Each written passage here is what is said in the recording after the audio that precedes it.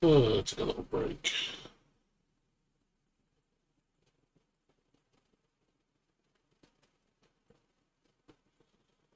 I just played Genshin for the next 3, 4 hours. Go to sleep.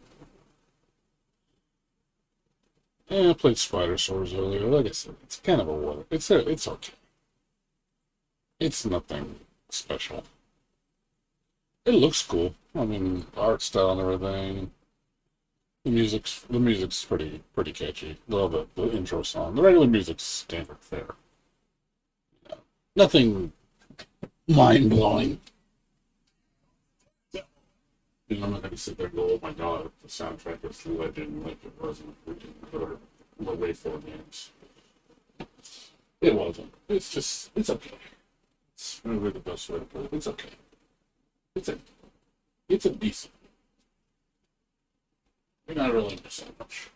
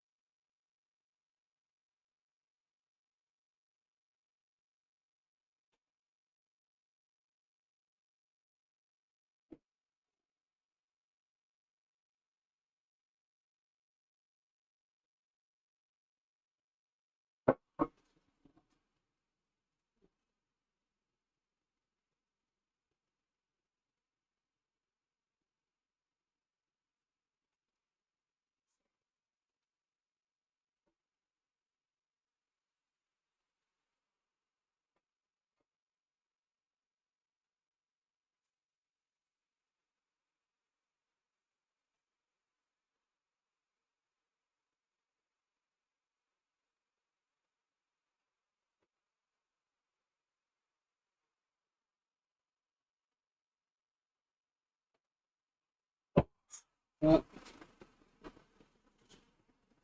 fresh. Okay. Oh man. Went out with a friend earlier today, had some sushi. Our usual spot. That was fun. Get to get our fill of our favorite food. One of our favorite restaurants we like to go to. That was fun. Came back, chilled for a bit, and I played Spider Swords for a couple hours, and I was done with it after one playthrough. I didn't feel like playing through it again. There were some things I didn't like about it. Some of the controls feel like it definitely has that old school gameplay. Some of those annoyances I don't like. Yeah, the game just felt kind of just it's mediocre. Really, the best way to put it. It's just a mediocre Contra game. Decent, like 6.5. I gave it a 7 earlier. It's like a 6.5. Like it's okay. It's too short. It's one thing I will say that the replay value on it is really not that great. You unlock like 2 bonus modes, which is like really nothing special. It's like, oh cool, you unlock arcade mode, which is just the story mode with all the story mode cut out. So it's the same thing. And then you have run mode. I was like, okay, so that's it. And then there's a higher difficulty. You want to make it a little harder. But it's pretty like standard fare game with really not much to offer. It's very, very basic in terms of the menu. There's no options. It's just like for $20, I feel that game is way too priced. Like I said, $10, I would say that'd be the highest I'd pay for it. Like it's a rental.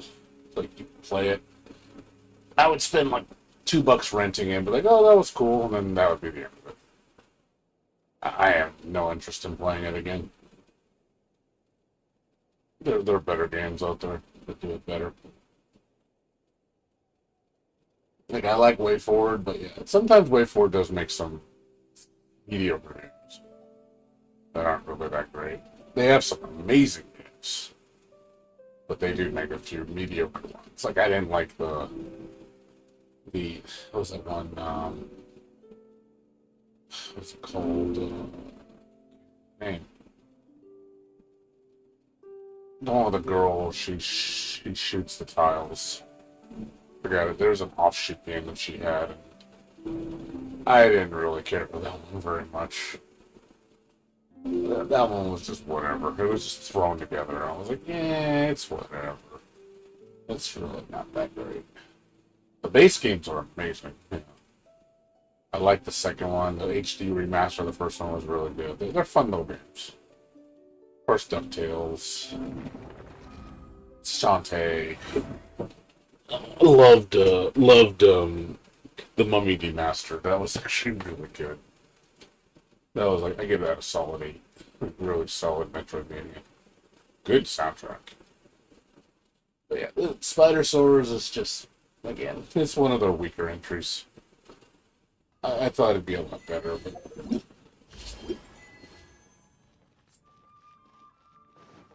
Summertime Odyssey now. Oh, the golden.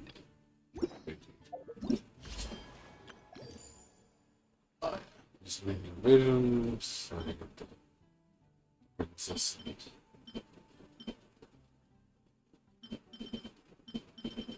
Cool. Can't really do this.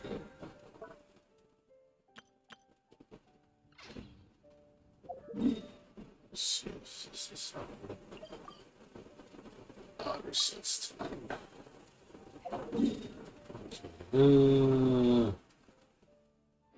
Might as well do the wishing.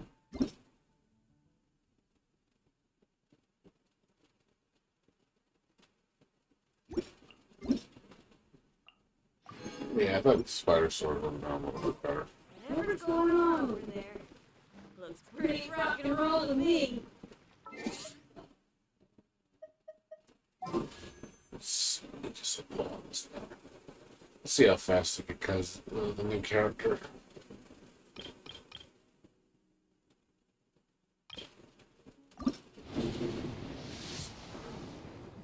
Let's see how fast it gets.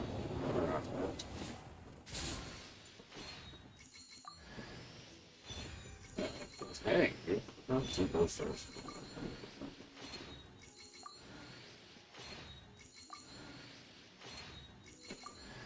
Oh, 3 4 stars. Holy shit.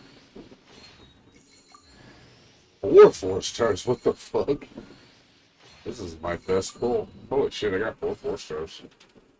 I've never had that many before in a single pull. That's rare, man. I've never had that before. Like 4 star, 4 star, 4 star, 4 star. Very, very rare. Get anything I want. Let's try again.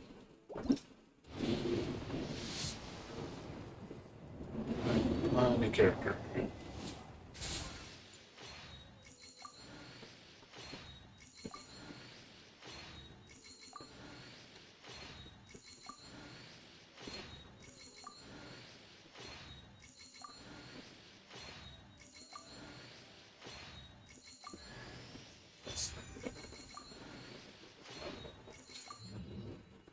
That's awful cool. Alright. Next. 30.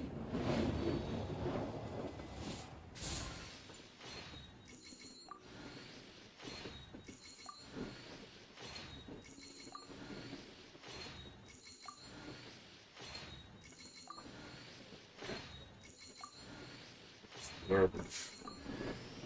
Okay.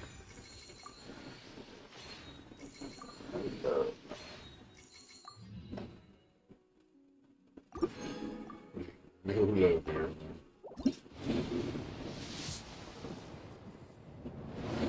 I gotta get the 5-star before I get to get him.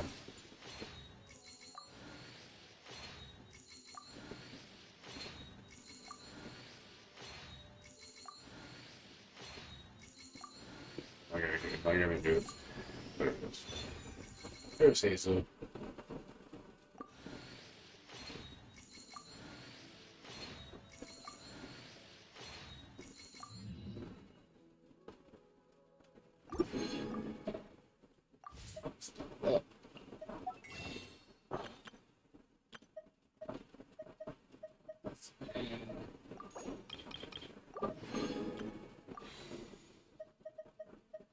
Okay.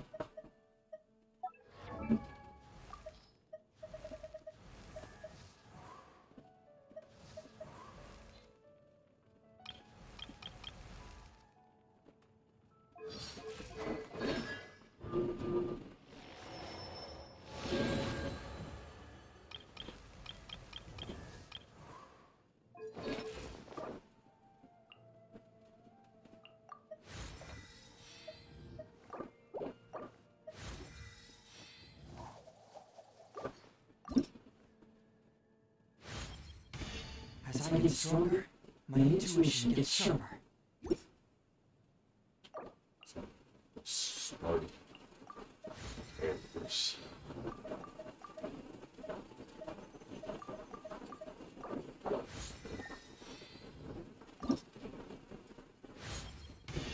It appears my combat abilities are advancing. Too bad it's not all cognitive.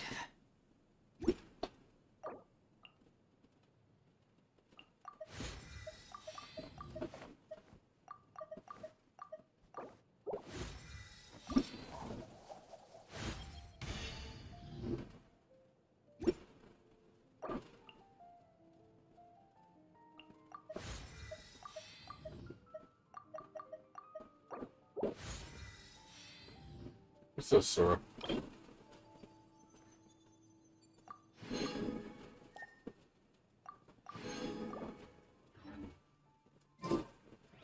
There's fire in your soul. You got rock and roll. So come on, let's get moving. What's going on with you?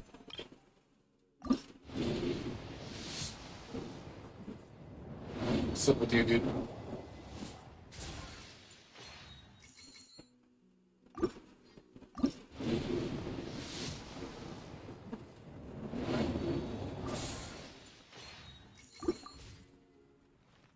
Anything new with you?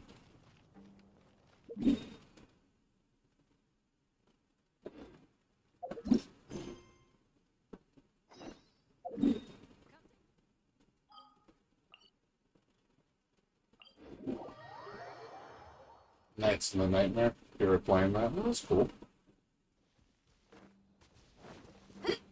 Give you something to do, right? I was playing that new Spider Swords game earlier today. It was alright. I wasn't too impressed with it. I beat it after. It only took me 2 hours to beat it. So I'm done with it. It just wasn't that great. It's just, you know, typical Contra type game. Nothing interesting. It's been a while since we first set foot on Inazuma. So many things have happened since then. Yeah, we've definitely made some progress on our journey. So, where should we go today? Huh? What's up?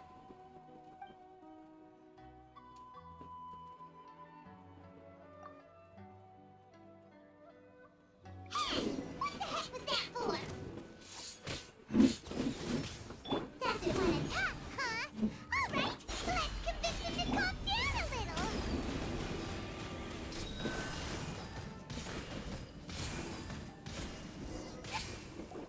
Huh?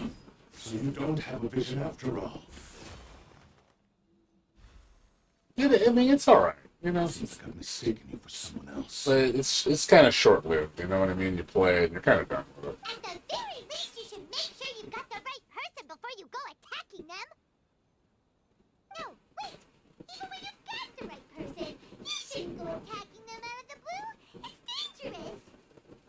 Have you ever met someone by the name of Kaedehara Kazuma? He carries a sword just like you. I've also heard that he possesses an animal vision. That's none of your business. Never mind. You don't look like you know anything anyway. I'm wasting my time. What the heck is this guy's problem? Coming around here waving that weird sword in our faces and didn't even apologize. Seems like a real nutcase. Well, one thing's for sure. No way are we telling him anything about Kazuha. Right? Paimon has a feeling, though, that even if this guy gets to challenge Kazuha to a duel, he won't be able to A defeat him. $4 game that's only 15 minutes long? I mean, I think that's a ripoff. So I think if it's 15 minutes and it's an amazing experience for, I mean, I would say $1. I'd be okay with that. But it's like just 15, like $4 is pretty expensive for that little game time. Anyway, just to be on the safe side, we should go find Kazuha right away. It doesn't sound very memorable. It'd have to be one hell of an experience, Oh? which I'm pretty sure it's not. A special connection? You mean beyond already knowing each other? Yeah, maybe a little. But then again, most people look pretty much the same once they start fighting, so that doesn't really prove anything. Anyway, there's Fragrant no story? time to lose. Let's go tell Kazuha It sounds like what we Vagrant Story, but they just wanted to put a pun on it and say Fragrant Story. Paimon heard that the Crux fleet is stocking up in Rito at the moment. Let's look for him there.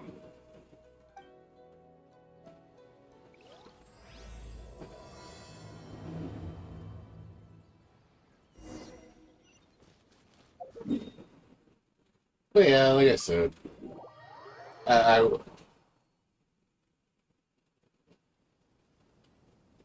really $30 for a 5-minute game of physical copy. Fuck that. You can suck my dick on that shit. That's a ripoff. You got a lot of nerve for selling. That just sounds like you're just being greedy. Made a shitty ass product probably, and you're just trying to gouge people. Sounds like a scam, right? Hello? Do you know where Kazuha is? You're looking for Kazuha too, huh? Guess he must have done something impressive after all. Well, we took the small vessels into Rio on a routine supply run, only this time, as soon as we entered the harbor, we ran into a huge crowd of Inazumans, all of them wanting to know about Kazuha. If it's because of that battle on Mizuchi Beach, Captain Beto had a great run there too, but I don't see her getting this kind of attention. Kazuha keeps to himself most of the time. In fact, there are times when he doesn't even listen to the captain, but she just laughs it off. Oh, so you still don't know what he did? I've heard bits and pieces. Something about him blocking the Raiden Shogun's Muso no Hitotachi. Is it really as big a deal as everyone's making it out to be? Really? Wow. When you put it like that, it all makes sense. In that case, his newfound stardom is well deserved. It does He sound was like a called away scam. earlier by some people from the Tenryo Commission. I'll be honest, They yeah, said don't they fall had for it, something dude. important to discuss with him. Don't put them past it, man. They would do shit like that if it worked. Believe I me. thought they'd come to arrest him first. Turns out they couldn't have been friendlier to him. I think EA would do scummy shit like that if they could. If they can get away with it and they can make millions, they would do it. Just Easy money, a dude. while ago, this would have been completely unimaginable. Thank you. It's welcome pay a visit to the Tenryo Commission. All right then. I'll just stay here and carry on trying to fend off the crowd. Yeah, don't stick up for EA, dude. EA is a scumbag, dude. I wouldn't trust them for anything, man. They're cutthroat son of a bitches. Don't think that they're good guys. They're not.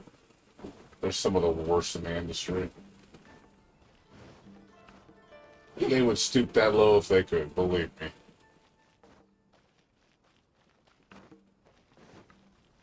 long as they can get away with it. People buy it. If it makes them millions of dollars and people fall for it, they're like, cool, thank you. We're enough. Thanks for your business. Oh, it's you. Greetings. We were just discussing the repealing of the Vision Hunt decree. Since you're here, you're very welcome to listen in on the conversation. We invited Mr. Haidahara. Square Enix has a much bigger reputation than him, too. Square Enix actually makes decent games, not like fucking EA. EA doesn't make anything decent anymore. They used to. They've completely gone downhill. EA really has no goodwill anymore. And for that, I'm deeply grateful. Same with Activision. Activision has no goodwill anymore either. The Almighty Shogun has issued a large array of directives aimed at resolving, or at least easing... Square Enix at least makes good games. The Tri-Commission has made the recommendation to use this opportunity to restore the honor of the Kaidahara name. Regarding the history of the Kaidahara clan, I trust that you're already somewhat informed? In short, there was once a group of select bladesmiths who served the Shogun directly, responsible for upholding and further developing the traditional blade forging arts of the Almighty Shogun. The Kaidahara clan belonged to this class. But there came a time when some of these bladesmiths revolted and fled to Snezhnaya.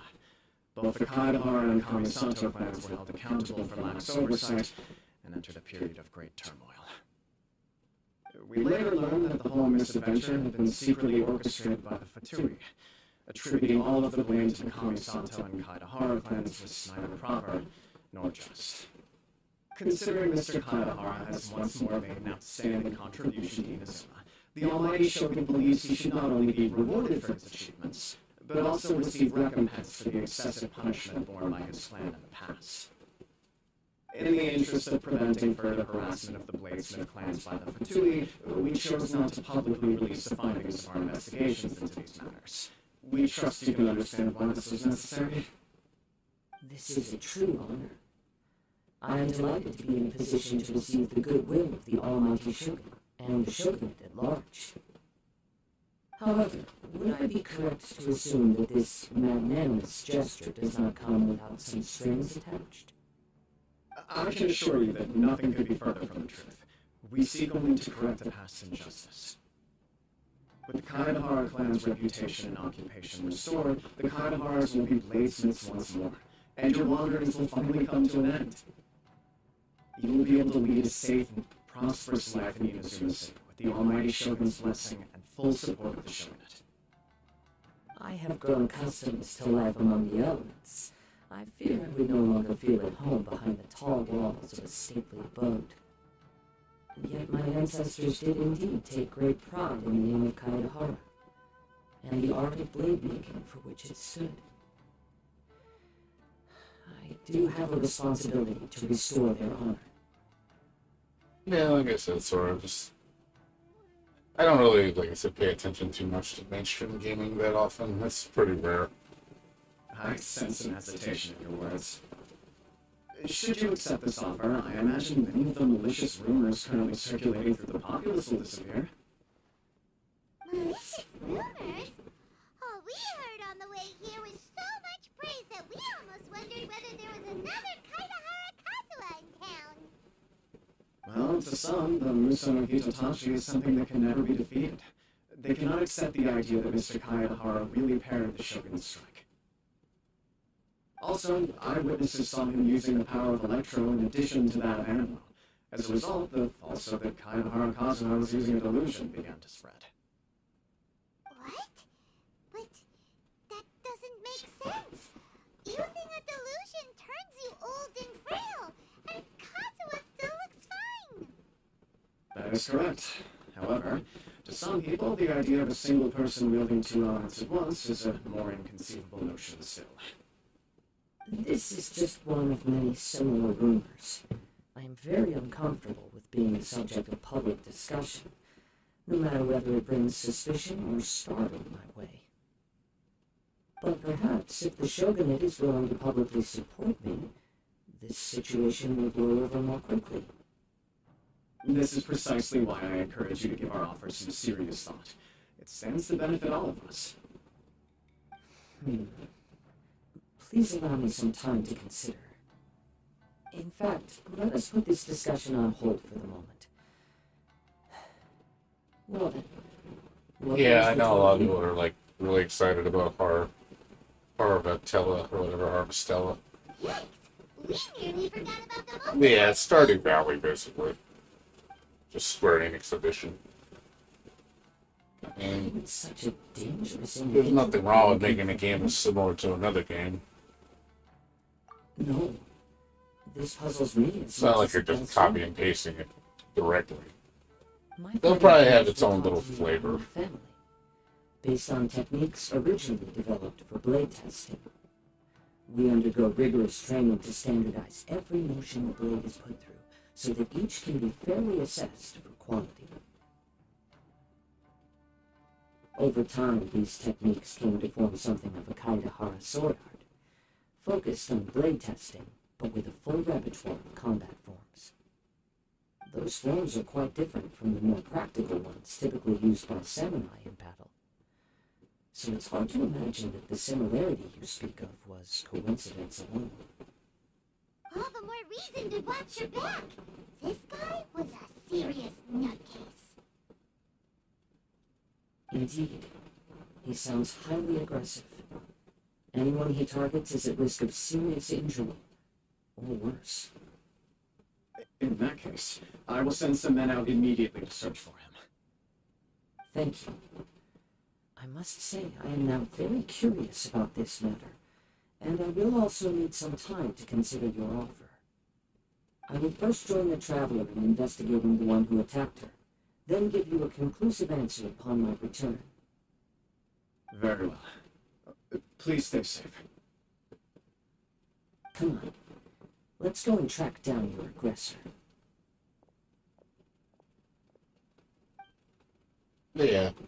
The detective agency knows the most about what goes on in town. Let's see what Ryuji has to say. Yeah, right now I'm just waiting on end of the month. We got the Toe remaster game coming out. I don't have anything until September. I got nothing in the pipeline until September, so it's gonna be pretty calm stream-wise. I'm not gonna be like streaming too much. Be working on this, finishing up Zombie Army 4 with the DLC. Finishing up Phobia as soon as they push out the update. Whatever that is.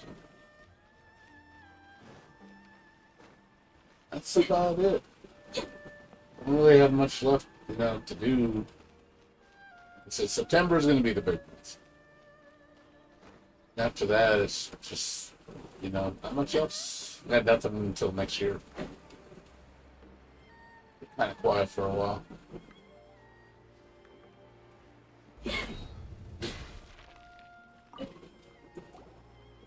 There. Oh yeah, Gunvolt 3 comes out. I forgot about that one. Do you know if anyone around here has been looking for him? For Kaidahara Kazuha, we mean. Aha! So this is the renowned Mr. Kaidehara. I've heard a lot about you. It is an honor to finally meet you today. You are too kind. We are currently investigating an assault and would appreciate any help you can offer. Oh? You were targeted in an assault? Let me think. I can't seem to recall anything of immediate interest. Mr. Kaidehara is currently the talk of the town, so there are always a lot of people looking for him. To be honest with you, our detective agency has recently been receiving many inquiries from people wishing to obtain Mr. Kaidehara's personal information. Alright, sir. You take care, man. Good seeing you again. Be safe. Some of them were I'll be on for another offering more 3 just to get hours. the information they want. If these were more legitimate commissions, Sangha would have snapped them up in an instant. Millions? Of Mora? Whoa. Oh, wait. Even at that price, you probably still shouldn't. Please, accept my thanks for looking out for my privacy. Of course. No matter what, we only take on legitimate cases.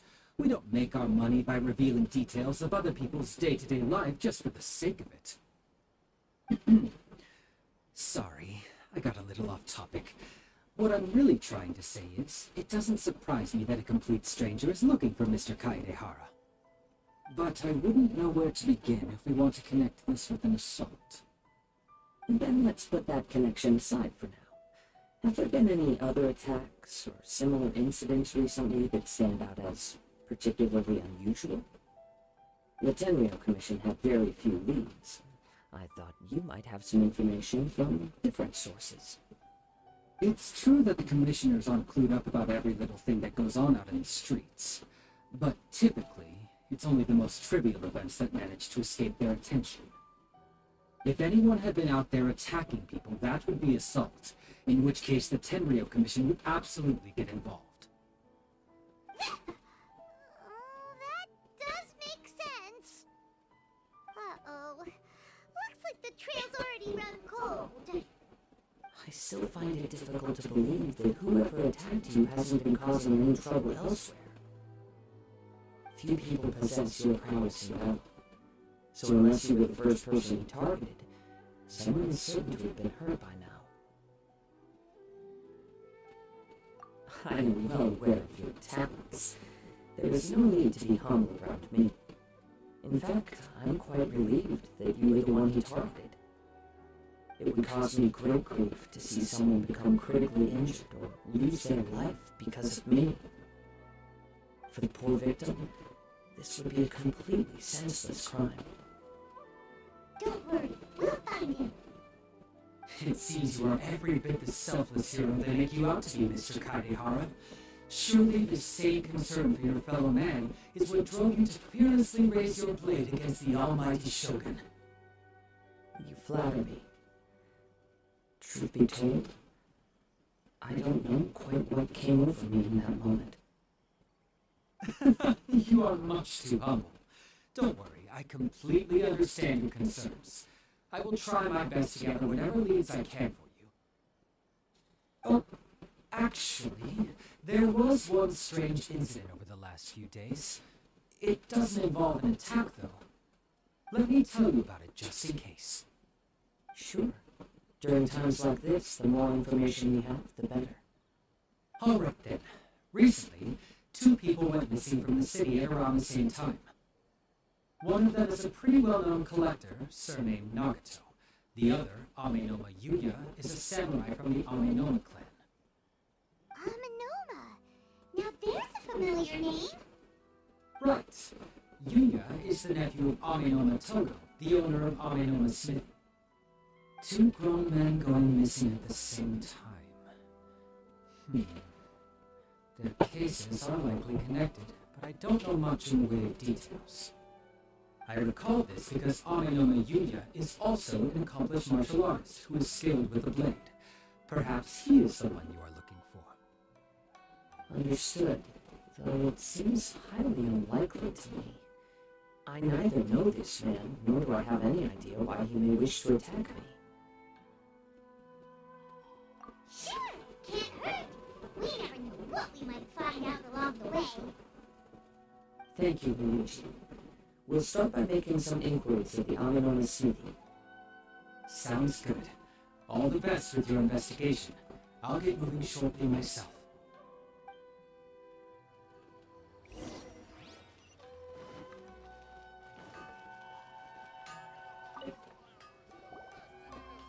Ah, if it isn't Kaedehara Kazuha, what brings you here today? Huh? You 2 know each other? Yes, the Kaedehara and Amenoma clans were both members of the Raiden Gokaden. Historically, there have always been deep links between the 2 clans. After I returned to Inazuma, I visited Mr. Amenoma to pay my respects. Yes, you may recall the story of the Raiden Gokaden from the Iridori Festival. Though all bladesmiths trace their craft back to the same source, over time, each of us has arrived at a different blade-making philosophy, spawning the development of different branches of the same art. As an example, the Amenoma art strives to emulate the abiding patience and determination of water, as it turns stone to sand. There is nothing mystical to our work. There is only practice, day in and day out, until both body and mind have memorized the craft, turning each motion of every technique into an intrinsic part of the bladesmith's life. As for the art of the Kaidehara clan, I believe it's called the Ishin art. That's right.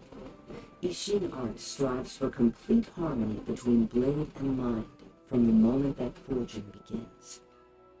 For only a blade thus forged can capture and convey its maker's thoughts and feelings, and eventually become an extension of its wielder's will.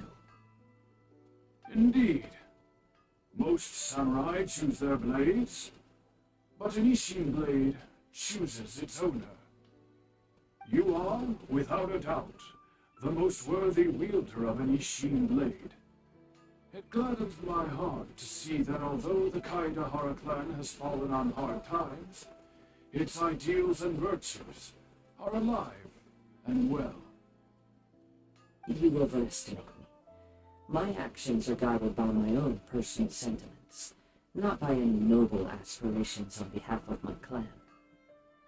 But let's get back on topic. The purpose of our visit today is to gather some information on your missing nephew. What's up, Ray? Yeah, I got him. We hope to assist with the investigation. It I may turn out pulled that this him, case is I connected pulled to him another earlier. we're pursuing. Ah, yes. My nephew. I reported the case to the Tenryou Commission, but I haven't heard anything back so far. He didn't say a word Thank before he God. left, which is very unlike him. I'm still completely at a loss on what to make of it, but I've done what I can so far. Worrying is futile. All I can do now is wait for the news from the Tenryou Commission. We heard that there was a collector involved in the disappearance too. Know anything about that? Yes. On the morning that Yuya went missing, he gave me a very cryptic look and said that he was going to give me a great gift. I believe he went to collect the item from Mr. Nagato after that. The next thing I heard was that a fire had broken out at the warehouse, and neither of them came back. Yes, strange, isn't it? I wonder what could have caused it. Unfortunately, there was very little evidence left behind, so nobody knows what really happened. Do you have any thoughts on what Yuya may have wanted to give you? Yeah, that's about it, Ray. Not much else. Just doing the update stuff. The 2.8 updates is pretty lame. It's really not that much. It's literally just one new story, couple new dinky events. They brought back the Archipelago thing. One hangout event with a new character, and that's it. It's really, really small. If I had to This update's guess, pretty lame. it must have been some kind of rare weapon. Otherwise, It's a filler there update. would have been no reason for him to get my hopes up. He's never been particularly interested in blade forging, but has always had a fondness for blade testing, and can sense even the most minute differences in blade quality. He is extraordinarily talented in martial arts, particularly when it comes to the art of the sword. Truth be told, we have some information that you may find to be objectionable. The person we are looking for, he attacked this friend of mine. Based on the evidence we have gathered so far, only Yuya seems to match the suspect's profile. What? No. Absolutely impossible. Yuya is not that kind of person. He is humble and kind. Even his training is done with the goal of calming his mind. He has never gotten into a fight before. Is that so? Yes. If there's one thing I can say for certain, it's that Yuya would never draw his blade without a very good reason. But, with that said, It's equally out of character for him to just disappear, with neither farewell nor fair warning. I also cannot know what course of action he might be capable of if coerced, or otherwise compelled by circumstances unbeknownst to me. Anyway, should you find him, please let me know as soon as possible. Don't worry, you have our word. From the sound of that, Paimon doesn't think Yuya was the one who attacked us as well. Yes, it sounds as if something happened when the two men met each other. Let's pay a visit to the Nagato household.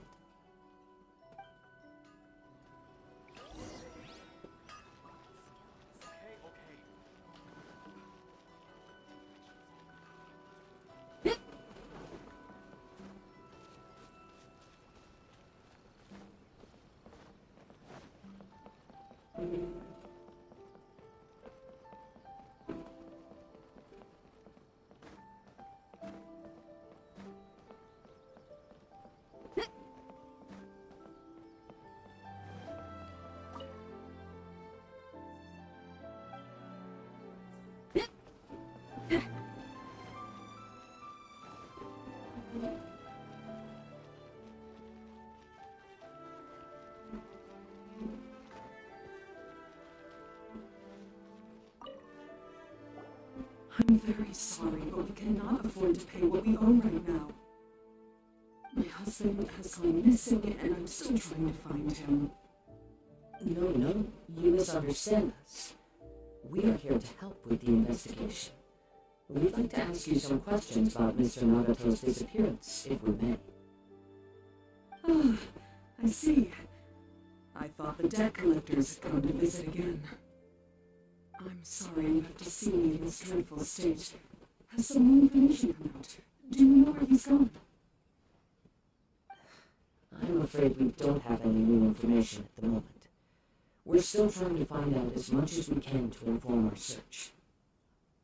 With this in mind, can we perhaps ask some questions about your family's current situation?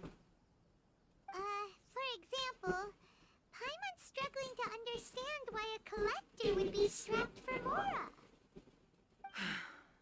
That's a long story. Ever since I've known him, he's been an avid collector of all sorts of things. He'd always get so animated when he was showing them to me. I knew nothing about the items myself, but seeing how enthusiastic and excited they made him, I was happy to believe that they were just extremely important to him. Everything was fine when we first got married, but as time went by, things changed for the worse. Uh-oh, what happened? He lost his sense of restraint. He started buying more and more things, and even resorted to borrowing money just so he could pay for them. Our expenses really spiraled out of control when he started getting interested in weapons. It was awful. There were days when he'd spend hours in the warehouse admiring his weapons even as debt collectors were descending upon our house. He wouldn't sell them, wouldn't even touch them. Just sat there staring at them like he was in a trance. I'm happy he has a hobby and I'm willing to support him, but making ends meet has to come first. I've tried talking to him about it so many times, but he never listens. On the last day that I saw him, I gave him an ultimatum. I said, if he refused to sell his collectibles and pay off his debts, I would divorce him and take the children with me. Whoa! And that led to an argument. Actually, it didn't. Generally, he's a quiet man who likes to go with the flow. On most things, he leaves the decision-making to me. You must understand, I never would have dreamed of threatening him with divorce if the debts hadn't pushed our family to the brink. After I said those words, he froze and was silent for a long time. When he finally spoke, he awkwardly mumbled that he would pick out a few items to sell. His voice was so meek and pitiful that I felt an urge to take everything back. But then what? If I didn't draw the line, what would happen to our family? Had I not indulged his bad habits, we wouldn't have found ourselves in such a predicament. And I also don't know if he had actually come to his senses, or if he was simply angry with me. The next thing I heard was that our warehouse had caught fire, and both he and the buyer had gone missing. I see. I understand. Ame no Mayuya came to purchase a weapon from Mr. Nagato. During the sale, a fire broke out at the warehouse, and both men disappeared. At first, I assumed they must have gotten into an argument over the price. But my husband has never been one to negotiate. He never even haggles when he's out buying groceries, so it's hard to imagine him getting into a fierce argument. Maybe he was feeling the pressure from the debts? I don't know. He just disappeared after the warehouse burned down. Perhaps he's too afraid to come home now that all his collectibles have been lost in the fire, and he's got no way to pay off our debts. Even though I'm still a little mad at him, we're a family, and I want us to face our family's crisis together.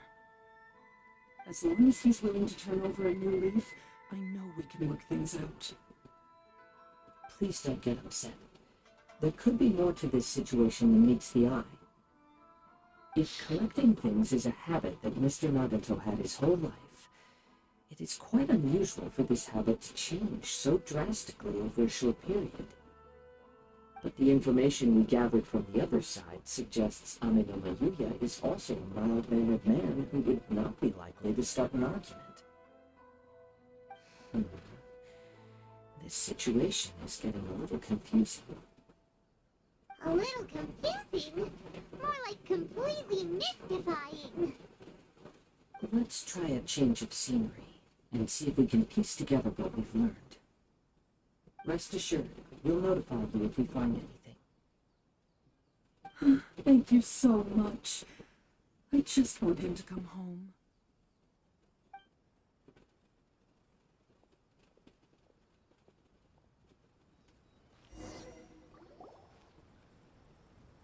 Based on the information we've gathered so far, I can only surmise that the sales meeting between the two men was somehow the catalyst for their disappearance.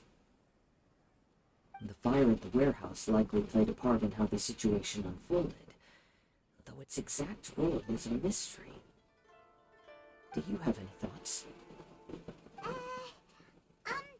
Well, Paimon was thinking that maybe someone accidentally knocked over an oil lamp, and, nope, never mind. Paimon's brain needs to rest for a while. Over to you.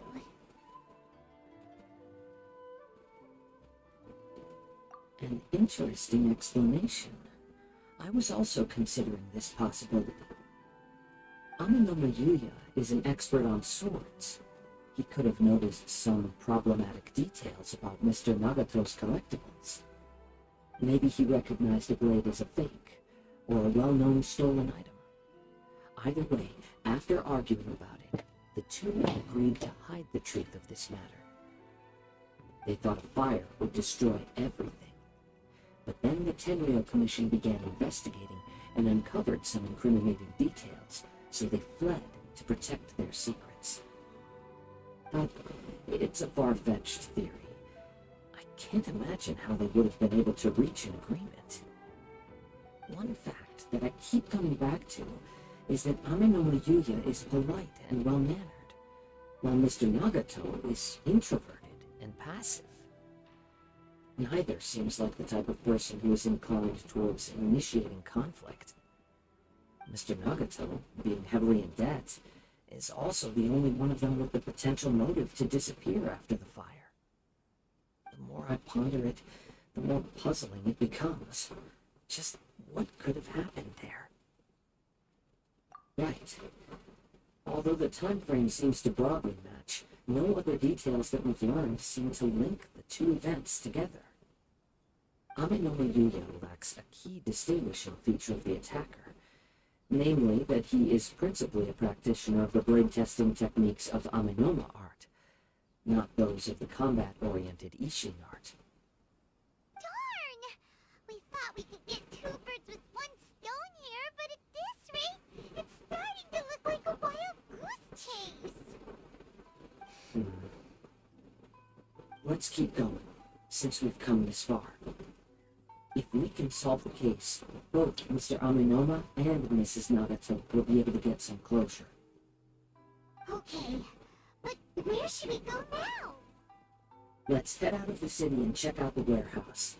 There's still a chance we may be able to find some shreds of evidence. You can find everything and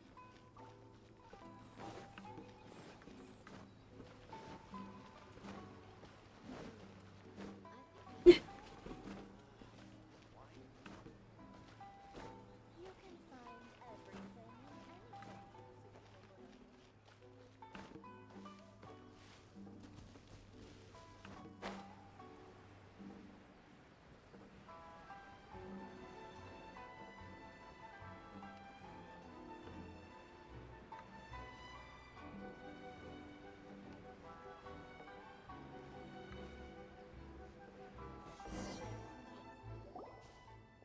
Wait.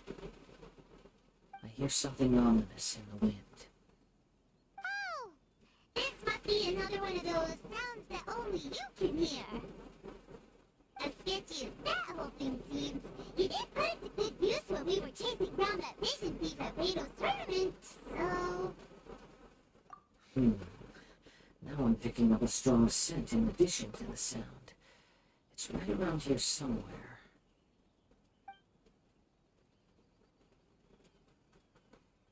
But there's nothing here. It's gone now, but I can still sense the direction it left in. It felt very much like that ancient presence in Inazuma, the remnants of the Tatarigami. Indeed, but this unexpected strain of inauspicious energy may prove to be of benefit to our investigation. We should remain vigilant and approach slowly.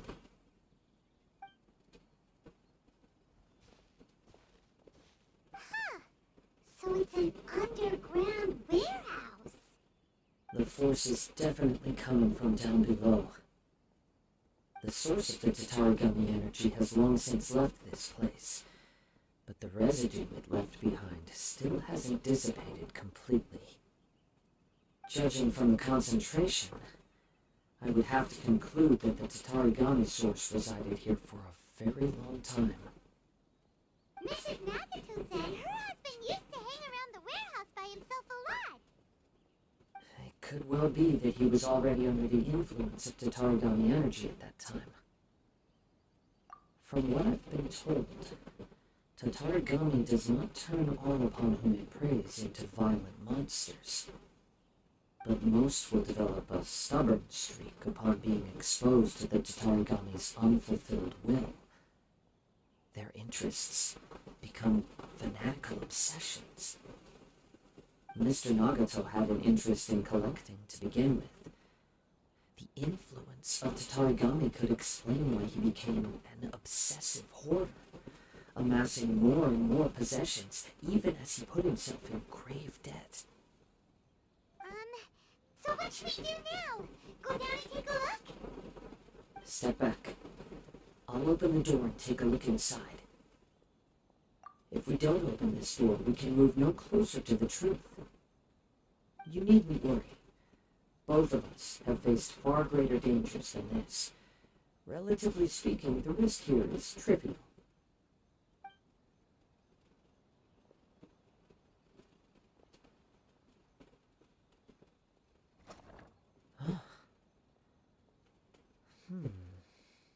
What's down there? Everything's buried in debris. I can't see anything. It looks like the fire caused a cave-in, reducing the entire warehouse to rubble. That was too scary! Paimon was so sure that the warehouse boogeyman was about to jump out at us! All we can do now is keep searching in the direction that the Tatarigami energy source left this place. Two ordinary humans, entangled with the Tatarigami. I fear much misfortune has already befallen them. Yes, let's go. If nothing else, it's vital that we find out where this Tatarigami energy is coming from. Quiet your mind and focus on what you sense around you. Perhaps you too will perceive its ominous presence in the wind.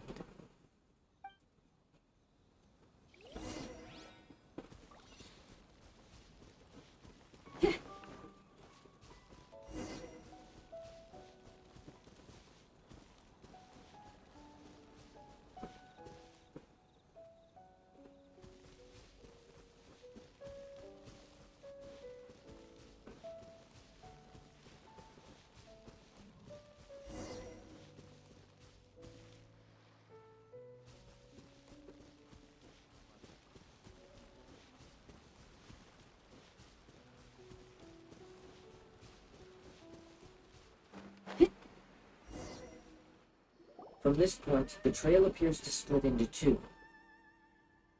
The main source of the Tatarigami energy continued on into the distance, but a small portion remained here, and seems to be dissipating slowly. Quite possibly. Let's search the area.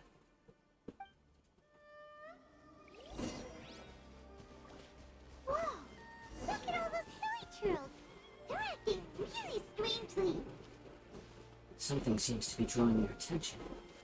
Let's take a closer look.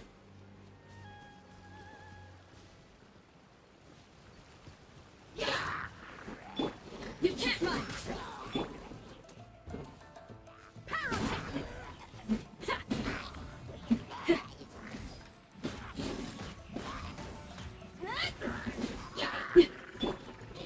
Judgment!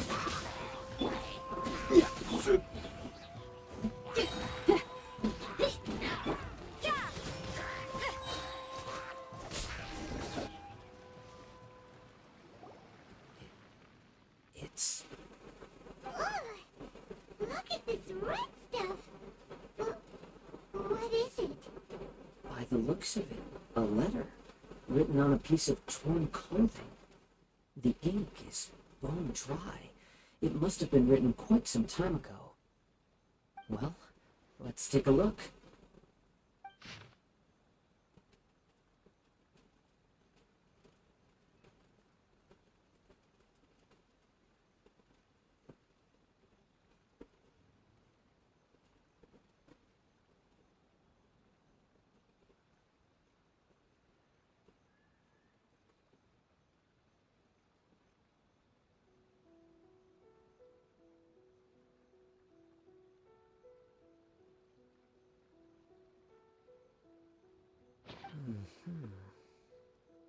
According to this letter, a conflict arose because Aminoma Yuya wanted to seize a blade belonging to Mr. Nagato.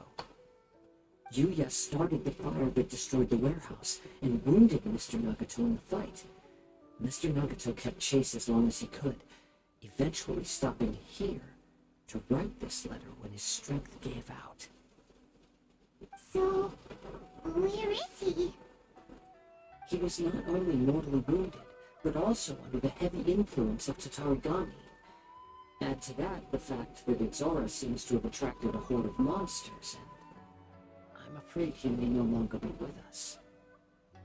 Whatever traces there may have been of his fate beyond after this point, they've since been disturbed by the hilichurls.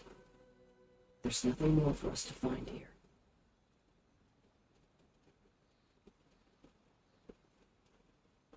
Yes.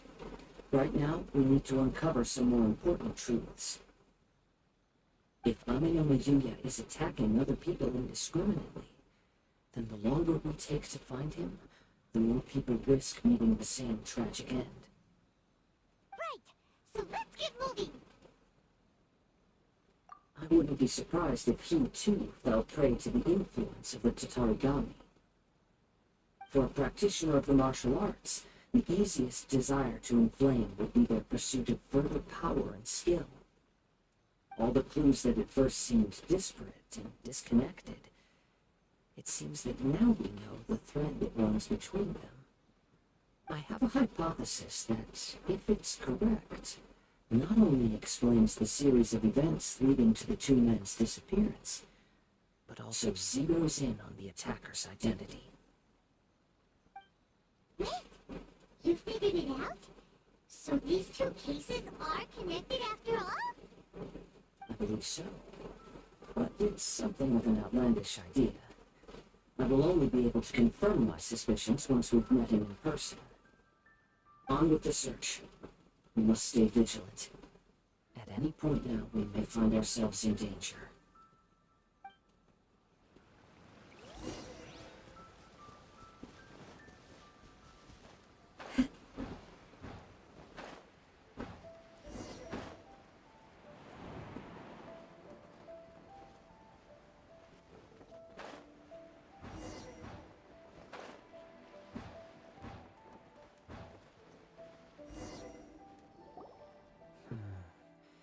He seems to have stayed here for a long time.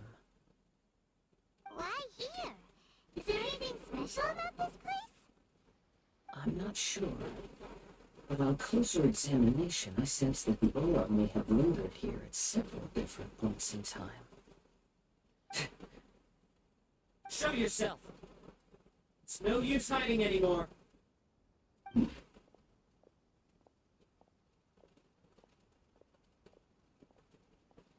Kaide Harakazuma. It's you, at last. Aha! So it is the same guy from before! What's your problem, huh? What could you possibly have against Kazuha? Indeed, there should be no enmity between us. If it is Amenome Yuya that stands before us. But what if instead of facing Amenome Yuya, we are in fact facing the blade in his hand? Now that you mention it, it is giving off a strange light. Whoa, whoa! Surely you don't mean... Are you serious? Tatarigami energy often lodges itself within physical objects, then works to subtly affect any living organisms in its vicinity. The blade has resided in Mr. Nagato's warehouse for many years, affecting his state of mind, and more recently using the sale as a means to affect, or rather as a means to occupy, Amenome Yuya's body. Sharper than I thought. You've already deduced the truth of the matter. Many, many years ago, I was forged by a famed bladesmith of the Ishin tradition. I was his pride and joy. In me, he placed all his hopes and dreams.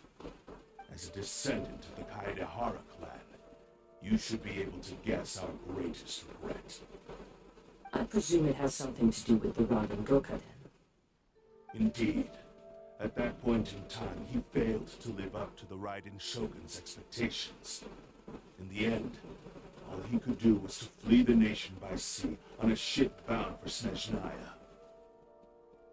He was a bladesmith of great renown, a master of his craft. There was nothing that he could not accomplish. All he needed was more time and a little faith. And sure enough, in the end, he achieved what he had set out to do. All of his life's work, his wisdom, his skill, it culminated in his creation of me. He not only bestowed upon me the greatest of strength, but also endowed me with a consciousness of my own. In her conceit, the Raiden Shogun lost not only the single most perfect blade in the entire world, but also an irreplaceable achievement in the art of blade forging. So... swords can become conscious and control people? The people of the time in which I was born never believed I had that kind of power. They saw me as a mere blade, a sharp and well-crafted one, but in all other respects an ordinary weapon. But that gave me the opportunity to take action. After the death of my creator, I decided to leave Snezhnaya and began my long quest to return to the distant land of Inazuma. Moving from one person to the next, I controlled the minds of countless hosts along the way, each bringing me one step closer to my ancestral home. I seek but one thing, to face the full force of the Raiden Shogun's blade and prove my power, the might of Ishin art. So Amenoma Yuya was not your first victim. Tell me, what happens to those you've possessed when you've finished using them? My hosts? Who cares what happens to them? They are but tools that serve my mission. When they got tired, or injured, or unusable, I hopped to the next one in line. All I needed them for was to take me back to Inazuma. You're awful. After I returned to Inazuma, I decided to bide my time in Nagato's warehouse until Amenoma Yuya handed himself over to me on a silver platter. At long last, I'm approaching my journey's destination. By Amenoma Yuya's body, I have found you, and by your hand, I shall defeat the Raiden Shogun. Kaede Harakazuha, you stood against the Raiden Shogun's Muso no Hitotachi. There can be no other to serve as my host for what is to come. Now, give your body over to me!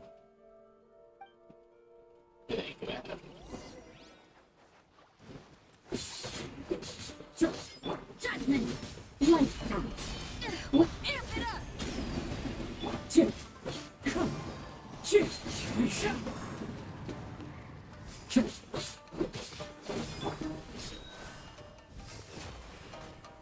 Stabilize! I will have order!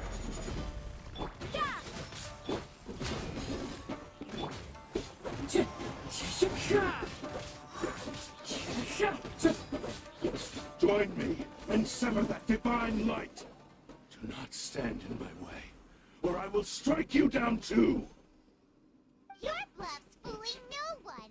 You've lost. Lost? I can never lose. It is this body that has reached its limit, nothing more. Even if you defeat me here, the one who falls will not be me, but this man. He is but a puppet that can be replaced. I can take a new vessel at will. The end result is the same. I will end this wretch's life before you can lift a finger. And even if I were to lose my physical form, it is but a small setback.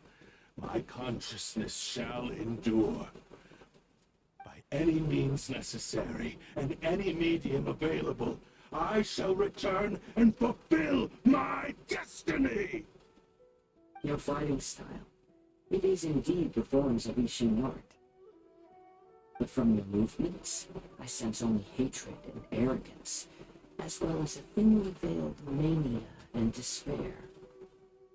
Really? You can tell all that just from his moves? As I've mentioned before, the forms of Ishin art convey the user's thoughts and feelings. Since the blade is currently possessing Amenoma Yuya's body, its movements express the innermost thoughts of the blade. If you ask me, the mania is probably due to your desperate, single-minded ambition. You believe I am your only hope. Are you trying to claim that I am helpless without you? On his deathbed, he passed to me all of Ishin Art's secrets. The little that you know barely scratches the surface. In that regard, why would I ever need your help? Because all of that is in the past. I've been wondering why you've not caused more trouble in all the years that you've been in Inazuma. If you are indeed a cursed blade that can possess its owner. Now that I've seen inside your mind, everything finally makes sense. You weren't biding your time. You were trapped. After all the time that's passed, you have grown weak. To the point that you are now unable to acquire a new host without making physical contact. Oh, that's right. Paimon remembers now. Mr. Nagato had a habit of never touching his collectibles. Only when Mr. Nagato witnessed his wife's distress and decided to sell his collectibles, did you finally have an opportunity to reach out to Amino Yuya and make your escape? And what of it? Well, that brings me to my second point.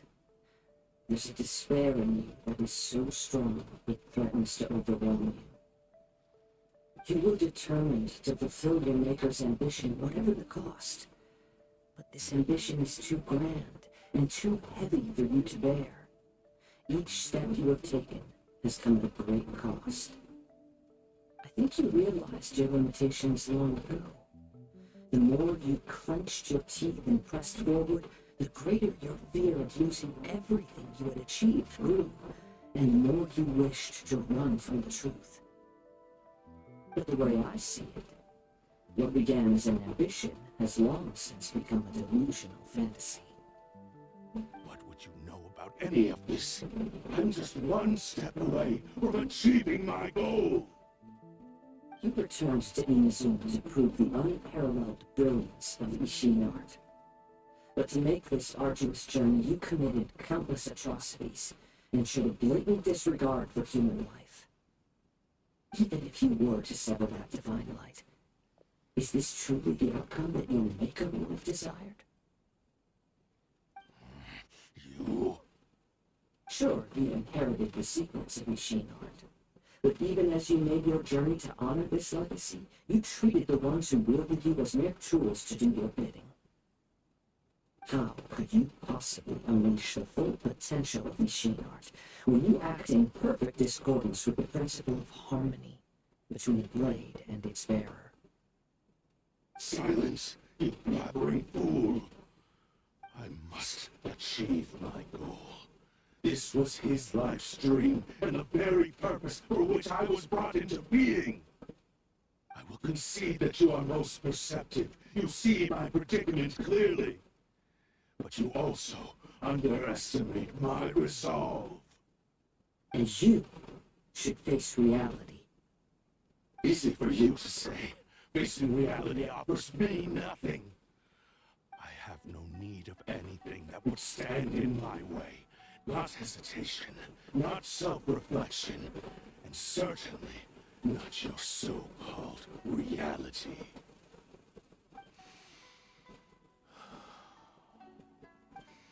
It is pointless to argue further, descendant of the Kaidahara clan. If you wish to save this man, then offer me your body in exchange. How stubbornly you stick to your wayward path. I do not believe for a second that you can challenge the almighty Shogun in your current state. So let us make a bet, when I will put your strength to the test. What? Sure you're not planning to agree to his demands. Very well. Then find yourself some enemies with whom you wish to cross blades. A taste of my power will more than convince you. Once we have dealt with them, we shall proceed to Tenshukaku. And as for your end of the bargain, if you lose, you must release Amino Yuya from your control. I accept. Don't do this, Kazuha! This is the only way to save Amino Yuya. If we don't do this, he'll forever be the Blade's puppet. The Cursed Blade's strength is currently very weak, and I sense he's hesitating. This suggests his heart is still not completely devoid of honor. The power of the Tatarigami lies in intensifying existing obsessions. This is the reason Mr. Nagato and Amino Yuya fell prey to it. Since I don't have any similar kinds of obsessions, I should be able to put up some resistance for a while. But even so... Even if things take a turn for the worse, I still have you both here with me. We have a chance here to save an innocent victim. I am willing to accept the risks entailed. Your disdain for me betrays your woeful ignorance. I agreed to this bet because there are things I wish to learn too. Now, take me in your hand.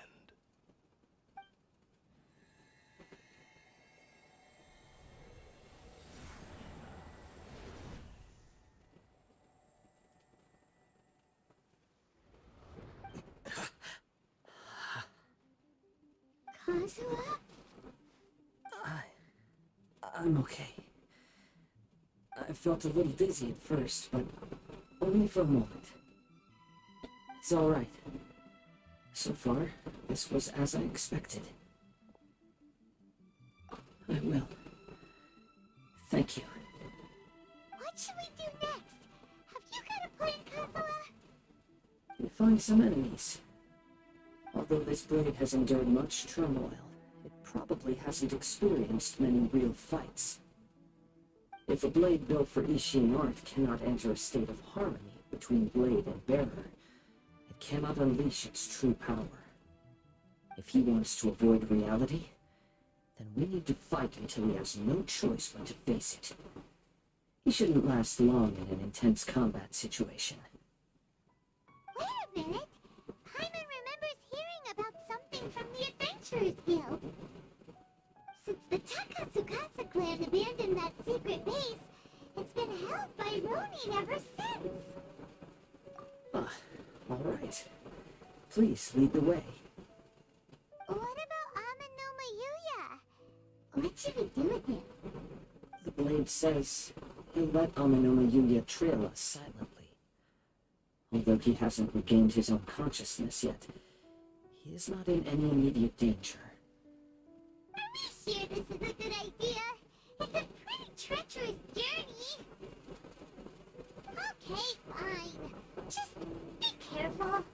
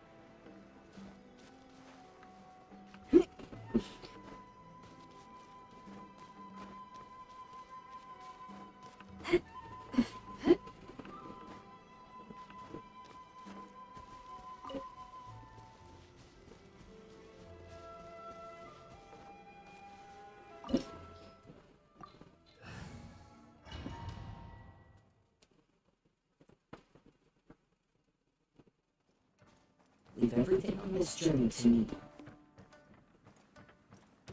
Let's get down to business.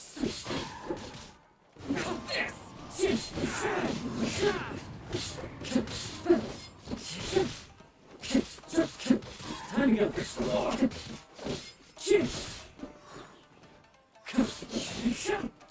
Wind strike.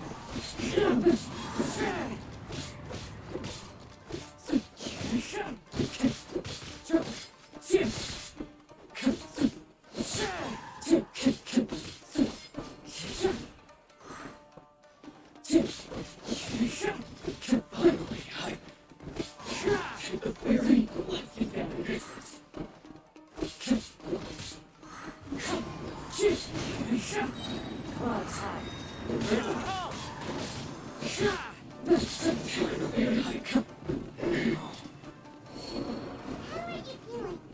You okay? I'm all right. The blade is performing largely as I expected. Having gone so long without proper use and maintenance, it's become very difficult to use. Though he's making every effort to persevere, I do not think he can last much longer. Something else on your mind? How strange. Rather than trying to control me, he's instead trying to match my fighting rhythm. Let's keep going.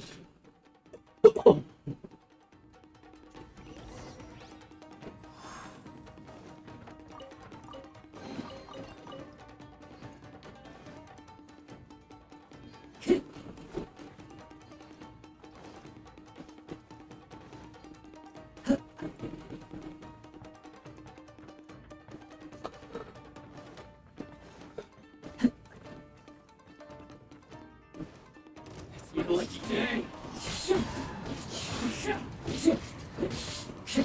Time to get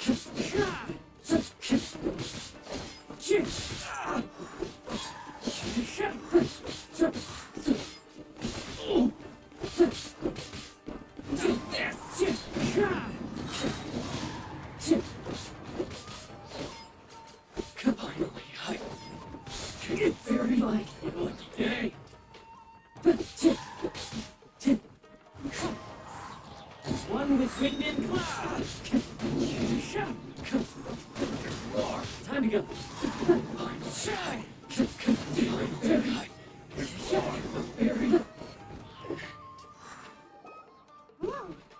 Something's up with the blade.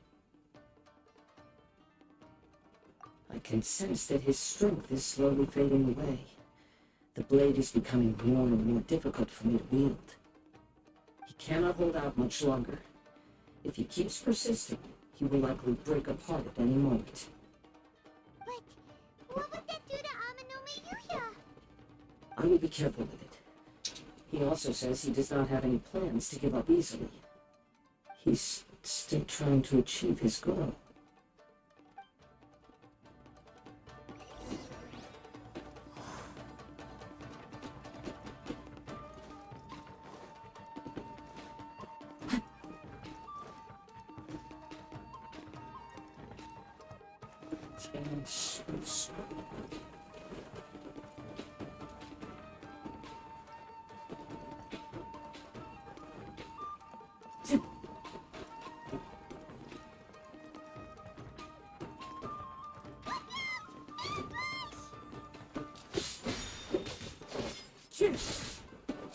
Wind Strider.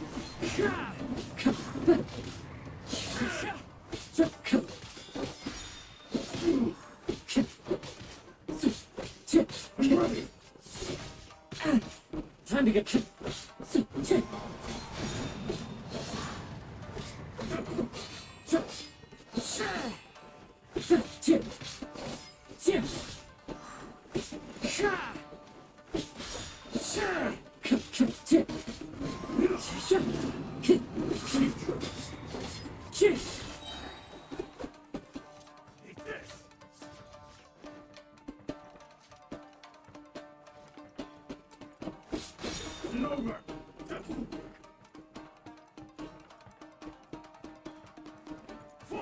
Falling leaves. Adorn my night.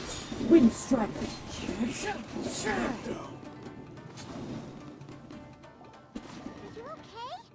It looked like you were really struggling the entire fight. Yes. And it looks like he's reached his limit. The shade's grown a bit dimmer again. It doesn't look anywhere near as impressive as it did at the start. Perhaps this time we'll finally have a chance to see his true form. True form? What are you talking about? Huh? What the? Is this the same blade as before? It looks like a piece of junk. If you choose to continue in the state you're in, you wouldn't even be able to beat Samurai and Kairagi, much less the almighty Shogun. Maybe you did truly wield power to rival the Shogun's light when first forged. But the long journey from Snezhnaya back to Inazuma has left you battered and broken. It barely needs stating anymore. Your ambition is a flight of fancy. I finally figured out why it was that you agreed to my bet. You wanted to reach a state of harmony with me. For perhaps then you would still be able to wield commendable power.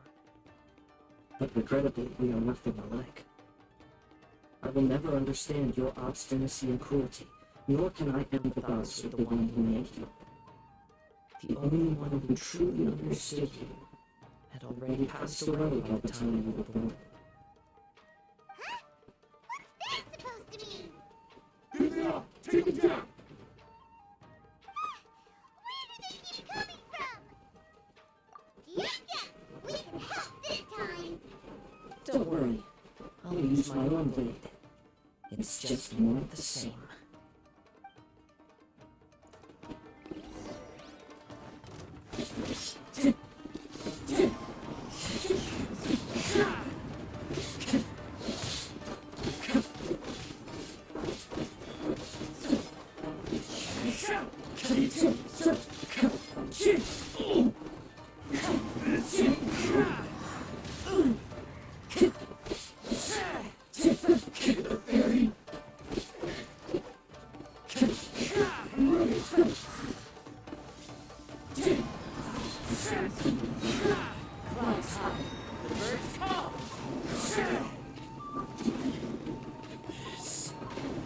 You fought way better with your own a true Kaedehara in flesh and in spirit. Though we fought briefly together, you have seen me for who I really am. No one knew anything of my story throughout my travels, nor did I tell it to anyone. You are the first person to know the truth. I thought that if I could achieve Ishin harmony with you, perhaps there would still be a ray of hope for me. But in this too you have failed. Indeed. No matter how hard I tried, I could not attain that perfect harmony that your personal blade does with you. Too much time has passed. My physical state is poor, and without proper maintenance, I can only disguise my true appearance behind an outer sheen. Yours is the blade that took on Muso no Hitotachi. And what a magnificent blade it is. Perhaps I shall never reach that level of glory. Actually, this is just a generic blade that I picked up during my travels in Liyue. What? Forging and maintenance are both important for a blade, but they are not everything. This blade has traveled the land with me for many years, and we have formed a close bond during that time. Plus, in the moment that I most needed it, I received aid from another power. Skill, blade, determination, and desire. All these must be aligned in the practice of Ishin art. There is something else I must tell you. Though your maker may not have been aware, your ability to possess your own consciousness derived from the power of the Tatarigami. Tatarigami is a malevolence from the ancient past. It is the source of your mania and savagery. Though you tried to cooperate with me while I was wielding you, the part of you driven by Tatarigami was constantly trying to seize control of my body. I sense it, but I couldn't change it. It is an integral part of my consciousness. I resisted its temptations because I wanted to save Aminori Yuya. But I do not know whether you yourself have any intention of trying to fight it. I feel a great sense of regret for you. Since you embarked on a journey bound for a destination you were destined never to reach. The moment you embarked on this journey, you lost the only person who could have ever unleashed your true potential. And yet there was no way for you to turn your back on his ambition. You have known this for a long time. It is the true source of your despair. He gave me everything.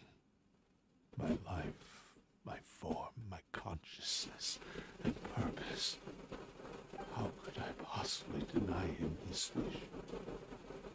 I said to him, "Do not worry, from here on I shall forge your legacy."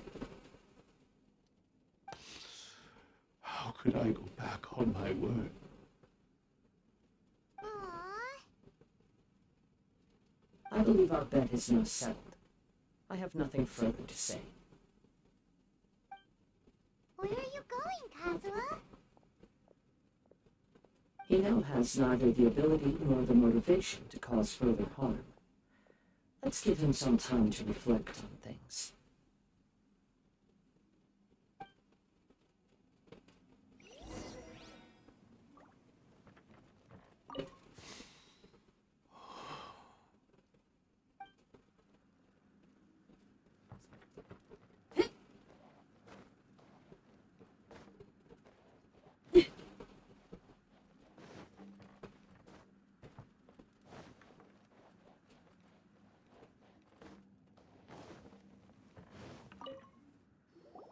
When I touched the hilt for the first time, it's as if I was transported to a strange dimension.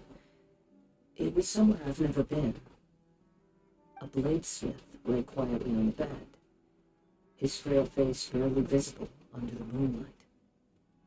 His breaths were weak, and his life near its end. A newly forged blade lay by his side, listening attentively to his final words. Wow. That was the blade's memory. wasn't it? Indeed. While in exile in Snezhnaya, the bladesmith eventually learned the truth behind everything that had happened. The Ishin art had been dealt a devastating blow by the desertion of its best smiths. He spent the rest of his life in the forge, not to vent his frustration and hatred, but to atone for his actions. He felt intense regret at being tricked by the Fatui, but he could never again return to his homeland. His sole wish was to one day return his single, proudest creation back to the land of his birth. So he instructed this sentient blade to find a way back to Inazuma, no matter how long or how hard the journey. But he never wished to rival the gods. All he wanted to show was that they once shone brilliantly as blade and smith, that they were still worthy of being trusted. So that's the true story. But after that, the blacksmith's intentions were warped by the Tatarigami, slowly turning his proud creation into the cursed blade of today. Right. I believe the bladesmith might never have known that the power he worked with was that of the Tatarigami. The hatred within that power is what sent the blade down its ill-fated path. This blade has committed unforgivable atrocities, but only because it lost its original master. No one was there to correct its errors when it was losing its way. Shame it's too late now. Yes, it is too late. Time would not wait or stop because of his determination. While the world moved on, his ambition remained stubbornly stuck at that fleeting moment at the dawn of his journey. He seems to have calmed down, though. Let's go and check in.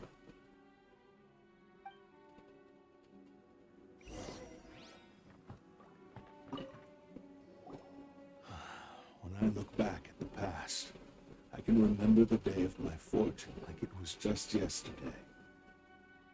I once told him that I would pay any price to fulfill his wishes. Such was the debt I owed to him for giving me the gift of consciousness.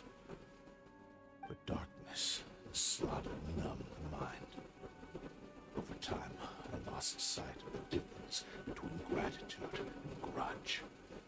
Not only did I fail to fulfill his ambition, I also defiled it. You have finally seen reality clearly. Since we agreed to the terms of the bet, I will honor the agreement and release Ame no Mayuya. But I still cannot bring myself to forsake his ambition. It is the entire purpose for my existence. So, may I ask you to help me fulfill the ambitions of myself and my creator? Hey! Now you're adding yours into the mix, too? Jeez, don't push your luck, mister. It has to be done in this order. At least hear what I have to say. And if you don't agree, I will still release Ame no Mayuya as promised. My physical form, as well as the knowledge I possess, should still be of some value to you. His attitude has grown a lot milder. What do you think, Kazuha? Should we give him a chance? Let's hear it. Thank you all. When I was first forged, my maker was already terminally ill. He told me that he had wanted me to have the grandest opening battle. Alas, after that, he never rose from his sickbed again. Nor have I ever had the chance to prove myself in battle since. My fights were devoid of any noble meaning. They were merely the next step in my never-ending journey, the next in a long line of transgressions. You are a fine warrior. I would like to request your hand in battle and experience a true duel between samurai. Oh, And who will be the opponent? I will release Amenoma Yuya and restore his consciousness. Perhaps after that, you can convince him to commit to a fight with you. He must have plenty of reasons to both hate me and desire a good fight. Understood. Then let's start by waking him up and see if he has the stamina and will to fight.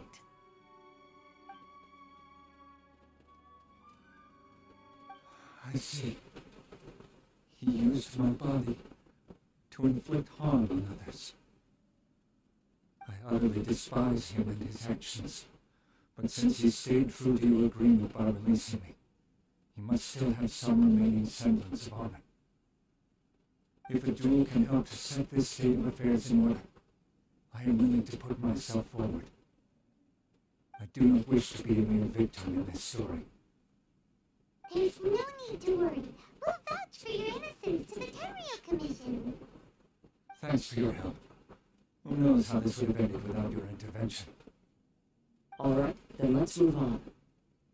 More Ronin could appear at any moment. We can't stay here. In any case, for a final duel, I think we should aim for a greater sense of ceremony.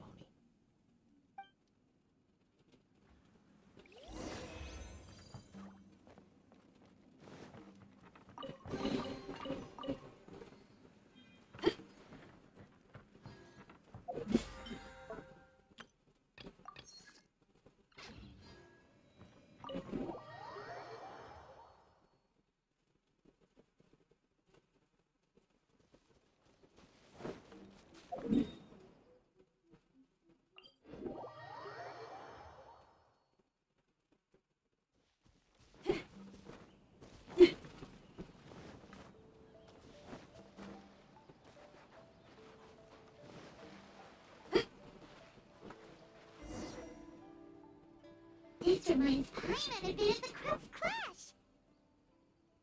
Yep, we still can't let our guard down. Even now, Paimon has a sneaking suspicion that Blade hasn't told us everything. Still, even if he's way past the point of redemption, it's hard not to feel a teensy bit sorry for him. Are you ready? Ready? Okay. Alright then. Successor of Ishin Art, Kaidahara Kazuha. Successor of Amenoma art, Amenoma Yuya. Honored to cross blades with you. It is my honor also.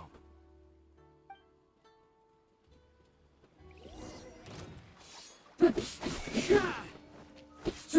strike! Wind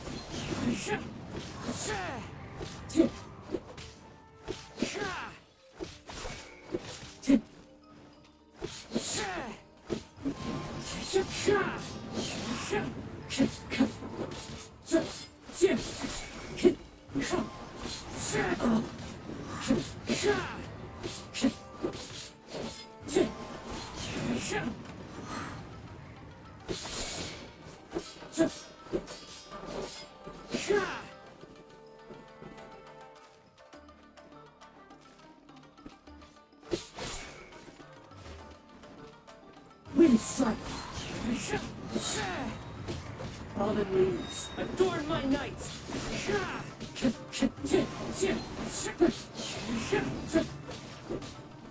Time to go!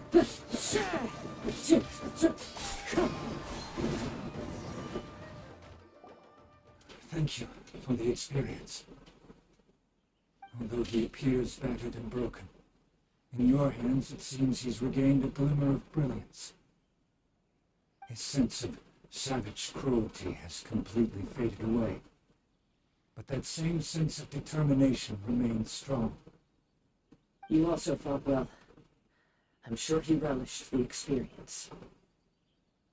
There are a few things that I shall leave him to tell you himself. I must apologize to you for all that has transpired. You need not seek my forgiveness, nor do I have the right to forgive you on your victim's behalf. It is too late for all of that. I do not wish for forgiveness. I I only hope that you will see my transgressions as mine alone, and not let them stain the legacy of Ishin art. I strayed far from the straight and narrow path, but the Ishin art still has a worthy successor in Kaedehara Kazuha. I beseech you, please understand this. Yes. I too trust Mr. Kaedehara to do the right thing. Thank you, successor of Amenoma art. This blade has also told me that he has another wish. He would like to visit the Amenoma smithy. Maybe we can go back there together. What does he want to go there for? I'm not sure, but I think that all this is about to come to an end.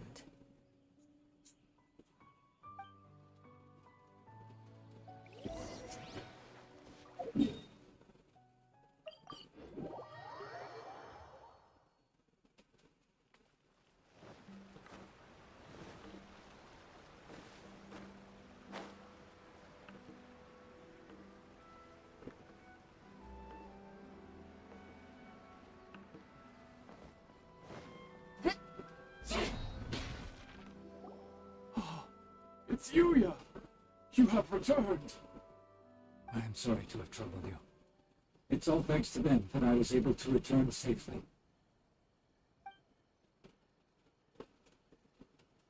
A prized Ishin blade, turned weapon that controls the human mind.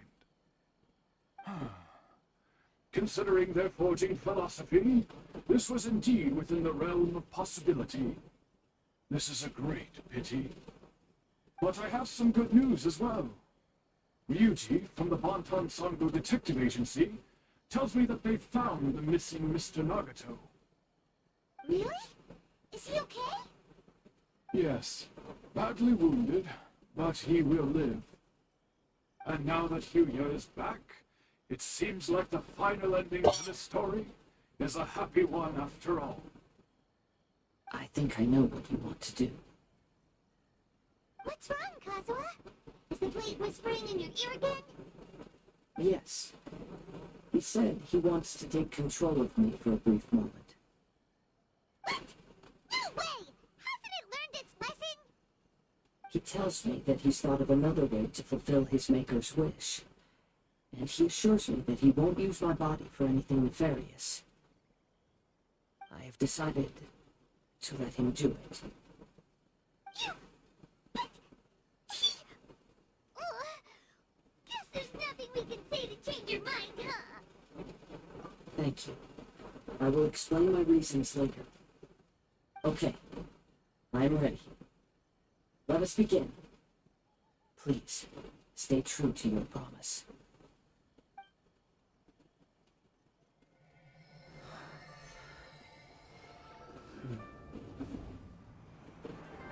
My power is almost spent. Without him, my eventual demise is inevitable. But if I abandon the future to give everything I have in this moment, my physical form can be forged anew. Everything. You mean... Yes, the cost is my entire consciousness. You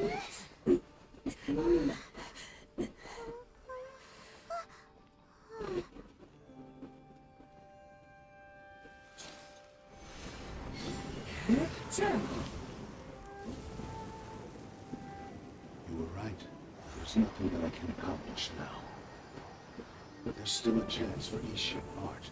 Once remade, I will be a valuable resource for your studies. Ishin lives on, and its finest hour is yet to come.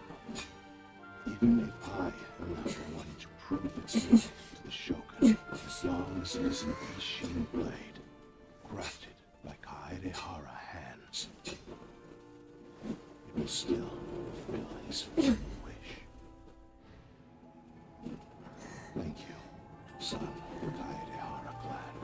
Over the years, my real name has been forgotten by all. I'm ashamed to utter it, yet it remains strong in my mind. Kagotsurube Ishin. This name is now yours to keep. Rest in peace.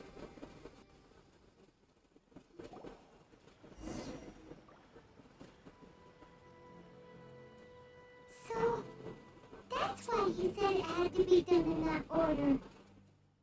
His consciousness will disappear forever after fulfilling the bladesmith's wish. Kagotsuru Ishi. It was the first time I ever heard his name. It seems like deep down he disapproved of his own actions, and thus chose to bury this name deep within his heart. Only in the final moments, before his consciousness faded, was he willing to entrust it to another. Seems like he really wanted to fulfill his maker's wish. The same fervent ambition that gave him the motivation to keep going forward also fueled the stubborn determination that blinded him to the path ahead. Speaking for myself, I'd rather see him recognize and atone for his mistakes than see him punished for them. I understand. Perhaps this is a flaw in my personality. I've always been captivated by grand aspirations. Hearing his wish to rival the divine light touched something inside of me, just as the sight of those who fought to repeal the Vision Hunt decree did. Your quest to face the gods and trace your sibling inspires me in the same way. After everything I've seen, perhaps these pursuits fascinate me a little more than they should. Oh, Kazuha. I will continue to support you from this point on. Know that you will have my assistance whenever you need it. Wait, shouldn't we also go update Kujo Kamaji? Oh, you're right. We need to tell him about the findings of our investigation. And it's also time to give him a response to the offer he made me.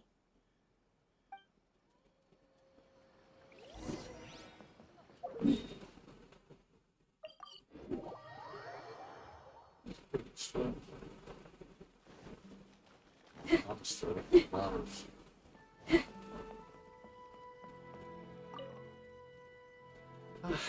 You've returned. I hear that the issue has been resolved. Though this was a treacherous investigation indeed, we're most fortunate that no lives were lost. The Tenryo Commission has already attended to the danger at the warehouse. The investigation into Amanoma Yuya should conclude soon. I do not believe he will be charged with any crime. Wow, you sure kept your ear to the ground. Then we needn't recount all the details again.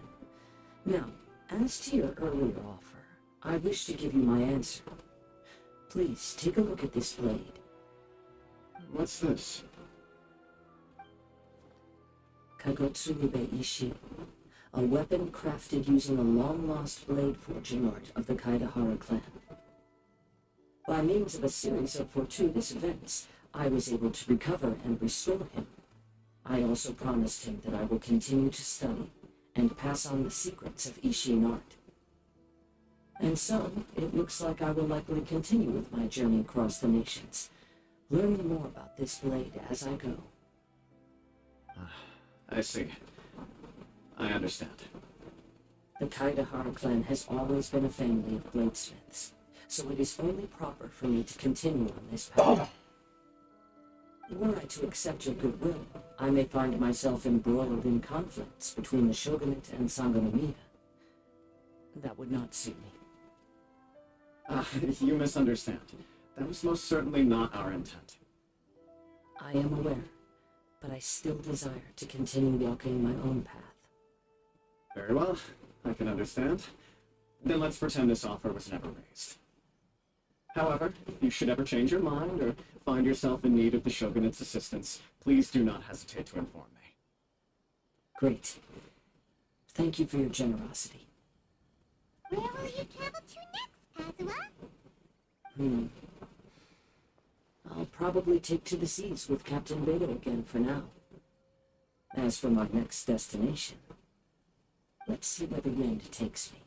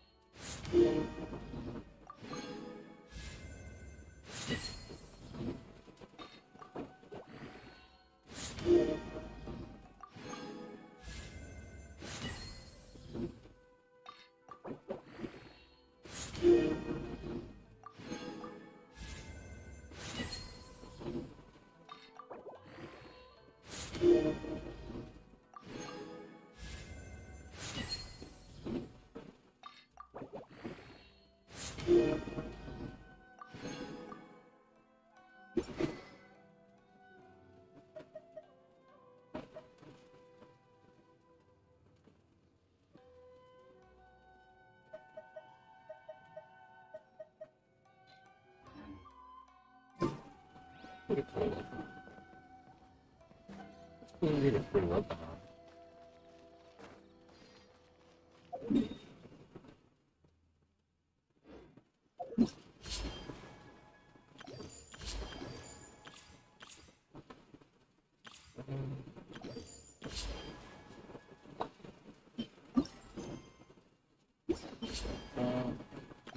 Let's go next.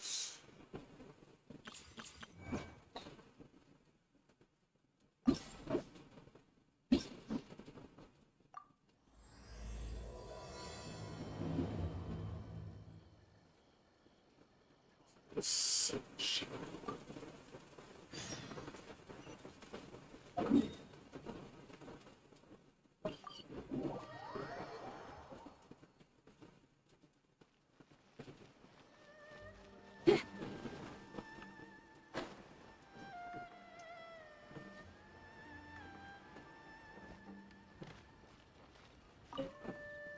What if the Traveler is also unavailable? What am I supposed to do? Well, that's your problem. It was your choice to get into this mess. Oh, but fortunately for you, it appears your savior has just arrived. Ah, Traveler. Great, you made it. Well, it's not like you were ever really busy to begin with. Songo? Compared to the Traveler, you're the one who has too much free time. No, I'm very busy. I'm busy standing here. I have to stand here all day. Even if it's a commission you're unwilling to take, your excuse is just pathetic. Yes, that's why I've asked you to come over. Allow me to explain. A key member of the Tenryo Commission has recently gone missing. No one has seen them, and their whereabouts are currently unknown. The Tenryo Commission has entrusted us to find this person discreetly because it would be a hassle for them to look for this person openly for a variety of reasons. Their name is... Kujosara. That's right. The general has gone missing. How could the general go missing? How the hell did that happen?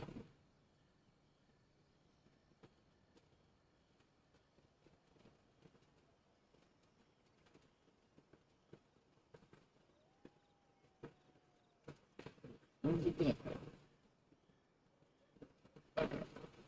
So, and press step to 4 tonight. Do these 2 things and then do the dailies and then.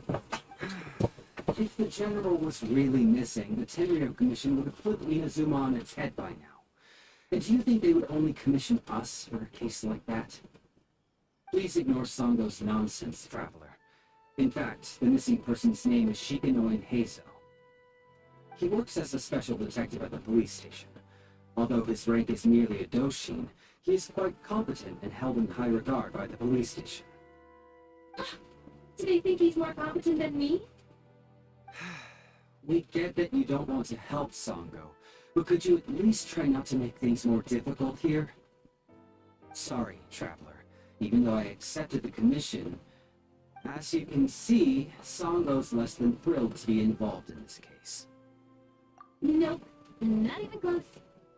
If you really want to know why, it's because I absolutely refuse to deal with that brat's nonsense. The only news that could make me happier than Shigenoi has gone missing would be Shigenoi has been missing for 100 years. Needless to say, Songo and Heizo have a bit of a history. Well, it's a little more serious than that. According to Songo, Heizo was an obstacle in her path to the Temple of Truth. Like a yappy duck that was constantly in the way. Even though Heizo has a unique personality, he's actually a nice guy. Really, I've learned a lot from him. So I can't just ignore this case, even if Songo doesn't approve. At the very least, I could entrust the commission to someone capable and trustworthy, like you, Traveler. Huh? No, it's not like that. Listen, I'll pay the entire amount originally promised by the Tenryo Commission, And I'll even personally throw in some additional funds. I'm really hoping you can take this commission, Traveler. If Heizo truly is in danger, I know he'll be safer with you by his side. Actually, we get along great, but Sango has always asked me to keep my distance and not to act like I know him in public settings. So, when people ask, I usually just say I've met Shikanoin a few times. If it hadn't been for today's incident, well, let's not get into that. Anyway, could you please help look for him? Well, that's about all I have to tell you. Oh, please take this commission letter from the police station. If you find Heizo, return there and report back to them.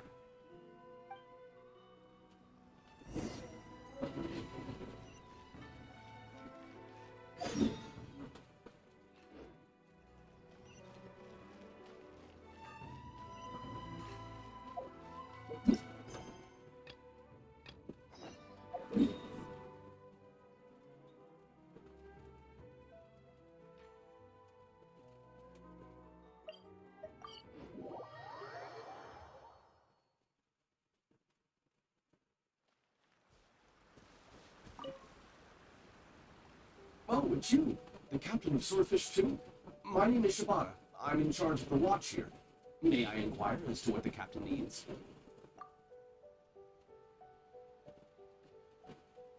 So his name is Shikanoin Heizo, huh? Yes, I'm familiar with the detective. He used to stroll around the area. Her Excellency had assigned me to keep a close eye on him at the time, fearing that he would do something unpleasant. But I eventually realized that he acted more like he was on a trip or something. Come to think of it, I believe he was recently spotted in the area east of the Sanganamiya Shrine. Please feel free to go there and take a look for yourself.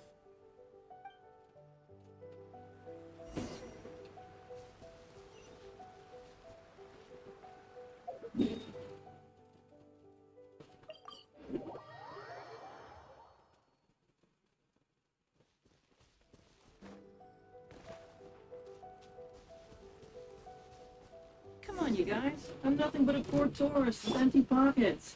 Please, you can just let me go. Shut up, stay quiet.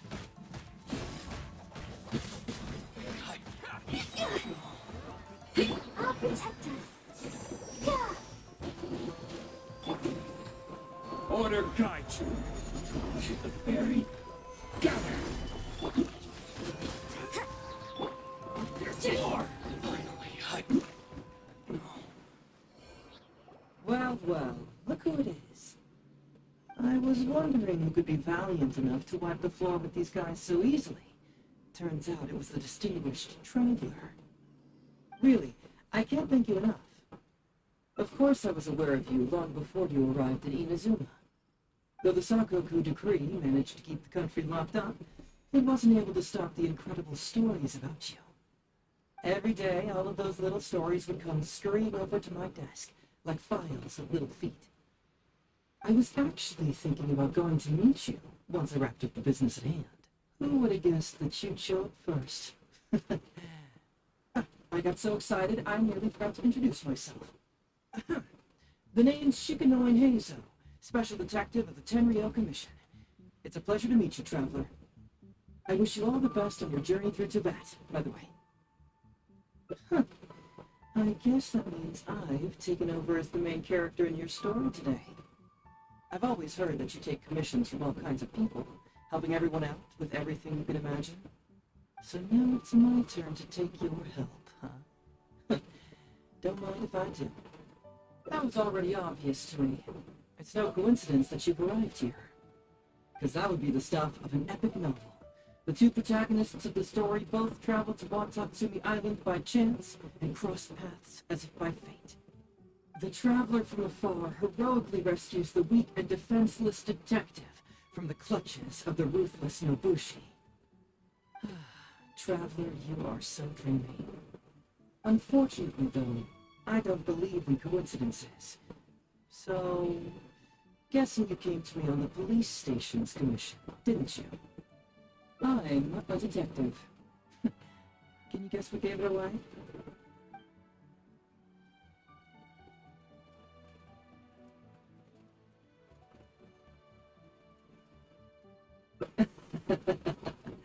Sounds like you already have some ideas about the work of a detective. Let me ask you this. What's that your little sidekick is holding? If I'm not mistaken, it's a commission letter from the police station. What? Paimon's just here to take a look. And hey, who are you calling a little sidekick? Paimon was worried she might be in danger, so Paimon came to help. Why are you two staring at Paimon? Is Paimon not supposed to be here? Yeah, I'm also just taking a look. She can look, but you can't. Oh, come on. Don't be like that. After all, this is the first time I've seen a voice. I must admit, I'm most intrigued. Huh? Voice? What are you talking about? A vision is an external magical focus, right? Well, similarly, a voice is an external voice box. I've heard that the Traveler isn't very talkative, but given how chatty you are, you must be your voice, right? That sounds awful! Paimon's not somebody's voice! Paimon's emergency food! Yeah. No! Wait! No! Paimon's so upset she can't think straight! Paimon is Paimon! How dare you give Paimon such a terrible nickname? We came here to rescue you, but you actually opened the cage yourself. You were only pretending to be captured by the Nobushi, weren't you? Pretty suspicious if you ask Paimon. Come out with it, mister. What kind of schemes are you up to? Sheesh. For someone who says they don't want to be a voice, you sure do talk a lot. Well, let me think for a moment. Yes, all this started a long time ago, during the war.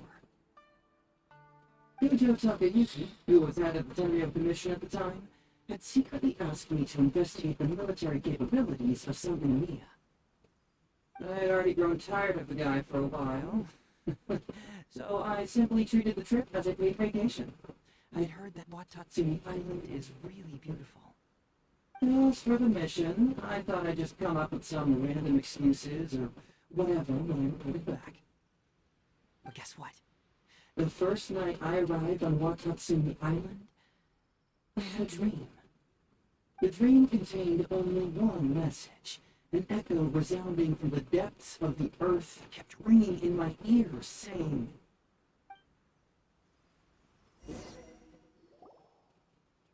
"Something vital is missing on this island." Isn't that bizarre?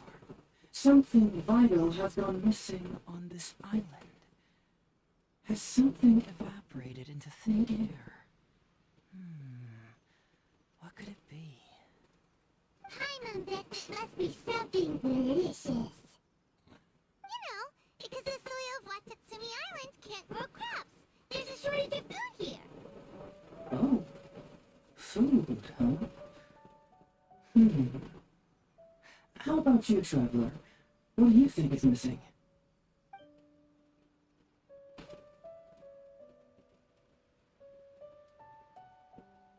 You mean the Great Serpent?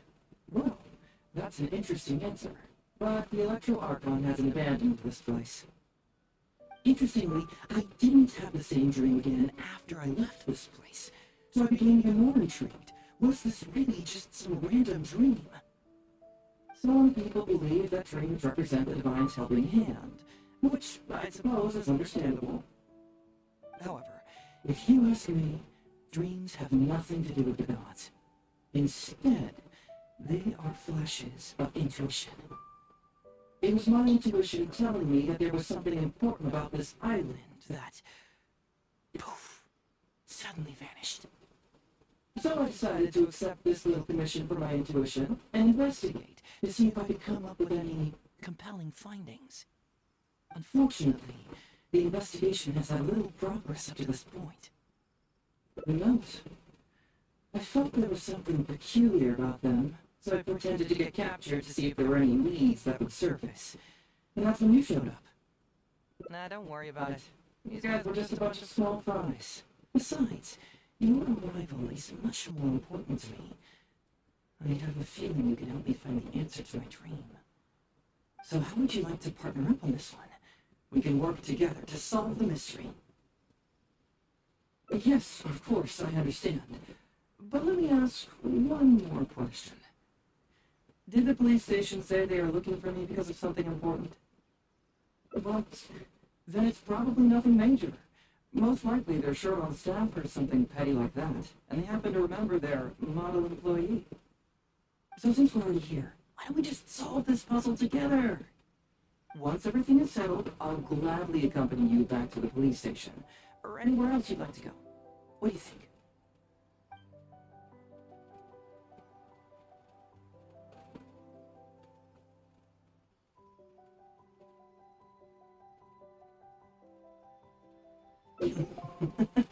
It's a deal then, partner. So, let's get started, shall we? First, we can search the camp for clues.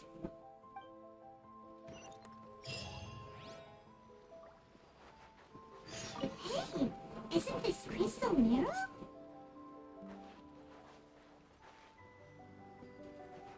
What's up? Oh, what's the shiny thing? Oh, it's a Sago Pearl.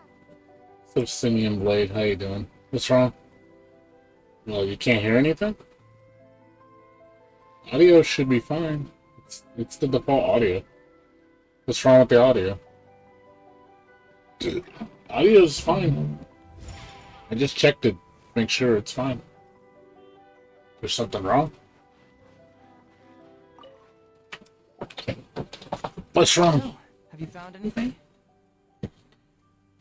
Yes, I've found pretty much the same. And there really are a lot. What, do you hear like... Expensive?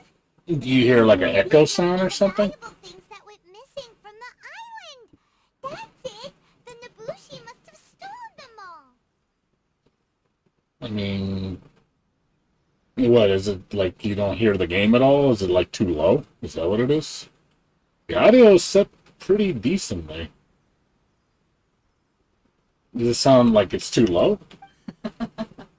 I don't know if I'd go that far. The Nobushi would be very hard-pressed to find many opportunities to get their hands on commodities like these. Does it sound like it's picking up an echo from the microphone? When the character's talking? Huh? What do you mean? Did the Nobushi gather all this themselves? No, that's unlikely. Crystal marrow is a rare material for crafting weapons, and Songo pearls are an even more It's the only precious thing I can commodity. think of is it's picking up the characters' voices through the microphone, so it gives it like a echo sound to it. Here's what I think. Due to Watatsumi's poor soil, The volume's island's set fine economy on the is game. quite fragile It's and I think heavily it's reliant probably on interference produce from the mic. special resources. I bet you if I turn the mic off, you'd probably hear it fine. So, it's absolutely vital that they keep them under lock and key and well out of the Nobushi's reach. Which means they got lucky with a huge batch like this. I bet you My if guess is they ambushed if a they don't caravan. talk, you probably wouldn't have any problems. If we go ask around the Sangadamiya shrine, we can find out if I there have been any don't I don't recent think the mic can instances of determine caravans being what defeated. is a actual voice and then what's a game voice. Perfect. The I mic knew the you'd mic be a doesn't huge know how to differentiate between the two. Well, duh. The Traveler is Paimon's companion after all. The only way I could stop it is if I make it where I hit the button to activate the mic when I'm talking, then disable it when I'm not talking. But it's too much work.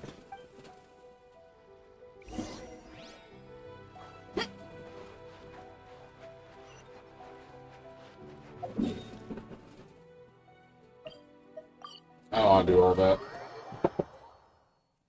Well, the only other way I could solve it if I use my headset. The headset, it would fix the problem. The headset won't pick up Captain, I see you found my the background noise. Watatsumi Island sure is a beautiful place. I don't think I could ever leave. You can stay as long as you like, granted you don't cause any trouble, that is. Her Excellency has stated that all friendly visitors are welcome. Incidents of stolen goods? Not that I'm aware of. Her Excellency has recently launched several measures to boost the economy, including the development of trade routes and establishing our own caravans. Yeah, not much else, Simeon. Troops have also been deployed Playing to the protect them, 2.8 so update it is and only stuff. reasonable to assume that the current trade routes are already very safe. Any looting or theft would be practically unthinkable. That's strange. Then where did the Nobushi get those goods from? Huh? You mean you found goods of unknown origin? Yep, and it's all Sango pearls and crystal marrow, so we know it's local. Could there have really been a theft that hasn't been reported? That shouldn't be the case. Well, perhaps you could go ask Todoroki. He's responsible for the caravans and is usually in the village at night preparing the goods. If something has happened, he should know about it. Yeah, like I said, I'm just playing the 2.8 update. Great. Nothing Thank you else. for all really. the info. Let's go. And the 2.8 update's kind of whatever. Hey, Traveler! Very minor. It's been a while. I missed you. Why didn't you inform me that you'd be coming over today? General Goro. You're dismissed, Shibata. You may go about your other duties while I catch up with the Traveler. Yes, General Goro. I overheard you discussing a case of stolen goods. Is that right? But the 2.8 update, it's kind of just another filler. We're just waiting for the 3.0 update, which is probably going to happen in September, my guess. That's right. We September, found October, lots one of of those Sumi's things. valuable products in an Ibushi Probably have store. one more small update, and then we're going to have the big 3.0 update. Which the 3.0 update does look good. So you've come to ask if we know Lots of any new relevant pieces. characters, brand new area, brand new element. There'll be I'm lots to ashamed do. to say that, yes, the caravans have been plundered. And not just once, I'm afraid. We had already dispatched additional forces to protect the caravans, yet the crooks still managed to get away with the goods. And you're concerned that if this kind of news were to get out, it would undermine the confidence of other caravans. So you didn't make it public, and instead kept the news to only a select few. That's correct. I never expected you to be so concerned about Watatsumi's affairs, Detective Heizo. Just a force of habit, really. As a detective, I notice these kinds of things. Oh, so you two already know each other? Actually, I've only heard of Detective Heizo from the soldiers' reports. We've never met in person. Darn it. You're right. Now that you mention it, I've been on Watatsumi Island all this time and still haven't properly introduced myself. Man alive, please forgive me. It's a pleasure to meet you, General Goro. I'm Shikanoi Heizo of the Tenryo Commission. Yes, it's a pleasure to meet you too. I'd like to express my gratitude to you for stepping in and helping recover those goods. Don't mention it. You never know what you'll find when you're out for a stroll. But if the source of the problem is not addressed, I'm afraid this sort of situation will continue cropping up for you. Yes, of course. Not only have we reassured the affected caravans, but we also dispatched personnel to investigate the culprits. The reports indicated that the stolen goods were being delivered to a merchant of the International Trade Association named Godot. It all seems pretty unusual.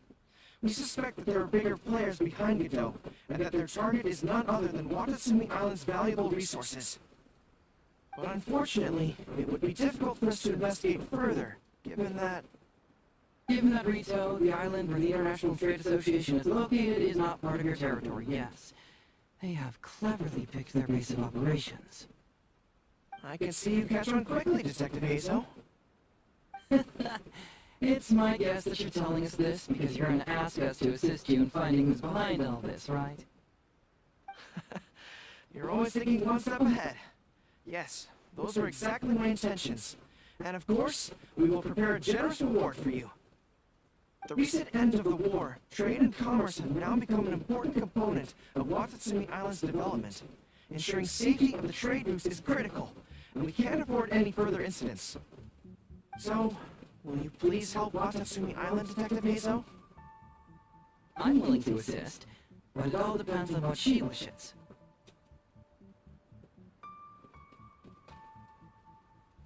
Great! With both Detective Heizo and the Traveler on the case, I'm sure it'll be solved in no time. The situation is now in your capable hands. I look forward to hearing your report when you get back. All right, we'll take care of it. Traveler, let's go discuss where to head from here.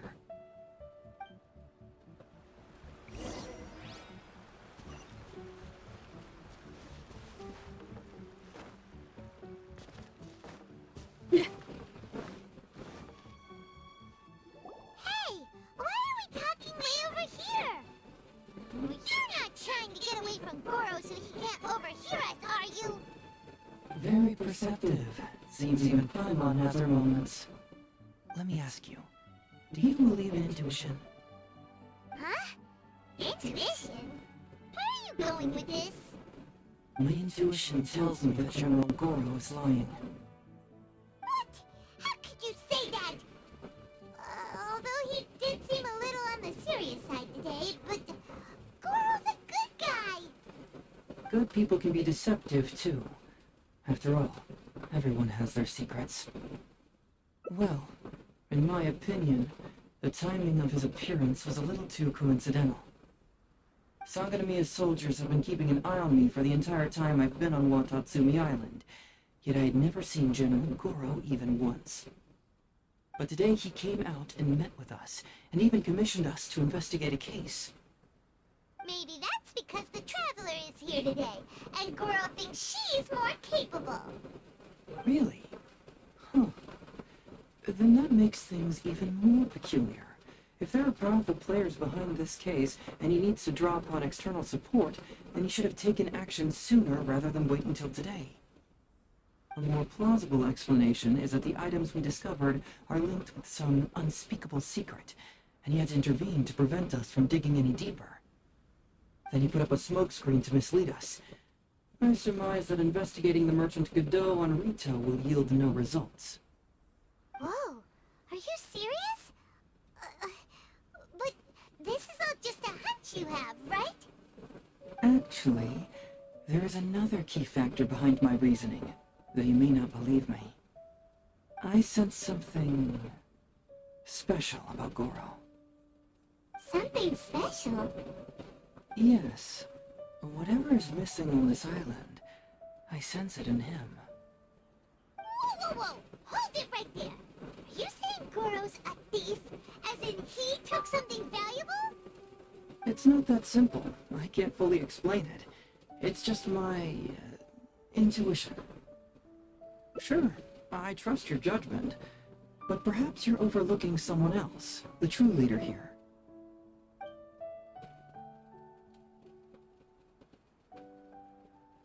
It's simple. We should just investigate whatever it is they're trying to hide from us. And what were we planning to do just before Goro showed up?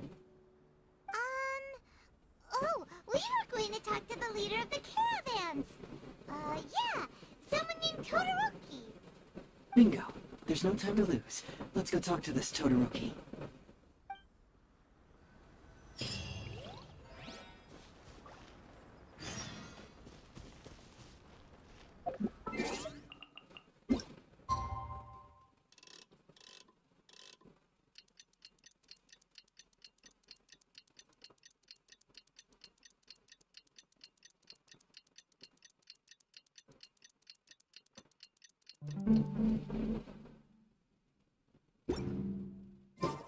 I just came up with an awesome new riff.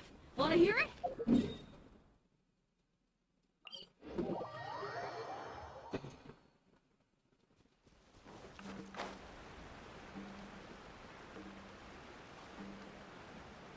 It's nice about it right now. It's really cool. I think it's like this tomorrow too. I feel like it's cool like this. It's really nice.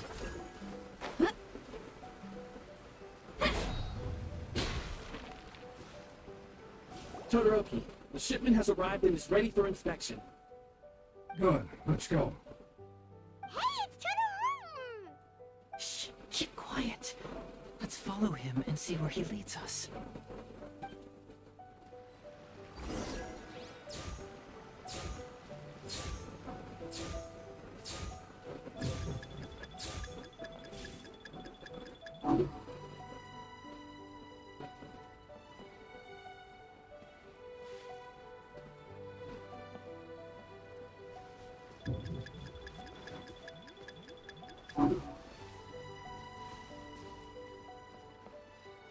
Man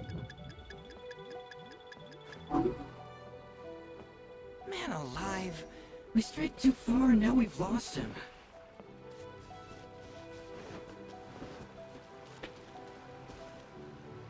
Todoroki, the shipment has arrived. Good. Hey, it's Turtle! Shh! Keep quiet.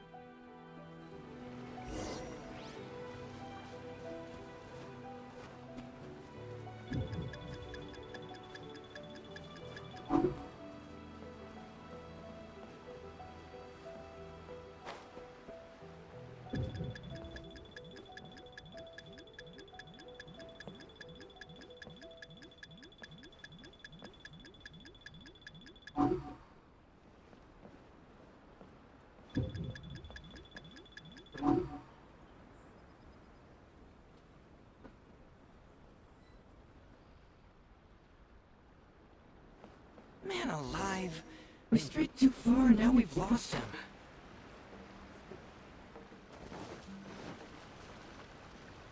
Todoroki, Good. Hey, it's Turtle! Shh! Keep quiet.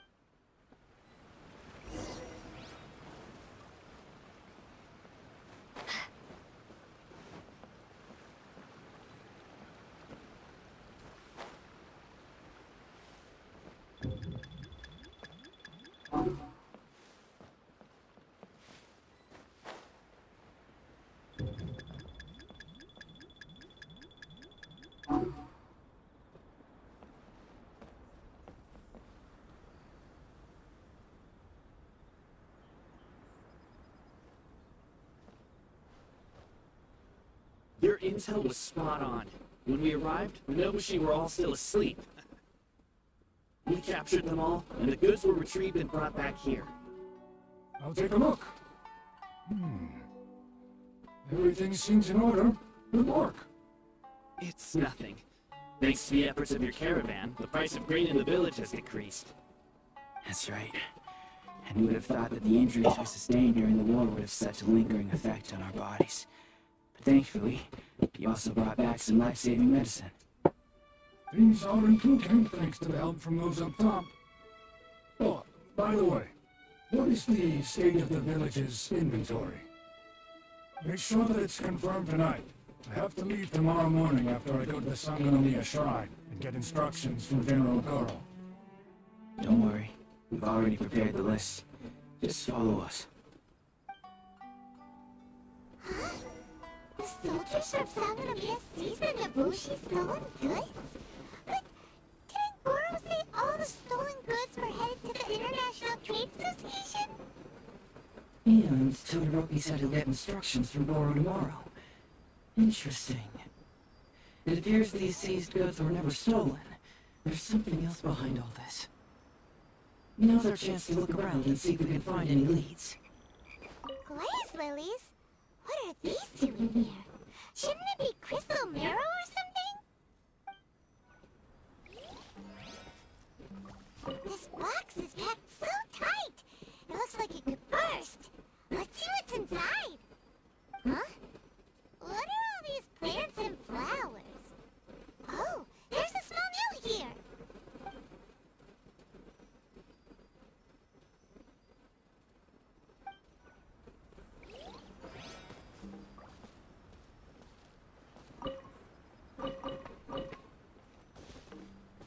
Whoa! Chin-chin? Paimon was expecting to find Sango pearls.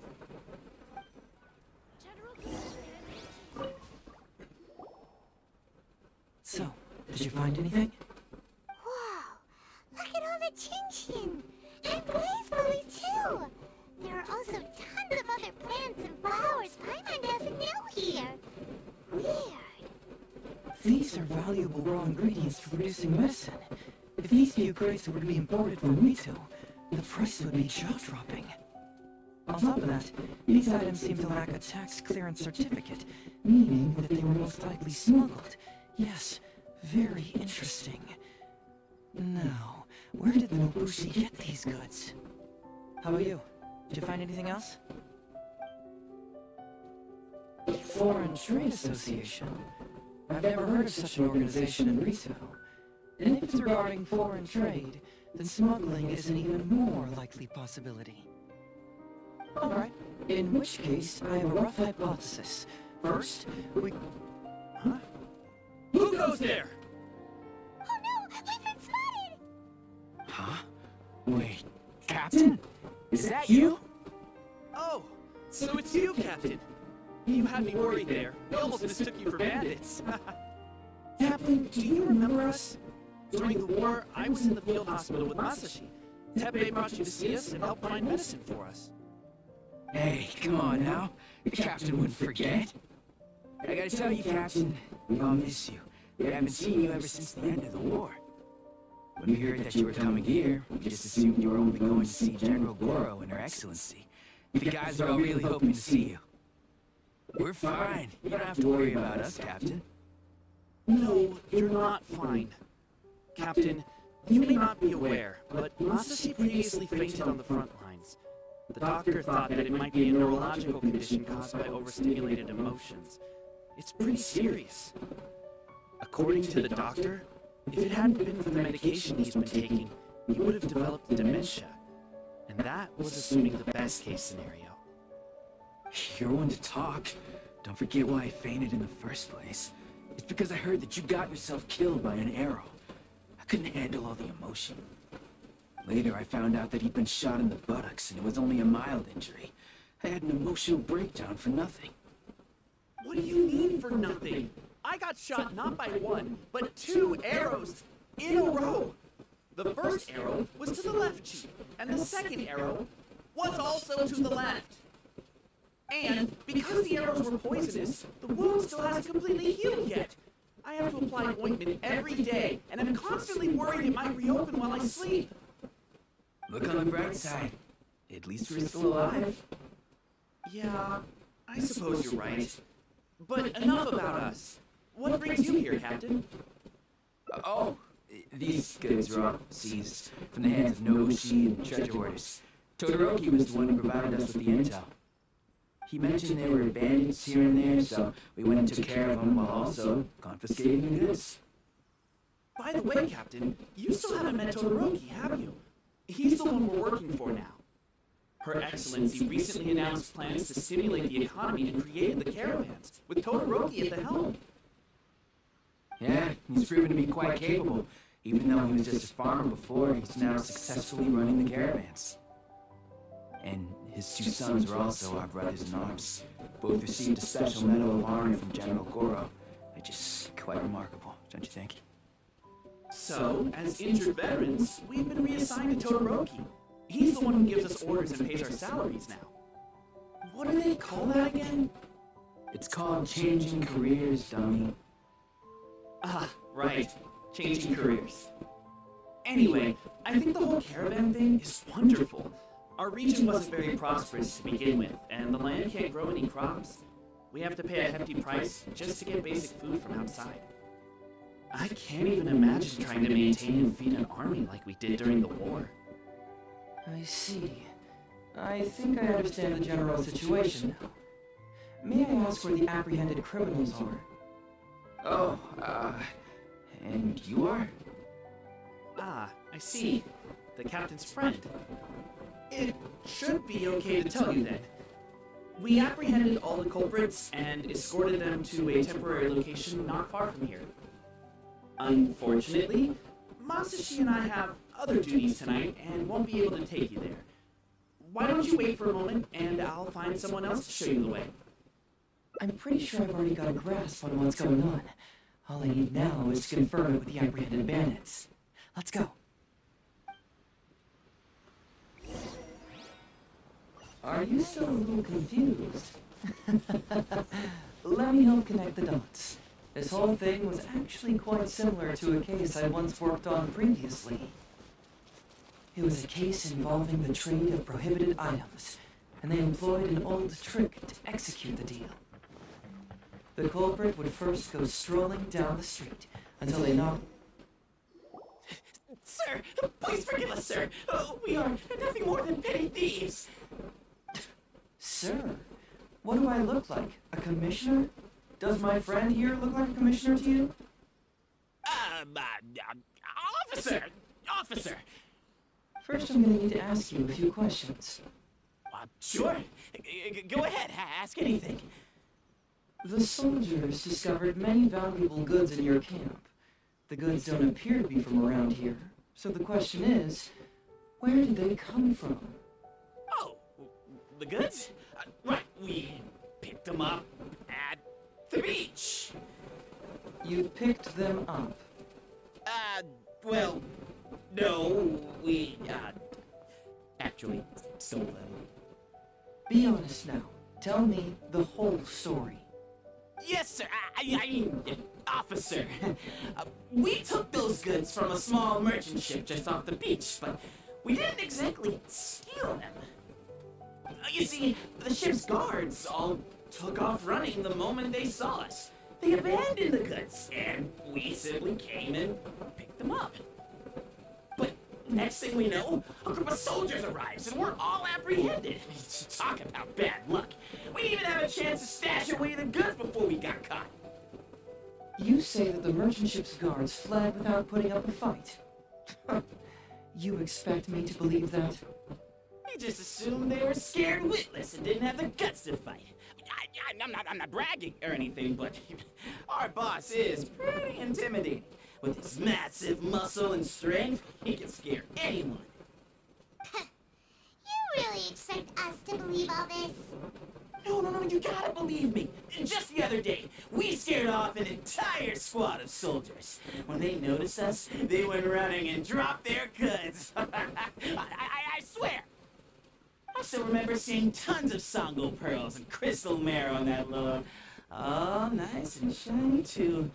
Oh, it was amazing. Unfortunately, a bunch of pirates came later and snatched those goods. It just happened that our boss had diarrhea that day. Couldn't hold off the pirates. This luck of ours. Wait a tick. Pirates? Yep, no doubt about it.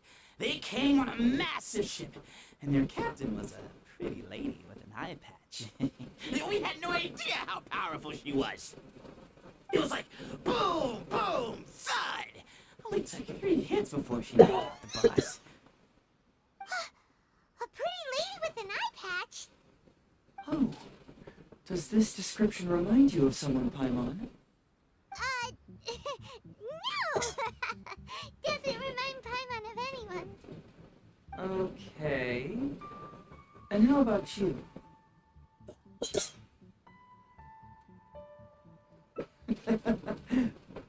Really?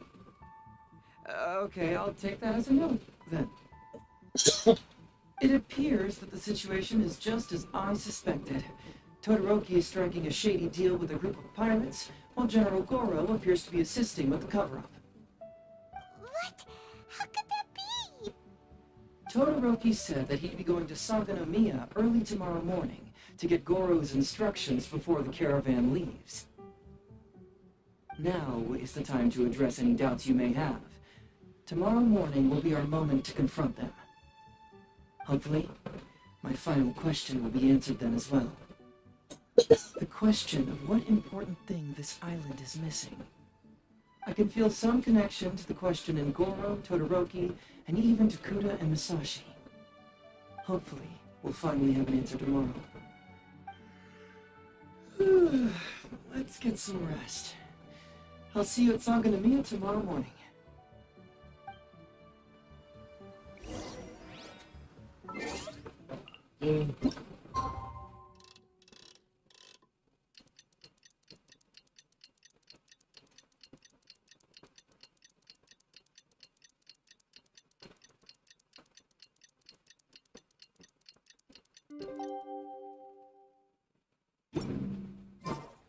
There's fire in your soul, you gotta rock and roll. So come on, let's get moving.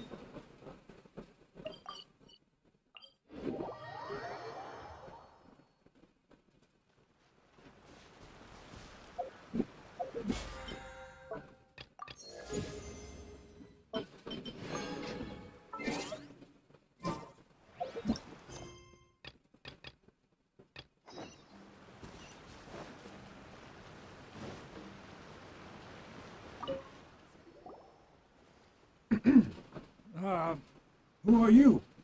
Hello, Todoroki. I'm Shigenoi Heizo, Special Detective of the Tenryo Commission. I believe you've been manipulating large-scale illegal trades for some time now. Mind if we talk about that for a bit?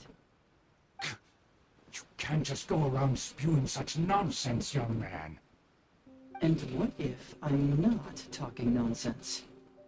Ridiculous. I don't have time to listen to this. Get out of here, you little brat. I know I'm on the younger side compared to you, Todoroki, so I'm sure you must have heard the old saying. Off the scale, some goods only weigh a couple pounds, but on the scale, they weigh more than 1,000. So the question is, do you want to put your goods on the scale or not? What are you trying to say? Well, nothing. All I want to hear is you personally confirming what we already know to be the truth. Masashi! Tokura! Arrest these people! Huh? Todoroki, what's wrong? Who dares to cause trouble at Sangonomiya Shrine? Huh? Wait, it's... Captain? What are you doing? These crooks are trying to pry into the secrets of Watatsumi. We mustn't let them go. But, no. There must be some kind of misunderstanding. Todoroki, this is the captain of Swordfish too, one of our own. It doesn't matter who they are. Remember what General Goro told you? A long-term goal of Watatsumi is to revive its trade and commerce. And since you have been assigned to work with me, it's my orders that count around here. I don't care if they were your captain. Would you dare disobey orders?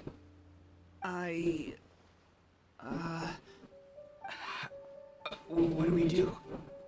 Well, what are you waiting for? All right, I see how it is. If you two won't do it, I will. I really hoped it wouldn't come to this. But... here we go. Wait! Everyone, stand down! General Goro! You're here! My apologies, Traveler, Detective Heizo. I wasn't telling you the truth. Todoroki, the Traveler here is the hero who saved Watatsumi Island. Without her, Watatsumi Island would never have found the peace it has today. We mustn't raise our weapons against her. How could you be so naive, General Goro? If we let them go free, then who's to say the Shogunate won't come after us tomorrow? If the Shogunate decides to investigate, we won't be able to hide the truth. I wouldn't allow them to take you, Todoroki. Let's not kid ourselves. If going to jail could solve the problem, I would go and turn myself into the Tenryo Commission right now. The question is, what are we going to do with the goods? Will you be able to keep them? Not to mention the chance of astronomical fines. Can you afford that? Goro, we both know that Watatsumi Island is a barren land. Plant 100 radishes here and maybe only 3 would grow. And those 3 combined would still be smaller than just 1 carrot imported from elsewhere. You can't grow food or medicinal herbs here, and if we buy them from Rito, we pay exorbitant taxes. My eldest son died fighting on the battlefield. But do you know how my second son died? He died because there was no medicine to treat him. You awarded both of them medals of honor, but did that save their lives? Can medals heal Tokura and Masashi's wounds? No. It was the medicine that I got that saved their lives. If we detain them today, the Shogunate will never know what we've done. Besides, they're only a few months away now. We will set them free once the new bill is passed in just a few months, and everything will be okay. None of what happened here will be mentioned again, and life on Watatsumi Island will continue to improve. I understand, Todoroki, but they won't... I can trust the Traveler won't, but the detective here is a Tenryo Commission officer. Forget it. You're the general. I'm just a radish farmer. It's a new commodity tax bill currently being drafted by the Kanjo Commission. The bill exempts taxes on goods that are in short supply on Watatsumi Island. Once the bill is introduced, we'll be able to buy commodities that we need from regular marketplaces. Oh, I see. Man alive. I wish I had known sooner. In that case, how about we put your fears at ease and I'll stick around here a little longer. You know, until the bill is introduced. Huh? Oh, Detective Hazel, are you saying that... You mean you're willing to stay here, young man? Come on, you two. What's with the strange looks? You've been keeping me under close surveillance, haven't you? Surely you must have noticed that aside from being a detective, I'm also an ordinary tourist who likes to enjoy good scenery. I believe that after the new commodity bill is passed, there will be more and more traffic between the two sides, and more people will be coming to visit Watatsumi Island. I have to take the opportunity now and enjoy this place while I still have it all to myself. Before long, tourists will start pouring in. Thank you, Detective Hazel. On behalf of the people of Watatsumi. My pleasure. But one good turn deserves another, does it not? Oh, you mean there's something you wish to request? I suppose you could say I'm from the Shogunate, but the traveler next to me isn't. As far as I know, she is planning to visit other nations soon, and it is unclear if she will return to Narukami Island or not. Therefore, there's no need to limit her freedom, right? I'm sure no one else will hear of what happened today. Am I right, traveler?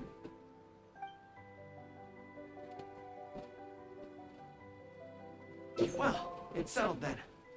She will always be an important partner to Watatsumi, and I would never dream of limiting her freedom. So please, don't worry, Detective Hazel. I'll hold you to that. But if I ever find out you've lied to me again, there's a chance I'll lose my cool. I'm sorry for not telling you the truth earlier. It's a serious matter, and I didn't want outside parties to become involved. But today, I realized my poor judgment. How could I possibly hide anything from Detective Hazel and the Traveler? I'm glad you understand now. But, in all honesty, I'm the one who should be thanking you. It's because of you that I was finally able to reach an answer. After all, nothing makes a detective happier than putting a case to rest. Ah, I understand now. You really are an interesting person, Detective Hazel. No, I'm afraid you don't quite get what I mean. I'm sorry? Wait! Paimon gets this one! It's the answer to your question, right? The one about the thing you sensed coming from Goro and the others. Now you figured it out! What? The thing you sensed coming from me? But I always have excellent personal hygiene. No, not like that. Hey, traveler, could I talk to you for a moment? Besides, I haven't had a chance to thank you yet.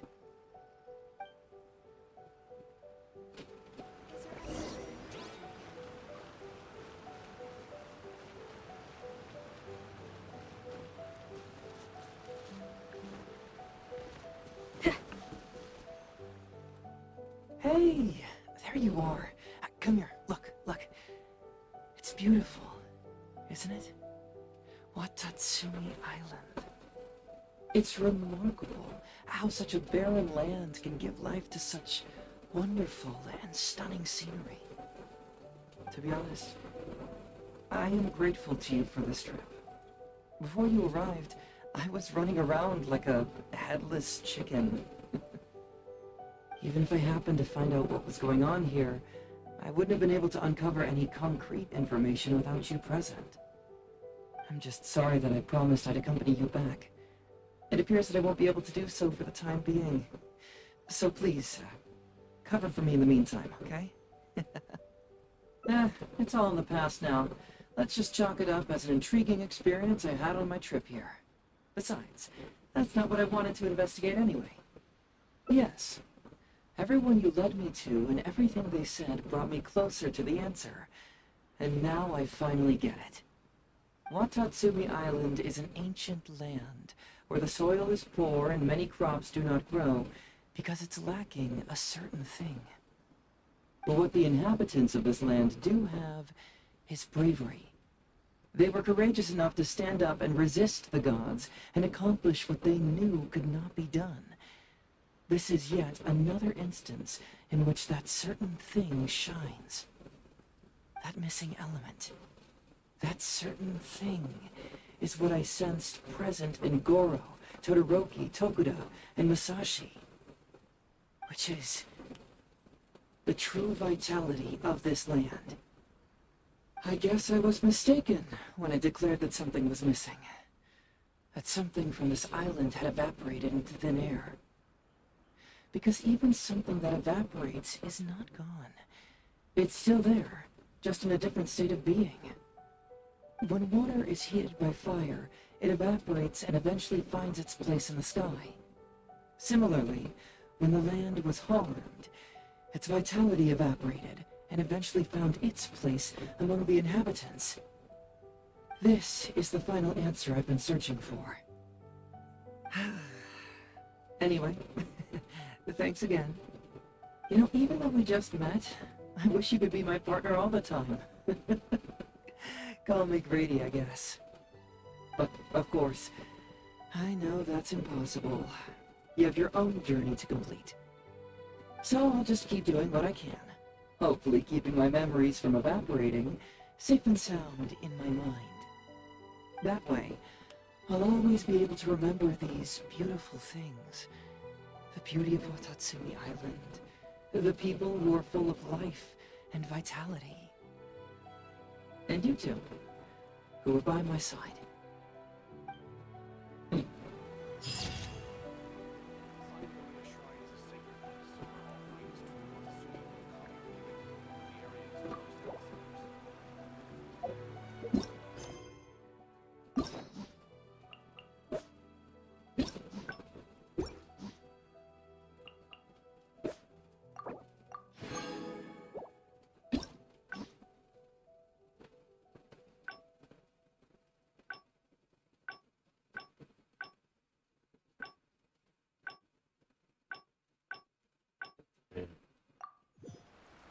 I just came up with an awesome new...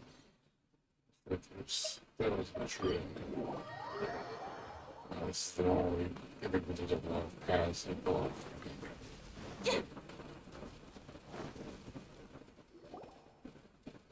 Something vital is missing on this island. Isn't that bizarre? Hi, Mom Beth, you know. Oh. That was an unexpected response. It'd be right at home in a novel. Interestingly, I didn't have the same dream again. Some people believe that dreams are... However, if it was my intuition, so I decided to... Unfortunately, who knows? Nah, don't worry about it. So how would you like to partner up? Yes, of course, I am... Well, then, so since we're already here, why don't we just... Once everything is settled... What a sterling example of dedication. In that case, I'll accompany you back to the police station first. We can discuss the issue of Watatsumi Island later.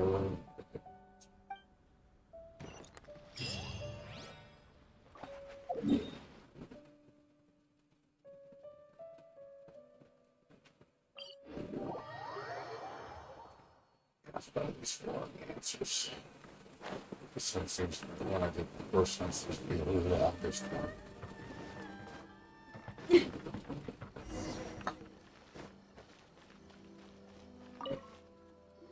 Oh, look who showed up. Hey Zo, you're finally back. Listen, if you took any longer to come back, everyone at the police station would be toast. You say that every time I come back, Uesugi. However, something does feel a little unusual about the police station this time. Come on, would I ever lie to you? Madame Kujo-Sara is here, and she's on the warpath, so be on the lookout. What's that lady doing here? Doshin Shikanoi, I see you've finally returned. Please, enlighten us. What have you been doing recently? Okay. I was just out investigating a case. Don't give me that. I checked the records here. You didn't take any cases. Actually, it's a case of personal relevance to me. These two can attest to that. Traveler? Paimon, what are you two doing here? We're the ones who brought Hazel back. Brought him back? Can someone please explain?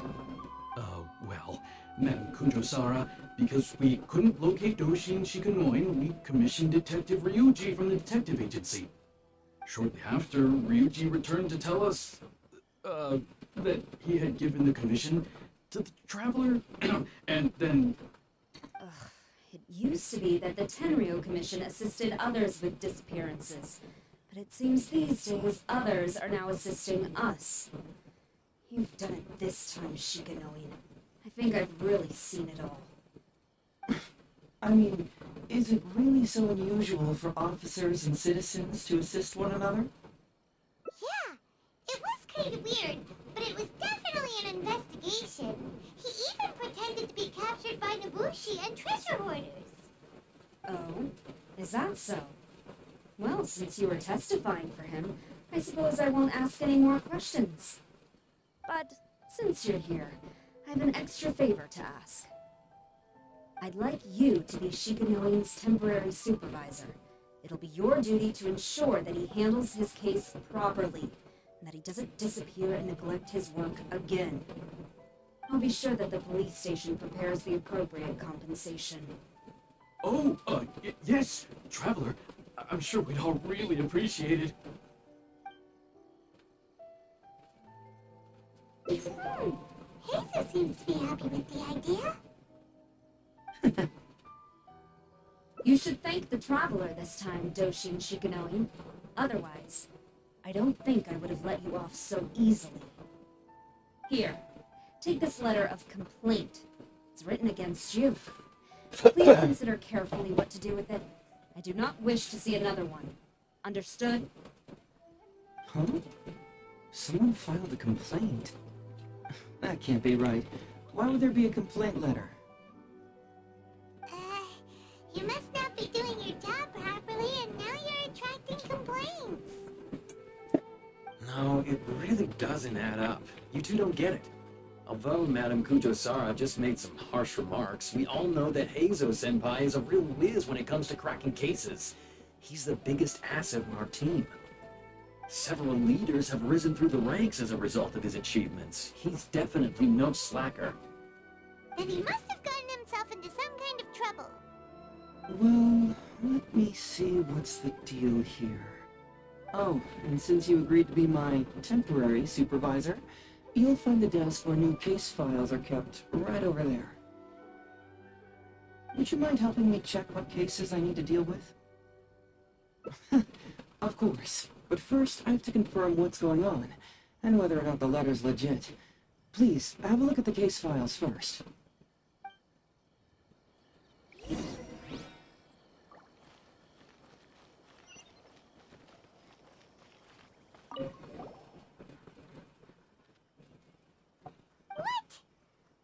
Not him again.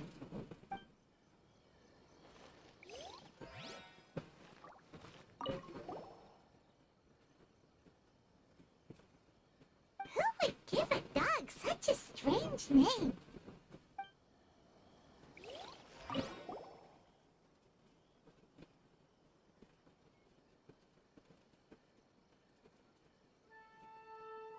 Hazel talks fraud? What's that? Sounds interesting, whatever it is.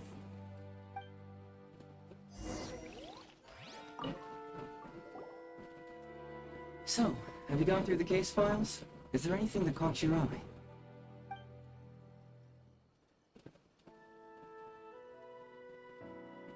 Oh, have they approved it already?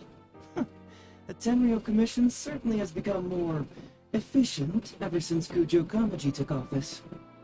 So, what is Hazel Talks fraud?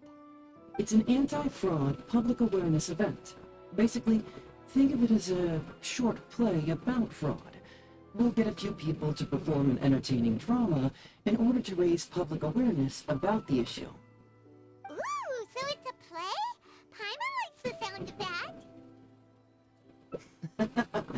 See, fraud is a major issue here. You've traveled between different nations. I'm sure Mora isn't really an issue for you. You have to understand that scamming the poor of their money is essentially robbing them of their lives. Left unchecked, the situation could potentially deteriorate into something more serious. That makes sense. But will putting on a performance really work? It's hard to say. Preventing crimes is more difficult than solving them, there's no doubt about that, but prevention is also a more worthwhile cause. Maybe only a small number of people who attend the event will ever actually encounter a scam artist. And even then, of the handful of attendees who encounter said scam artist, I doubt many of them will be able to see through the scammer's ruse. But if even only one person escapes the clutches of a scam artist because of my event, then I'm willing to put on display for that person. Alright, count us in! Today we are the anti-fraud messengers! Great! First, we need 3 actors, 2 to play the scam artists and 1 to play the victim. I already have a couple candidates in mind for the roles of the scam artists, so come with me to the Grand Narukami Shrine.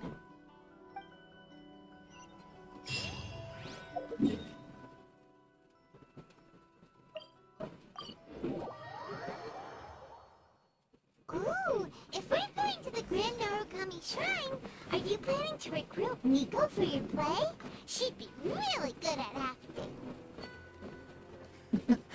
Well, I guess you'll have to wait and see.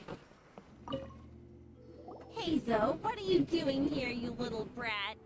Oh, and the Traveler, too. So, I assume you're here to see Lady Yae? Hey, come on, Gus. Maybe I'm just here to see you. Don't play your little games with me. If the Traveler isn't looking for Lady Yae, then you must be here looking for Etsu, right? You still know me best, Gus. Please wait here. I'll go get her. Huh, so we're not here to see Miko? Bummer. I'm flattered, but even if I wanted to, do you really think I could convince Lady Yae to join a little event like mine? Get the Traveler to ask her next time. She can do it.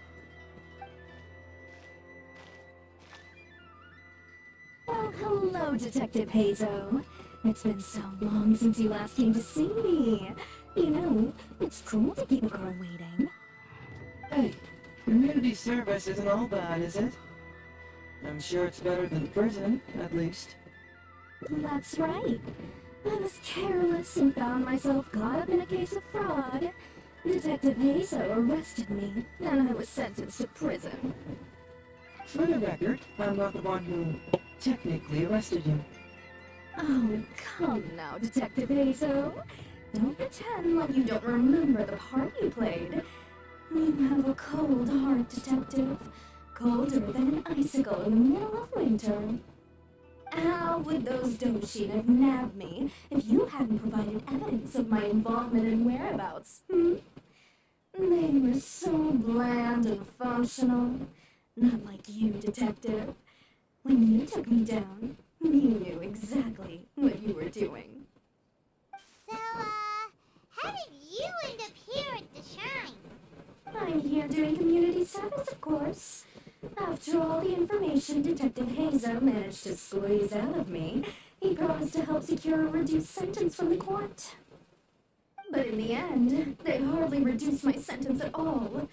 Even after serving a lengthy prison term, I am still required to perform community service.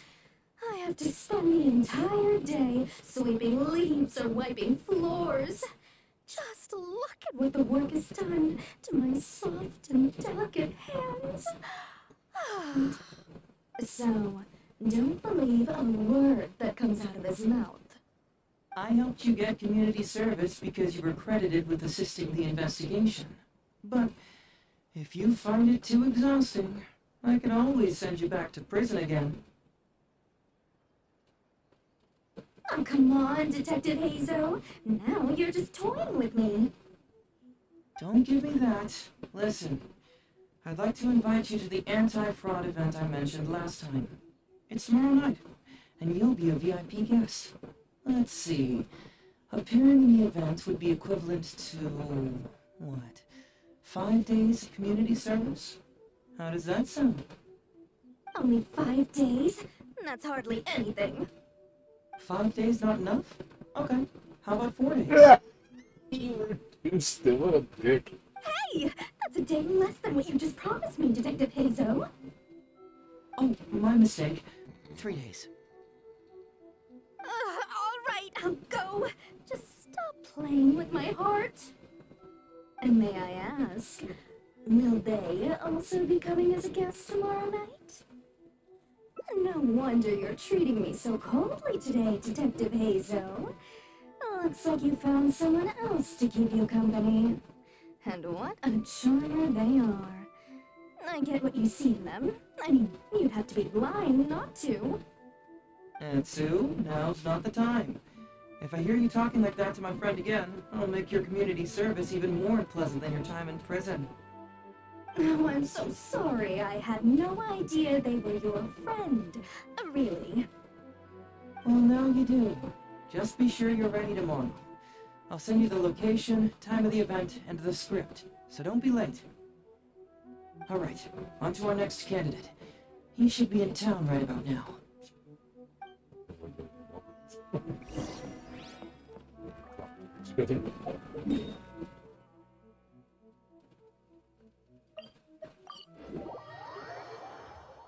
Let's hang up kind of wrong.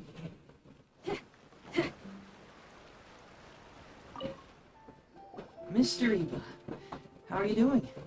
Oh, well, if it isn't Hazel. Thanks to you, I haven't kicked the bucket yet. Well, it's good to see you're alive. And well. All right, out with it. I know you wouldn't come see me for nothing. I see you're still sharp as ever, Mr. Iba. Look, have you had a chance to think about that anti-fraud event I mentioned to you last time? You can forget it. I'm percent 71 this year. You think I want to make a fool of myself? Are you sure? You know, this event is very well funded. And now that the Sakoku decree has been repealed, I heard that your granddaughter Kazumi wants to take the chance to travel. If you participate, she can go without worrying about money at all. Huh? How did you know? Sure, I paid a hefty fine at the time, but I can still afford her travels. You're Hazo's colleague, aren't you? How haven't you heard about this? Well, it just so happens that Mr. Iba was a well-known figure in Inazuma back in the day. His Iba Trading Guild was even bigger than the current International Trade Association. Don't bring it up again. If I hadn't been misled by that foreign merchant, I never would have become a commercial scammer. Fortunately, young Hazel here has some respect for the elderly and applied for a probationary sentence. Otherwise, I don't think I would have ever seen the light of day again. Well, if Hazel was so good to you, then you should help him out too. He's not as innocent as he looks, you know. He just knows it's easier to get information when we're chatting outside. Ask him if you don't believe me. Those are some pretty harsh words, Mr. Iba. Anyway, I can't help you with that, event, or whatever you call it. Man alive. What should I do now? I already told Kazumi that you'd show up and caution everybody about avoiding fraud. I'm sure it'd be beneficial for everyone, and Kazumi even agreed to come and listen. How can I explain to her that you were too worried about being embarrassed? She might even think that you feel no remorse at all. Where's the guy? You imbecile! You should have told me about this first! Come on now. How could I have known that you'd refuse to participate? Why, you... You sure are a crafty one, just like your father. So you'll join us? What choice do I have? Using my granddaughter to force me into some event. People these days. The world needs you to step up. I will send the time and place of the event as well as the script, so don't forget to prepare. All right, very well. Well then. Now we only need to find the last person to play the role of the fooled victim. We don't want someone too clever for this role, otherwise They'd see right through this ruse, and the drama would come to a grinding halt. Not too clever. Oh! Paimon knows the perfect candidate. Oh yeah, I know that guy. I've seen him in the police station a handful of times, though I've never actually spoken to him before. Do you know where we can find him? Well, we did just see a file called the Prince of Mischief in Hanamizaka. That's gotta be Ito. He must be in Hanamizaka. Alright then, to Hanamizaka we go. Oh, but knowing his reputation, I'll need to bring a little something along just to guarantee we can secure his participation. You go ahead. I'll catch up.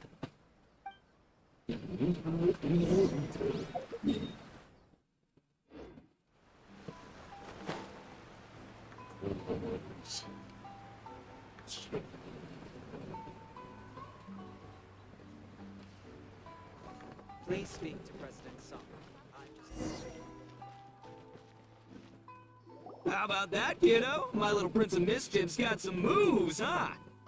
Guess that means your Onikabuto is now my Onikabuto. Ito!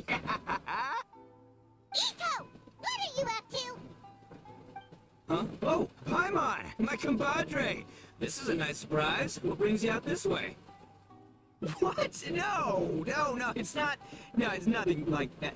They let me look after their Onikabuto, just for a little while, for safekeeping, and then, once they've gotten stronger, they can come and take him right back. You win some, you lose some. That's right, my little guy. Good attitude. All right, see you around. Yeah, bye. There's just no helping this guy. Oh, an anti-fraud event? I'll level with you, compadre. I have no idea what that is, but, if you want me there, I can think of nowhere I'd rather be. Oh, except that there's this Onikabuto Battle Royale tomorrow night that I was planning on going to. Yeah, it's gonna be huge. No holds barred, winner takes home all the Onikabuto.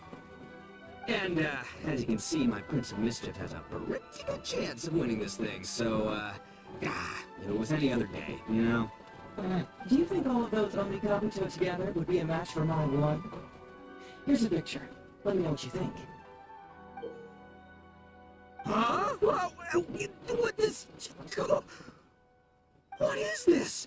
How'd it get so big? What are you feeding this thing? Look at those beautiful demon stripes. Those razor-sharp horns. Is this the fabled Emperor Onikabuto? This is a small token we provide for VIPs. If you're willing to attend, then one of these will be yours at the end of the event. Whoa, okay, I'm there. Wait a sec, you look familiar. Who are you anyway? And furthermore, do Onikabuto really come in this size? You're not trying to con me, are you? Because the more I think about it, the more I'm inclined to think that you're a contestant in tomorrow night's Onikabuto Battle Royale! Yeah! You lost to me in a previous Beetle battle, and now you're trying to get the reigning champ out of the way. Without Prince of Mischief to contend with, you'll be free to sweep in and take all the Onikabuto! Am I right or am I right? Nice try, you little punk. 10 out of 10 for the pitch, but, you picked the wrong victim. Okay. Then again, consider this. If your Prince of Mischief isn't competing, what's the point of me taking part? After all I'd stand to win is a bunch of puny little larvae. No? Well, you stumped me there. You are completely right. I can't believe I didn't think of that. Sorry, my bro. My main man, my buddy. I had you all wrong. So, you're sure this guy's our best choice? Yeah, see? He was already wondering if you were trying to con him.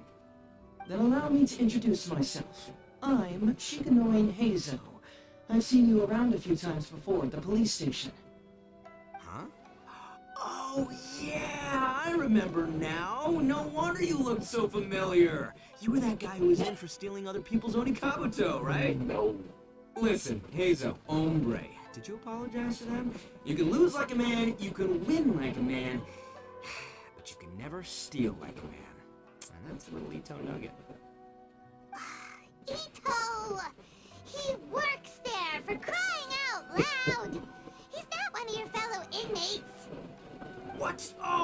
Jeez! What's wrong with me? How could I forget? Of course I know you. I remember you now. For real, this time. You're the guy who sells lavender melons at the station, aren't you? A lavender melon seller? At the police station? Don't be ridiculous! Oh my god. I know what I saw, okay? Several times now I've been sitting there starving in jail when this guy comes and slips me a few lavender melons on the sly. Didn't even want payment. Solid guy. Yeah, that was me. But it was only because your assistant, Kuki Shinobu, asked me to look out for you. What? So Shinobu was behind it? Wait, so Ombre, you're not a lavender melon seller? Look, we're getting hung up on all the wrong details here. The important detail right now is that I am the host of tomorrow night's event. And if you show up, the only Kabuto in the picture is yours. Deal? Deal. Done. But, could I get another look at that picture first? Just a little peek-see? You'll have all the time in the world to inspect the real article once the event's over. Okay, sure. I can wait. So, Ombre, is there anything I need to do to prepare? Because if I'm doing this, I'm bringing my A game, alright? No half measures here. I'm gonna do this right. He sure picks his moments to start acting responsibly. Okay, so for this event, you, my, bro, will be participating in a short anti-fraud play along with 2 other VIP attendees. The main thing we ask is that you just relax. Try not to be nervous. I have the script, right here, if you want to take a... Script? It sounds like someone's never seen the Arataki gang perform before, huh? Don't you worry, hombre. The Arataki gang is a little beyond the need for scripts. You'll see, this Oni Kabuto will be well worth your investment. You, don't need a script? Wow, well, now I'm excited. See you there tomorrow night. You bet. I'll be there. I'm gonna tell the gang about this, too. They'll all be there to support us.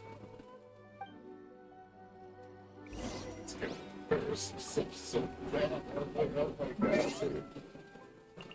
Oh.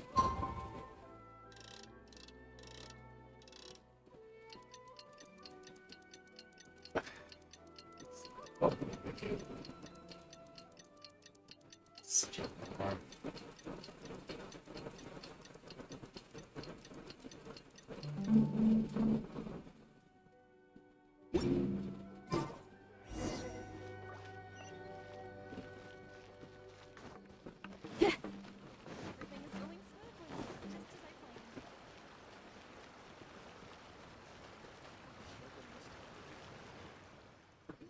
It's almost time. Everyone ready? All right. Then let's get this show started. Oh, I can't wait, Mr. Hazo. Let's get going, Hazo. Emperor Oni Kabuto, hang in there, Your Highness. I'm coming for you. It takes years to make a fortune, but only a moment to lose it all to a scam artist. Welcome to the first Hazo Talks Fraud. I am your eponymous host, Hazo. Okay, I'm delighted to have you all here today to explore the topic of fraud. To help everyone avoid becoming the victim of scam artists themselves, we thought we'd invite several VIPs with a lot of experience in this area to perform a little play with an anti-fraud message. Please join me in welcoming to the stage Miss Atsu, Mr. Iba, and the venerable gentleman, Mr. Arataki Ito. Without further ado, let the show begin.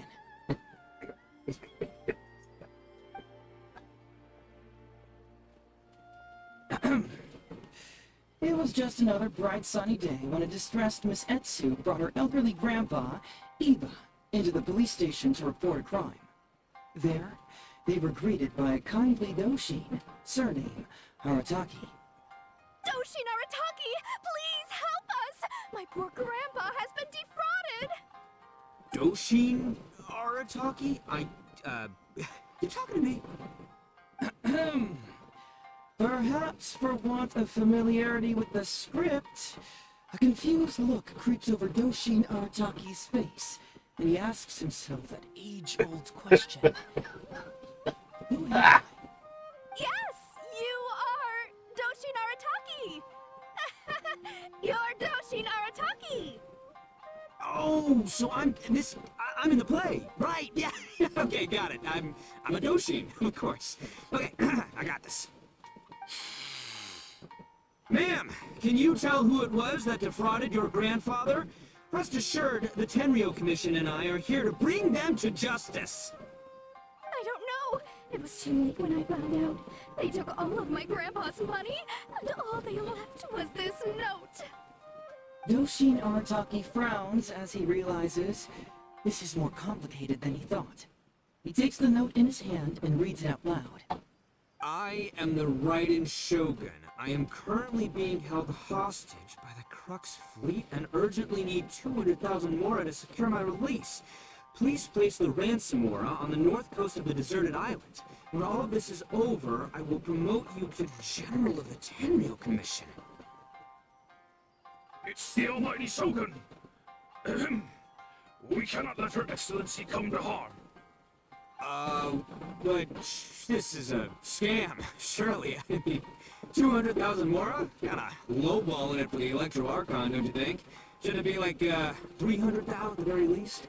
Well, I sure thought so, but Grandpa's already parted with the money. Well, then we gotta get it back. Is there still time? Before I could go out to look for it, Grandpa received another note. Doshin Arataki takes the note and reads it out loud.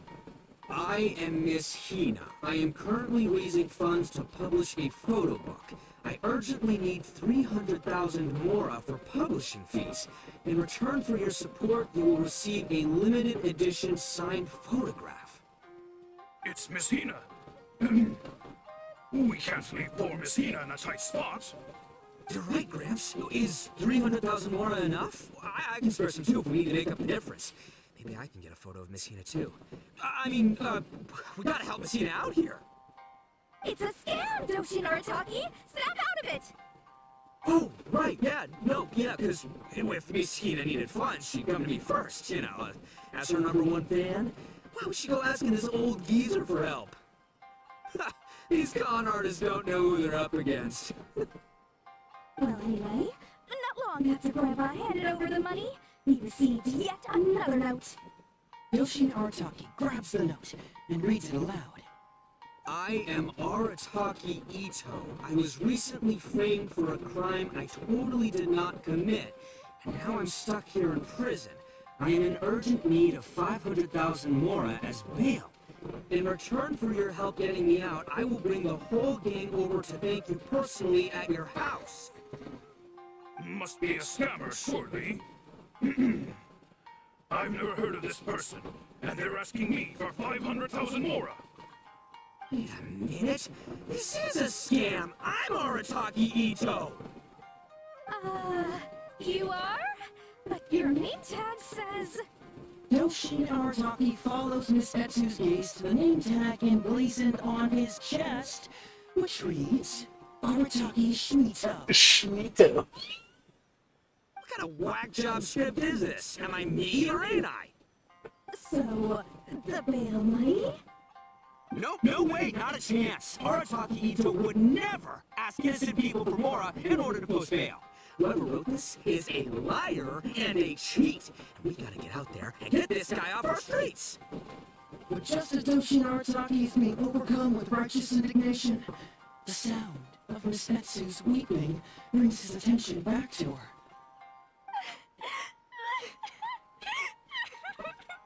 Miss Etsu, don't you worry. We're gonna catch the people who did this. Even if you do catch them, how are we ever going to get Grandpa's money back? Oh, whatever are we going to do about all those Onikabuto? Onikabuto? Wait, what was that about the, Onikabuto? Oh, well, Grandpa is a major Onikabuto breeder in our village. His are the biggest and strongest Onikabuto around. People come from far and wide to buy from him. We recently received an order that was too big for our current capacity. We were planning to expand Grandpa's facilities, But then we were swindled out of all of our money. Yeah, lights again. I want to try it. It's still a little dark, so. Okay, no problem. I might not be able to use all. Okay, no problem. Right after we'd signed the contract, too. If we don't deliver these Oni Kabuto on time, Grandpa will have to pay huge damages. Oh, what are we going to do? Man, what's that saying? It's like, it never rains, but it snowballs. Exactly what we're dealing with. Etsu, my dear, don't worry.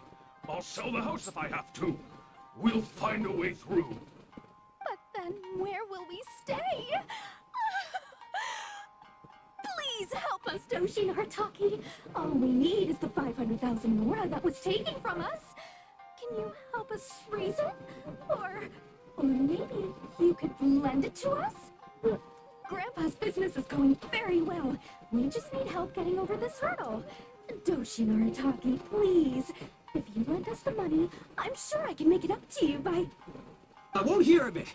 As a public servant, I would never dream of taking advantage of a person in need. I was going to say, by giving you part ownership of the Oni Kabuto farm. Oh, so that's what you were, yeah. It's not as enticing an offer as I was... wait, well, an Oni Kabuto farm, how many Oni Kabuto did you say you have? Because if it's more than, say, 10... 10,000. What? 10,000? Well, that's more Oni Kabuto than I've seen in my whole life. Please help us. As long as we get through this, those 10,000 Oni Kabuto are yours to keep. 10,000 Oni Kabuto. Hey, if I looked after them, they'd have little baby Oni Kabuto. And then the little baby Oni Kabuto would grow up and have little baby Oni Kabuto of their own.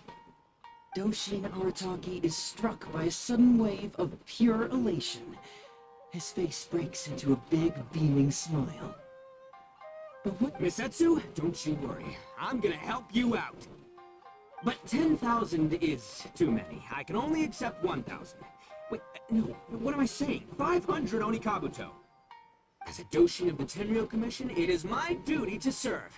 How could I abuse my position to take advantage of you? That's great news, Master Arataki. What a wonderful person you are. So strong and handsome and committed to doing the right thing. It's rare to find these days. Yep, that's me. All right, there's just one final question that needs answering. What question is that? The question is... Where's my Mora?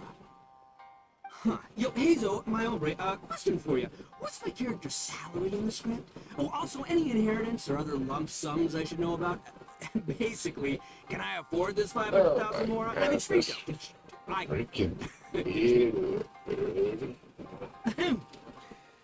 Faced with a damsel in distress, Doshin Arataki fights to remain level-headed and asks that other age-old question. Where's my Mora? Suddenly, he feels a strange compulsion to slide his hand into his pocket where, it turns out, a bank check has been quietly nestled all along.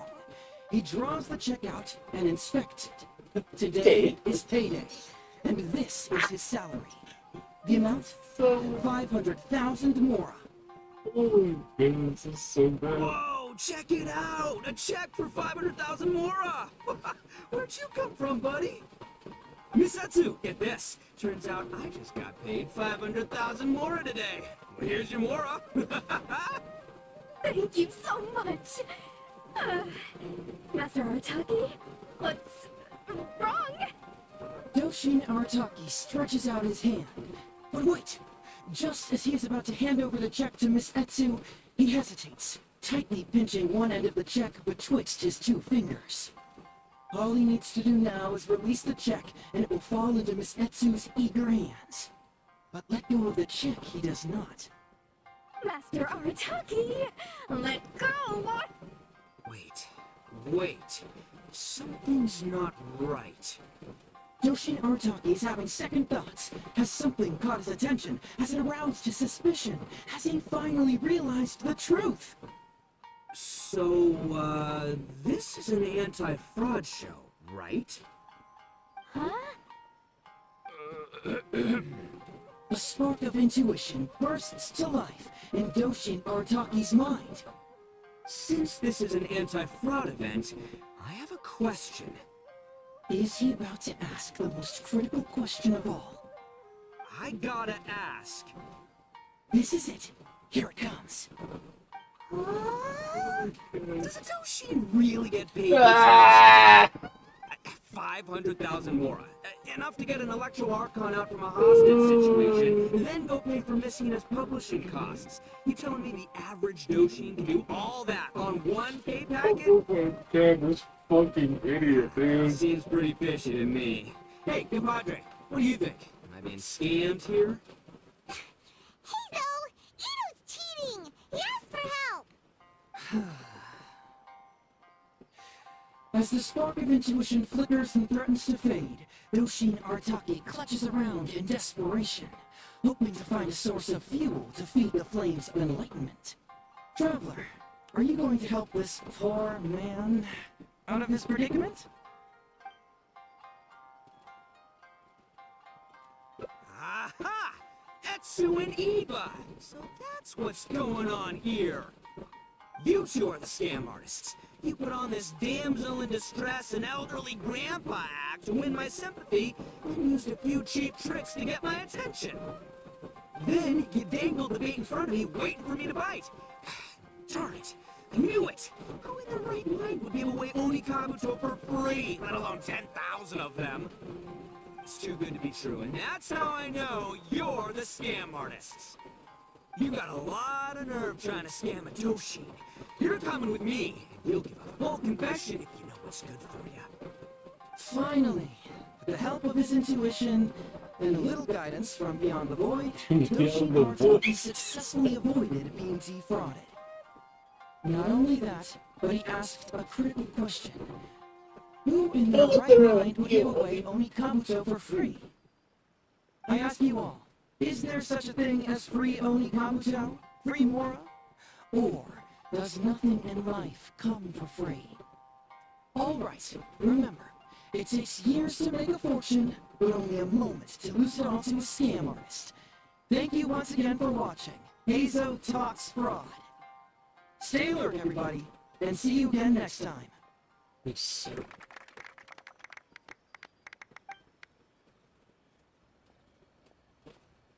So, how's my acting? I think I did just fine without a script. Those two would-be scam artists need to up their game if they want to have a chance of taking me down. Hello? Without that hint from the Traveler, you would have handed that cash away without a second thought! Right, yeah. I should thank her for the timely hint. But I pretty much knew off the bat that something fishy was about to go down, so, it was just a matter of time before I saw right through their scam. Seriously, oldest trick in the book. Who's gonna fall for that? Old tricks they may well be, but the reason they've stood the test of time is that the ideal victim is always out there somewhere. People who are behind on the times, naive, socially isolated, or have cognitive deficiencies. Just because they don't always get noticed doesn't mean they're not there. Scammers cast a wide net. Sure, maybe 10,000 fish will escape, but they only need one catch for them to win and for us to lose. Well, no more losing from now on. Not with me here to protect everyone. I think we can all agree that my performance today shows I'm savvy enough to keep the scammers at bay. Don't be too confident. Anyway, Ito, my old... What was it again? Ah, yes, bro. Here's the reward you were promised. Ah, music to my ears. Emperor Oni Kabuto, come to Papa.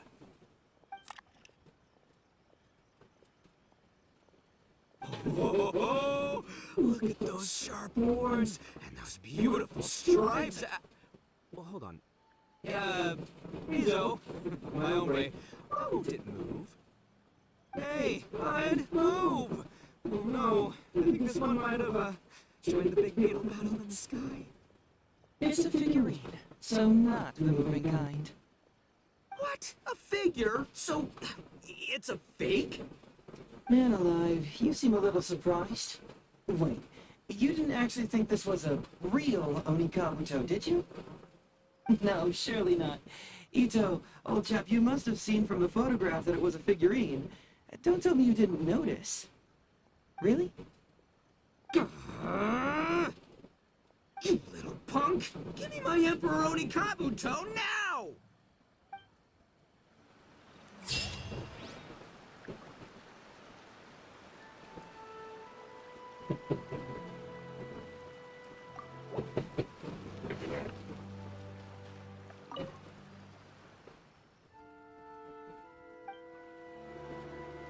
It's funny.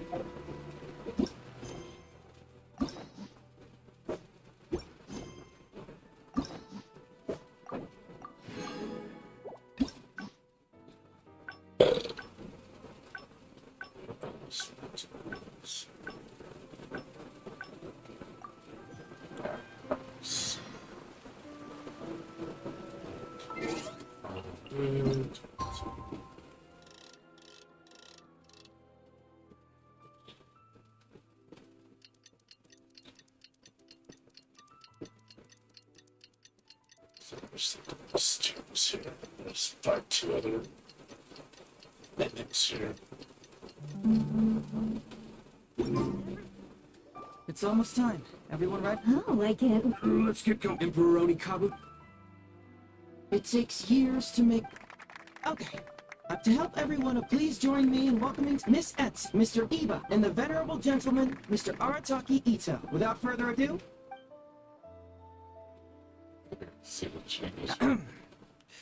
It was just another bright sunny day when... Doshin Arataki! Doshin? Yes! You... Oh, so... Ma'am, can you... I don't know! It was too late when I found out. They took all... Doshin Arataki... I am the... It's the almighty... but... Well, I sure thought so. Well, then we gotta get it... Before I could go out to look... Doshin Arataki. I am Miss Hina. I am... It's Miss Hina. You're right, Gramps. Is 300,000 Mora enough? It's a scam, Doshin Arataki! Snap out of it! Oh, right, yeah. No, yeah, because... With... He's gone. Well, anyway, not long. Doshin Arataki. I am... must be a skip... Wait a minute. This is a scam. I'm Arataki Ito. You... Doshin Arataki follows Miss Etz. What kind of whack job script is this? Am I... So... Nope, no way, not a chance. Arataki Ito would never ask innocent people... Just as Doshin Arataki... Miss Etsu, don't you worry. Even if you do catch them... Onikabuto? Wait, Oh, well... This is probably one of the best I ain't gonna lie. This shit's comedy, planning dude. to expand Grandpa's facilities, but then we were swinging... What's that saying? It's the... Etsu, my dear, don't... But then where will... Please help out Grandpa's business... I won't hear of it. Yeah, well, it seems sick. Oh, so that's... Follow your heart. Yeah. It's not as enticing an offer. Because if it's more than, say... 10,000. What? 10,000? Well, that's... Please help us. As long as we get through This is fucking gold. If Doshin Arataki is struck by... Miss Etsu, don't you worry. I'm gonna help you. But 10,000 as a Doshin of its... That's great news. What? The question... Yo, Hazel... Suddenly... Whoa, check it out! A check for Miss Etsu! Thank you so much. Doshin Arataki, all he needs to do... Master Art. Wait. Doshin Arataki is having... So, Huh? A spark of interest. Since this is is he about to ask? I got it. This is it. Does Doshin really get paid this much? 500,000 Mora. I don't know. Traveler, are you going to... No. Follow my heart. All right, then. There's no way Ah, it makes 500,000 Mora in a single pay packet. 2 innocent victims, Miss Etsu and Mr. Iba, come to a Doshin for help. And the Doshin, what, whips out a 500,000 Mora check? Yeah, likely story. There's only one possible explanation. Who's got 2 horns and carries around a fake checkbook? Yep, this guy. Oh my god! With this fake check for 500,000 Mora, I almost swindled Etsu and Iba out of 10,000 Onikabuto, the last thing these poor folks needed after the recent string of catastrophes they faced. My mind is blown. Craziest plot twist I ever heard. The criminal was the main character all along. This is too good. Misetsu, I'm afraid I can't let myself give you this fake check. But I will do everything in my power to raise 500,000 genuine Mora for you. So don't you worry. What the indeed? Oh, jeez. In the end, Doshin Arataki listened to the voice of his heart and narrowly avoided being defrauded in his own unconventional way. But regrettably, he failed to ask the critical question: who in their right mind would give away Onikabuto for free? I ask you all, is there such a thing as free Onikabuto? Free more? Such a bumbling Does nothing idiot. in life come for free? Thank you all for watching Heizo Talks Fraud. Don't get greedy and you won't be needy. Stay alert and you won't get hurt. You never know where scammers may lurk. See you all next time. Oh my god, this is too good. Wait, my man, what did you mean when you said I avoided being defrauded? I thought I was the fraudmeister here. Maybe someone should have read the script. Miss Etsu and Master Eva were the scam artists. Duh! You were the one they were trying to scam. What? Huh? What? I was being conned? Darn, I can't believe they got me. Well, you still managed to protect your money. In the end, they didn't succeed. Yeah, but that was a happy coincidence. They scammed me, and I fell for it. Bessie, it wasn't your first time either, huh? It was such a cheap trick, too. This is killing me. The trick is a common one for a reason, but don't underestimate it. That's how you end up being a victim. But how am I going to protect my gang if even I get fooled by such cheap tricks? Don't blame yourself, old chap. In fact, you know what? I was also conned today. Yeah, me, of all people. Does that make you feel better?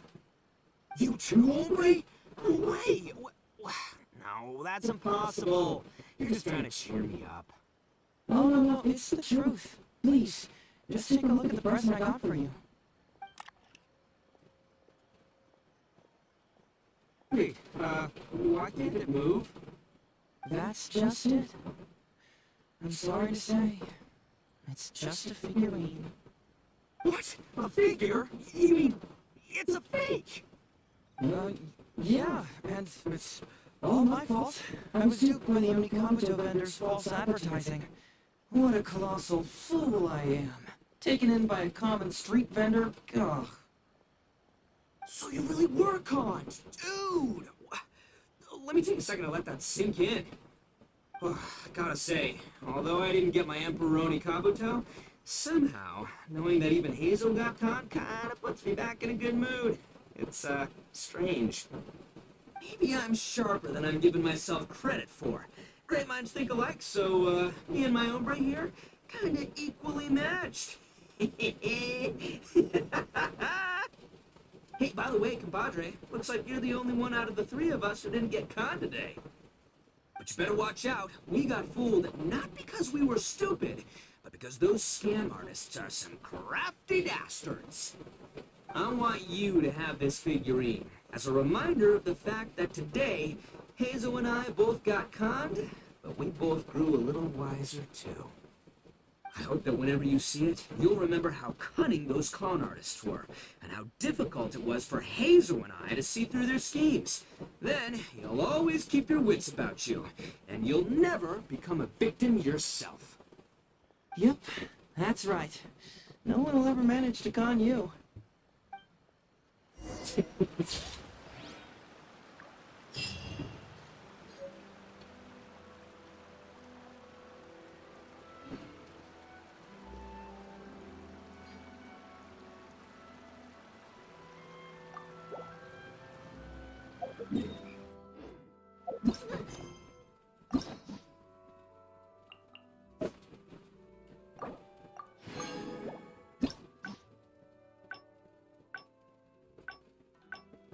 I love it. This ending is the best. The path is the best. It is by far the #1 hangout in the entire game. Hands down, that one's fucking amazing.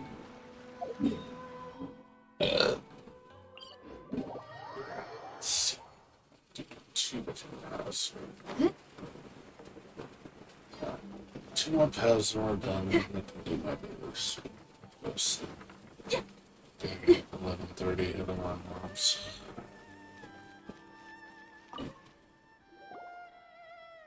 So, having...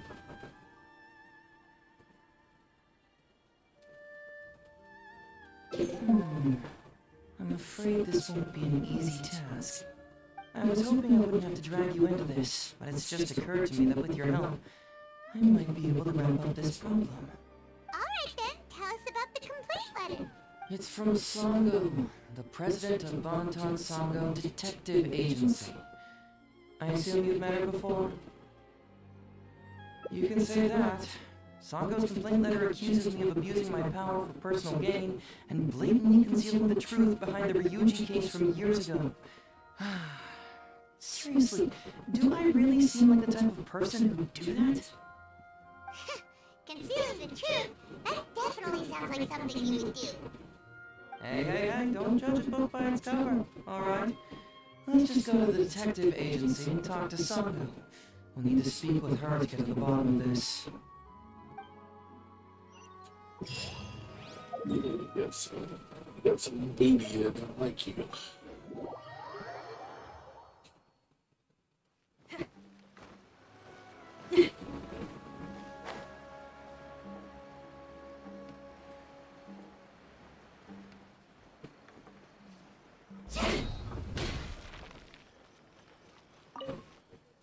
Welcome back, Mr. Hazel. I'm glad you're all right. How about some tonkatsu? You must have missed the taste of home after so long. Maybe next time, Ryuji. Seems like somebody's been expecting me. And I'm afraid they're only going to be disappointed once again. Well, look who it is. The great Detective Hazo. What nonsense were you talking about just now? I've been worried about you, you know. So much so that I took the trouble to write that heartfelt letter to the Tenryo Commission. Well, was it sufficiently flattering for you? Oh, they're at it again. Let's not waste the traveler's time, Sango. Just tell me, what do you want? Fine by me. My request is simple. Disclose all the details of the Ryuji case. It's time you stop hiding the truth and let me investigate it thoroughly. First of all, that case has already been solved. Second, I've disclosed everything the police station has on the case. And third... Enough! You can only fool Ryuji with that. If you don't want to cooperate, I can assure you that I will write more letters to the headquarters of the Tenryo Commission. I will not give up on this case. Wait! Hold on! Can someone please explain what's going on here? Paimon doesn't have a clue what you two are talking about. Alright, let me explain. Several years ago, a terrible murder took place in the police station. I was still working at the Tenryo Commission then, and the victim was actually my dear boss. Due to various factors, I was deemed to be the top suspect, which is why it's called the Ryuji case. Also, Hazel wasn't a part of the police station back then. He was a detective at the agency. Which at the time was called the Bantan Sango and Hazo Detective Agency. Huh? That's crazy! But, wait.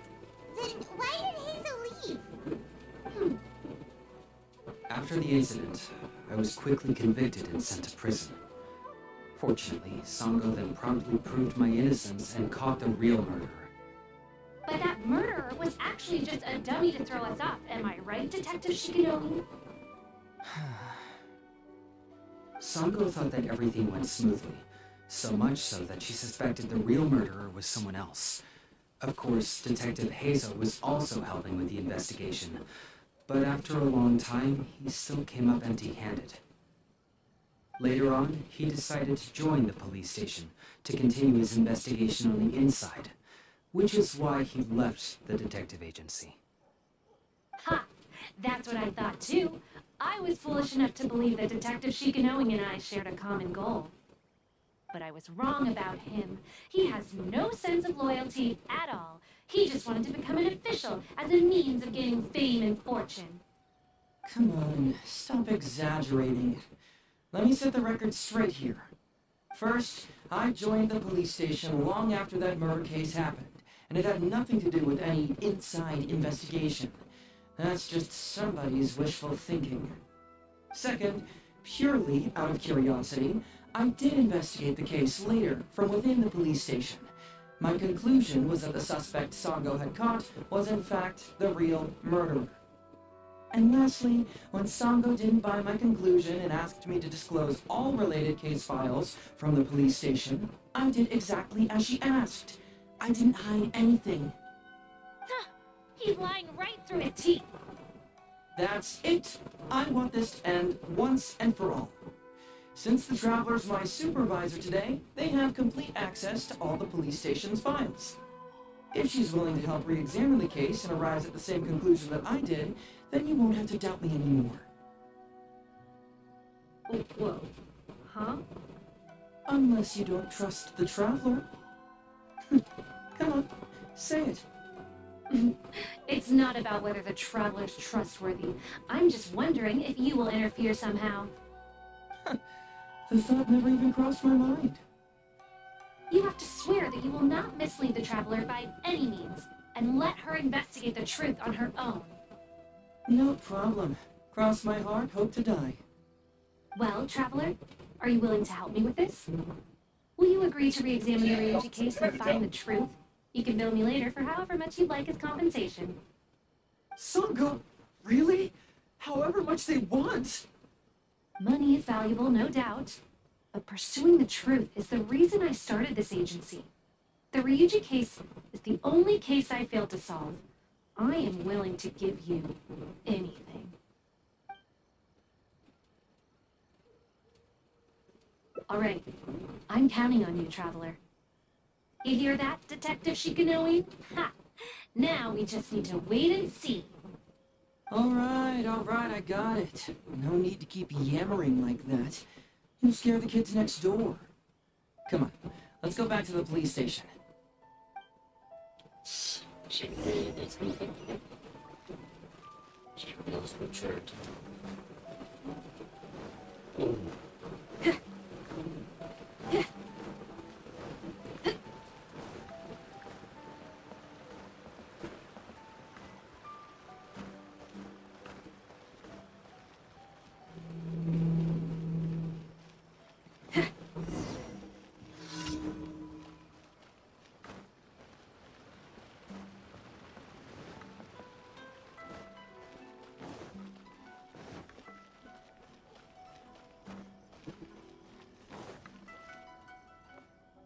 All right, hang out here for a sec. I need to go to the archives to get the case files. For now, why don't you go and chat with Yuriki Owada over there? He worked on this case too back in the day. No, you misunderstand. It's not that I want you to look into this. It's just that you're the only one who can. You're the only one I can think of who Sango would ever believe. She trusts in both your qualities and abilities, so I hope your findings can finally convince her and put an end to this whole thing. Sure, she's just writing complaint letters for now, but who knows what she'll do in the future. Alright, I'll go get those case files. You go ahead and talk to Yuriki Owada for a while.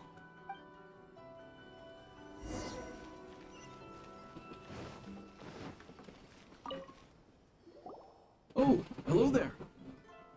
The Ryuji case. Oh, so you want to reinvestigate that one? That was several years ago now, but I still remember it clearly. It's pretty hard to forget something like that. Especially when the victim was the head of this police station. His name was Takatsukasa Isamu, the younger brother of Takatsukasa Susumu, head of the Takatsukasa clan. He was really one of a kind. Decisive, brave, and smart. He was much younger than me, and already had quite a reputation. I'm sure he would have gone far in the Tenryo Commission, if only he was still alive. What a shame. Who would have guessed someone was plotting against him? People will believe anything they hear.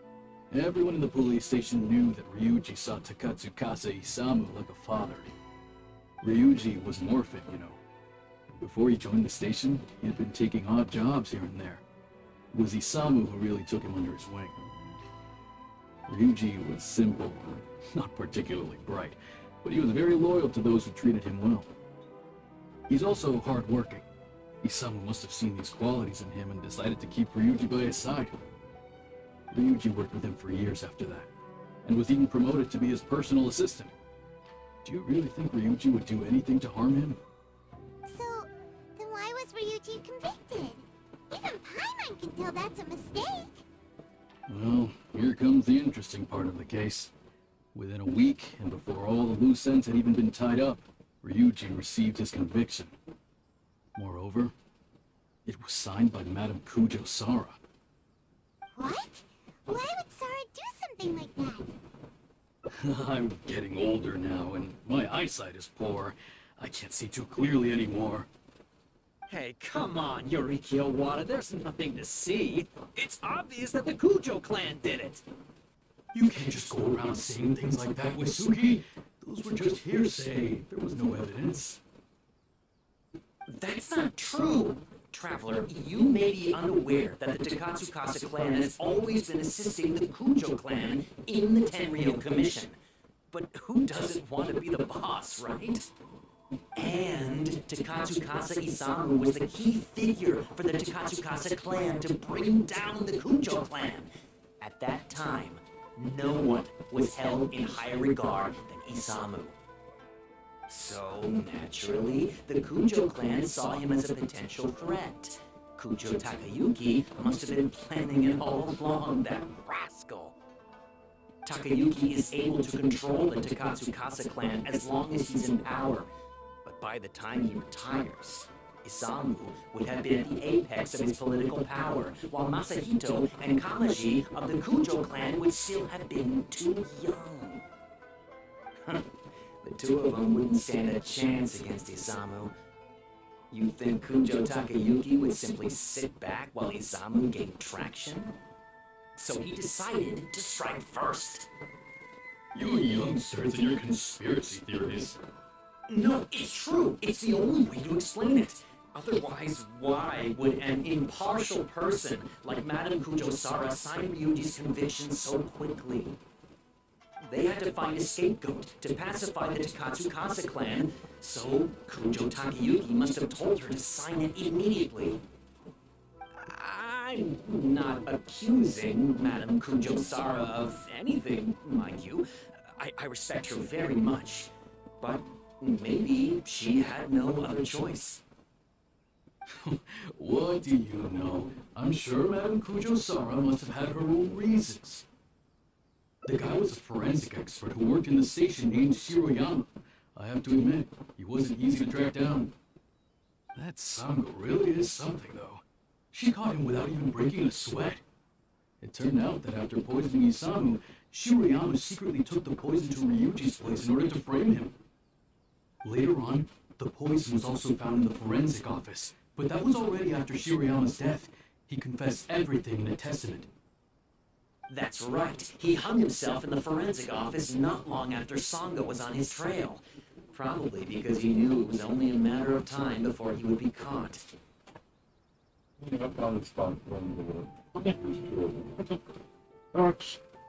Of course, he didn't admit whether he had been prompted by Kujo Takayuki. He took the responsibility alone. I bet Kujo Takayuki promised him a sizable compensation. After all, Shiroyama had a family to feed. There you go again, pulling conclusions out of thin air. There wasn't any evidence of that at all. Listen, I can almost guarantee that it was the Takatsu Kasa clan who invited Sango to investigate. We all knew that Ryuji was just a scapegoat. You'd think the Takatsu Kasa clan wouldn't figure that out? They're not stupid. So, they were suspicious of the Kujo clan and invited Sango to take the case. However, the Kujo clan were still a step ahead and were able to remove themselves from the situation before the whole thing blew up. They drove Shirayama to take all the blame as well as his own life. A perfectly clean cut for the Kujo clan. With Shirayama dead, there was no one left to testify. Even the Electro Archon herself wouldn't be able to do anything. You make up stuff faster than a politician. It's a wonder nobody's asked you to be an advisor yet. Hey, that's their loss. The whole thing is starting to sound complicated. Hey, I brought the files. I bet you got quite an earful just now, huh? But don't believe everything they say. After all, people can tell you anything, and it's hard to separate truth from rumors without facts.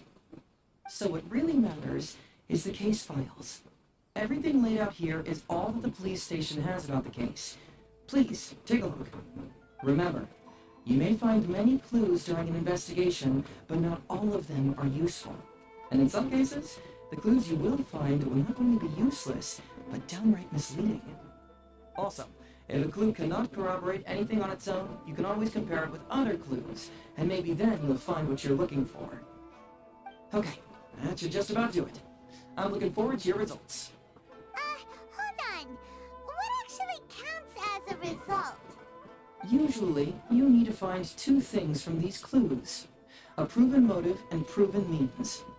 Once you can confirm these two things, the criminal can be proven guilty. Alright, you can go ahead and get started now. I look forward to hearing your verdict.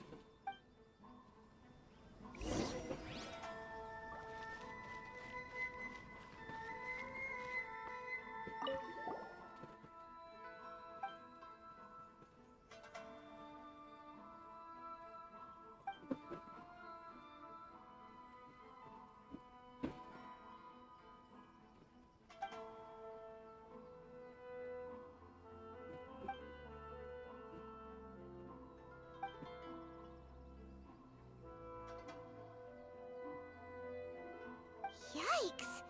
He ate all kinds of stuff.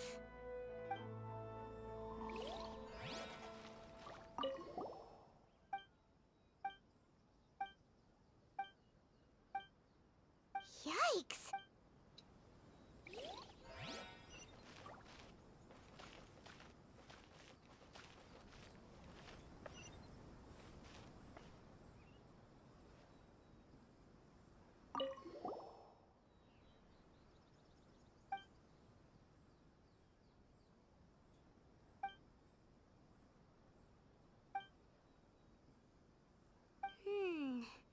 Come to think of it, Shiroyama was a forensic doctor. He could easily pull off something like this.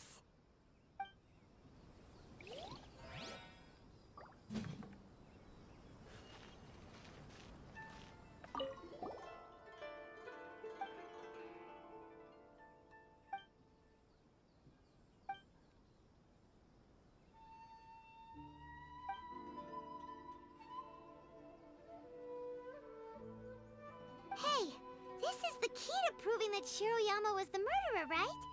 That is, if he was telling the truth, of course.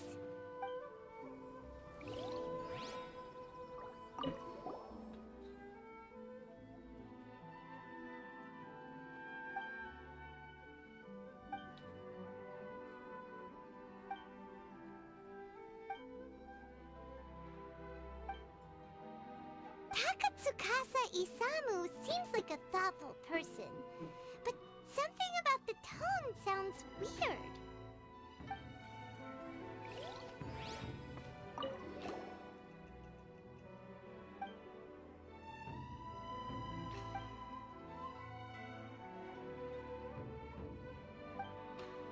Wow, Ryuji's conviction really was signed by Kujo-Sara. But now we know she had it wrong!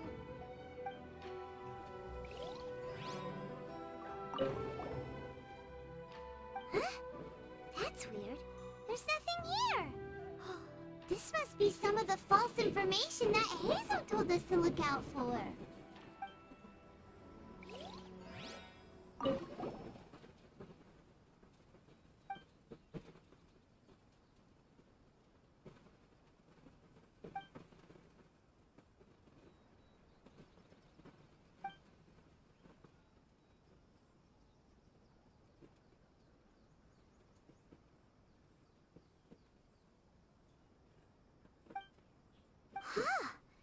Shirayama's conviction was also signed by Kujo-Sara, just like Ryuji's.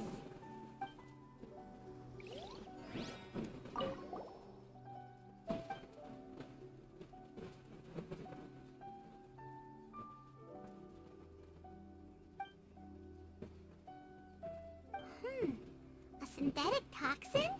What's that?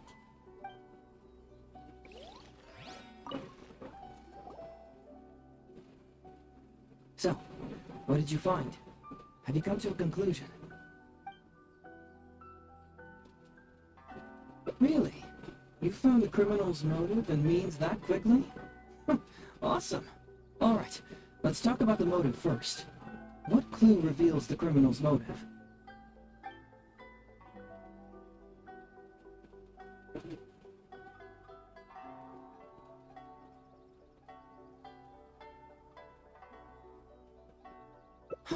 Excellent work. According to the victim's message, the two had deep conflicts. Although we cannot confirm whether the poison had been requested by the victim or not, it is true that Isamu used Shirayama's family to blackmail him. Such circumstances could be enough motive for Shirayama to commit the crime. But wasn't Takatsukasa Isamu good to Shirayama? He even went to Shirayama's house to bring health supplements. But maybe he didn't really bring health supplements. Maybe it was something bad. Is that what you think, Paimon? Well, we later found out that what Takatsukasa Isamu sent to Shirayama's house was indeed health supplements. But if you consider the circumstances, what he sent wasn't important. What was important is that sending the supplements was actually a dangerous signal. Isamu was essentially implying, I can put anything in your wife's supplements at any time. If you really care about her safety, then get me what I want. So scary! Your assumption sounds like a real threat! You're not really that dark inside, are you? You don't really catch criminals by standing in the light, do you? Basically, these two clues work to verify each other, and the murderer's motive is confirmed. Now, all that's left is the means of the crime.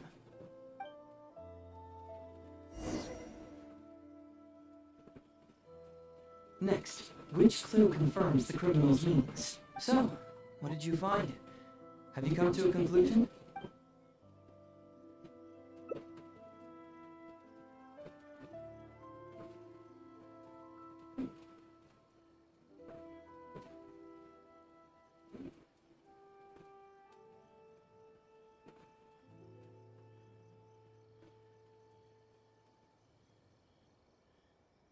Bingo!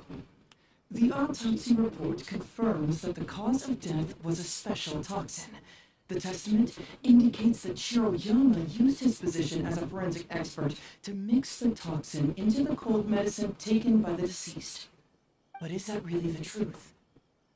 Is it not possible that the toxin was mixed into the fish liver paste? Well, according to the toxicology report, this white powder only dissolves in water. Neither rice nor the fish liver paste could be used as a carrier of the toxin. The cold medicine was the only option. Putting the poison elsewhere would not only fail to guarantee a lethal dose, but would also increase the chance of it being noticed by the deceased. Therefore, the means is also confirmed. Add that to the motive for the crime and... Whoa! So the murderer really was Shirayama! Yep, pretty clear cut, wouldn't you say? Look, I really don't know what Sango was so suspicious about.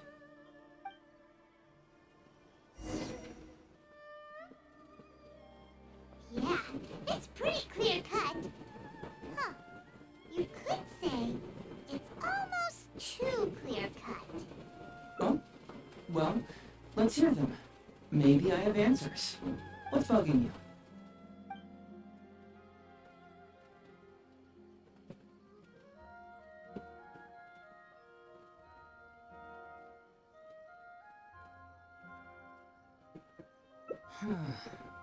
This also puzzles me. Maybe someone doesn't want us being privy to the content inside, Or maybe Shirayama tore a bunch of pages out by accident.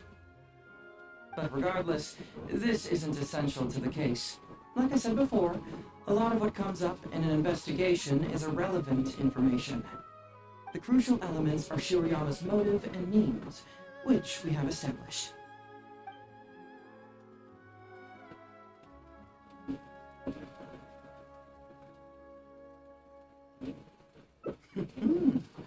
Very nice.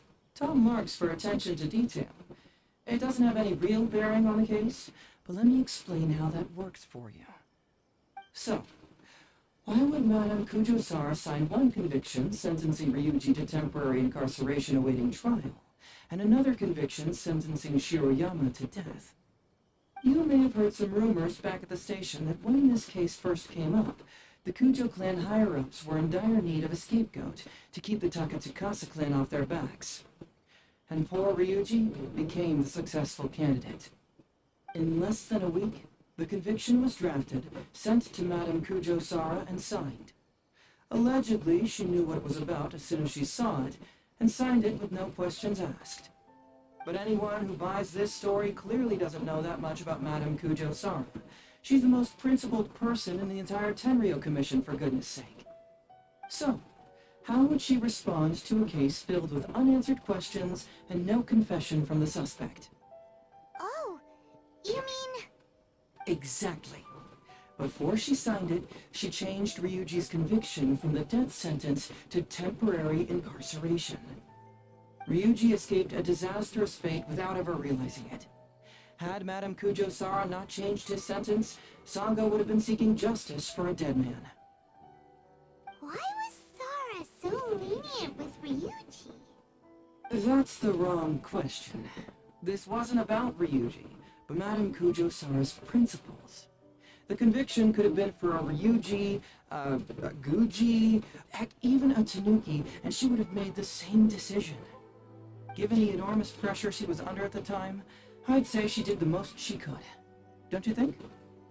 Pressure? Really? Was someone higher up putting pressure on Sara? The pressure came from all sides. The deceased was the leader of the police station and the rising star of the Takatsukasa clan. All eyes were on this case. How this became reduced to the unimaginative rumor that Madame Kujo-Sara convicted Ryuji under pressure from her superiors, I have no idea. Ugh.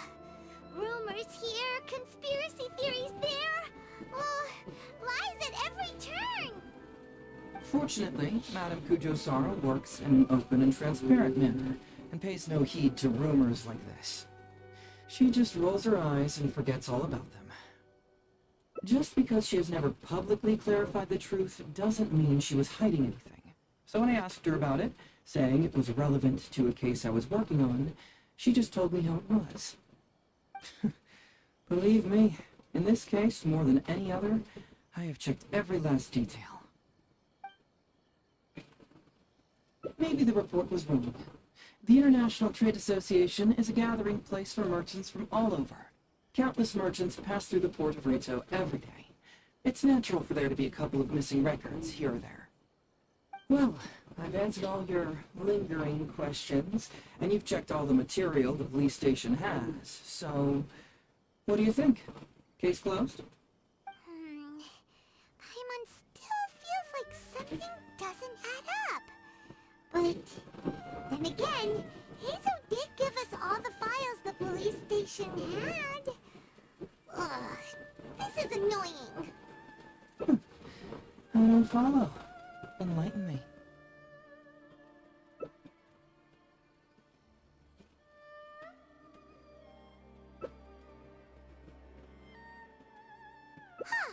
Right! Why do you keep emphasizing police station every single time? You tell me. Why do I keep emphasizing police station every time?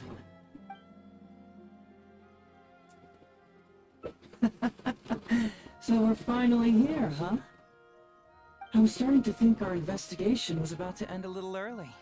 That would have been a real shame. Man alive, you finally saw through my little game. You're absolutely right. There is other information that the police station doesn't have. Reason being? It's my own evidence. And this evidence should help answer a couple of your questions more clearly. Why was the research log from the Office of Forensic Science blank? And where did the white powder come from? Aha! Paimon knew you were keeping secrets! Don't you have secrets too? No. Nope. Definitely not. Let's talk somewhere else. This isn't the best place for this discussion.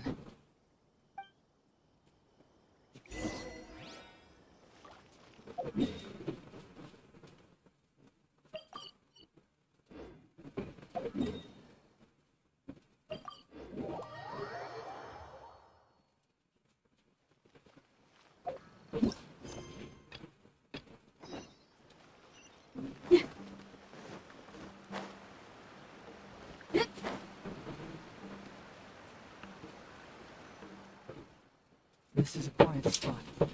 Let's talk here. All right. Here's the secret I've been keeping all along.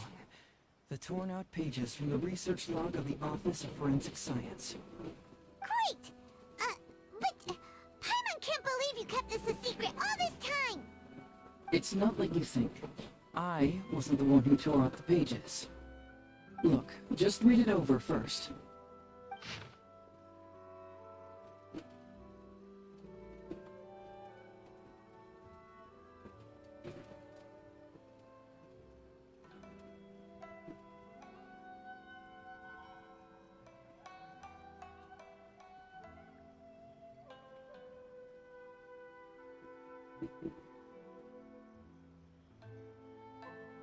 Finished?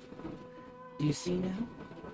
The method used by the perpetrator to commit his crime wasn't by putting the white powder in the cold medicine.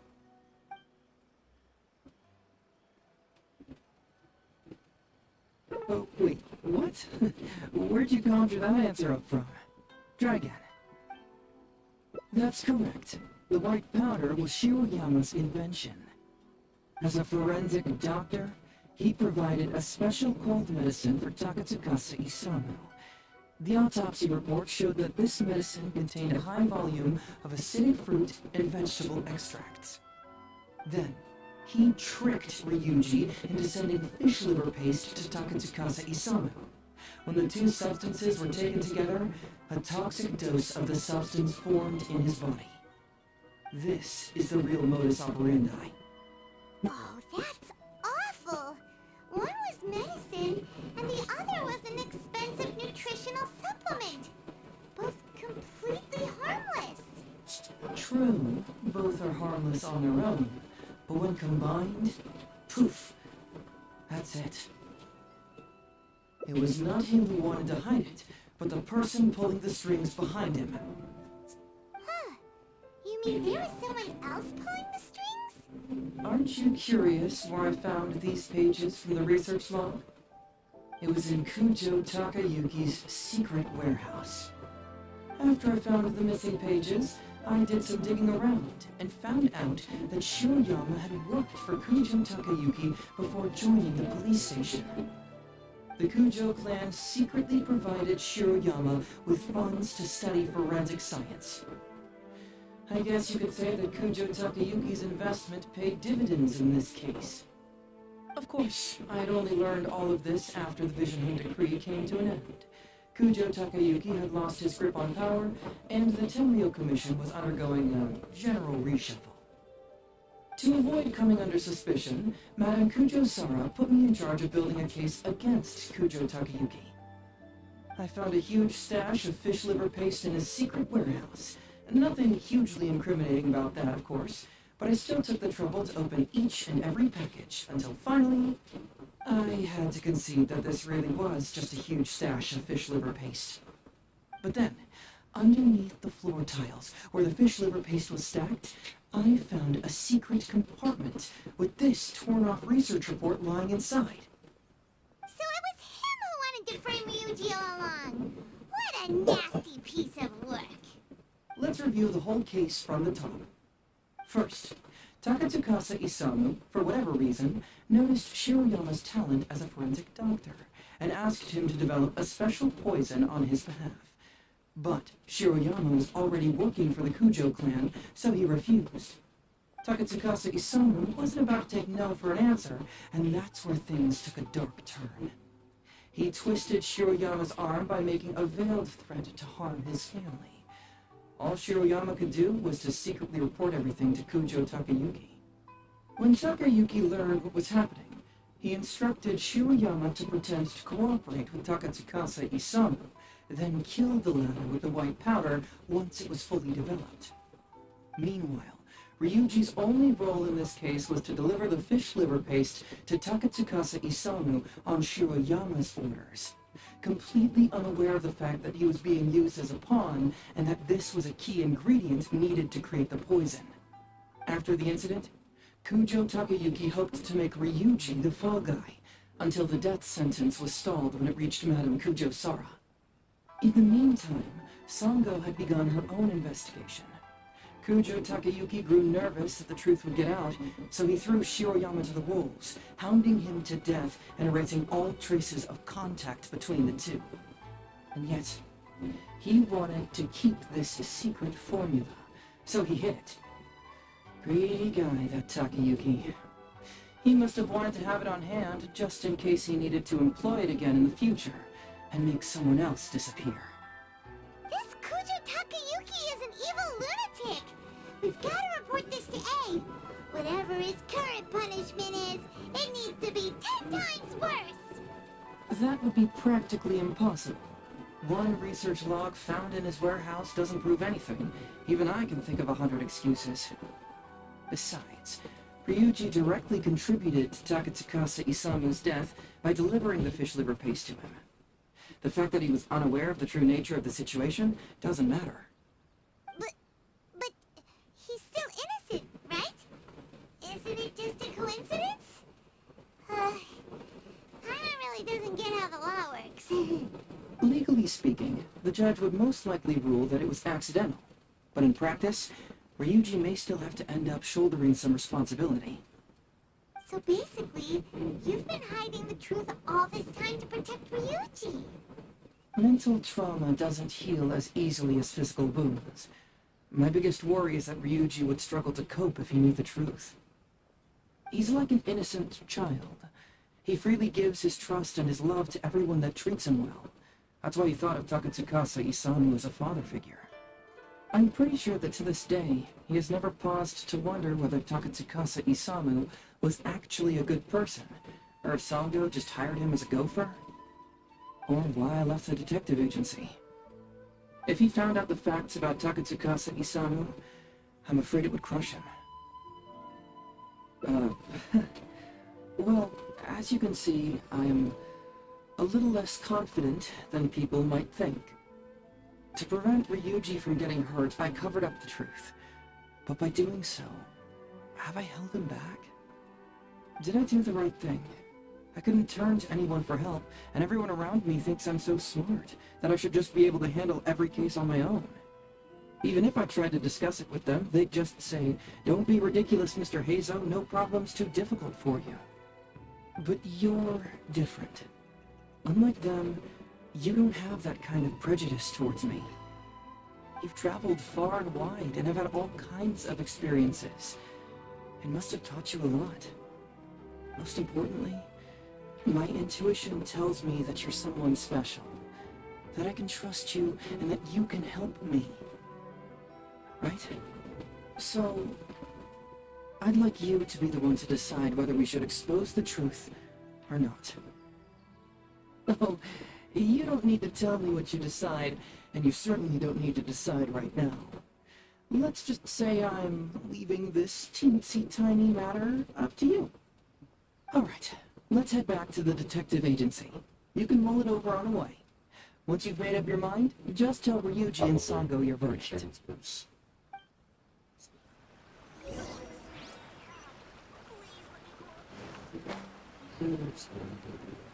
Oh, hi.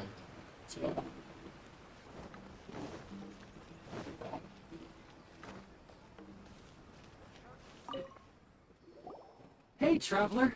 Hey, Detective Hazo. You're back already, huh? I bet you're tired. Well, I just bought some tonkatsu. Care to join me? There's plenty for everyone. We'd love to. But wouldn't you like to hear the results of our investigation first? No matter what you were able to find, it's all in the past and won't ever change. So I think we better chow down first. Besides, if Sango's not happy with the results, we might not have anything to eat later. Come on, Ryuji, pipe down. Let's hear the traveler's conclusion first. Okay then. Over to you, Hazel and Traveler. Don't worry, just tell us your findings. Everyone trusts you, as do I.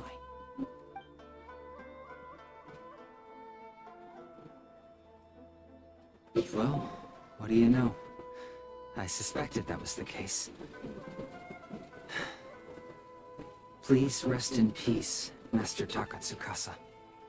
No. Impossible. Traveler, are you sure you checked every last file? Carefully? Ugh! No, you little... shit-knowing Hazo! You didn't pull any shenanigans on the Traveler, did you? Sango, no accusations without evidence, remember? The truth is out and the case is closed, Sango. Please don't send any more of your harassment letters to the Tenryo Commission. Well, I really owe it to you, Traveler. I'll be sure to properly thank you later. Until then, see ya. Hey! You're not going anywhere!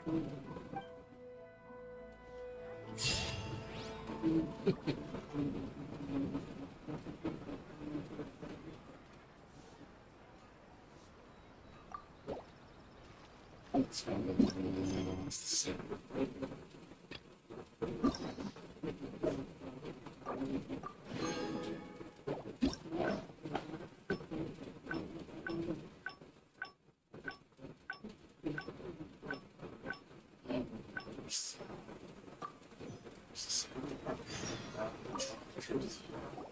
Hey, Traveler! You're back already? We'd love to! No matter what you were able to find, it's all in the past and won't ever change. So I think we better chow down first. Besides, if... Come on, Ryuji, pipe down. Let's hear the Traveler's conclusion. Don't worry, just...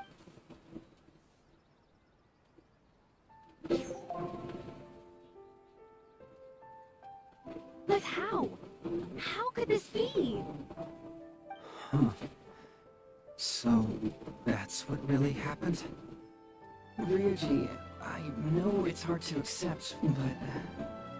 Wait a minute. Sorry, I have quite the stomachache. Sango, can I take the day off? Sure, of course. Take the week if you need it.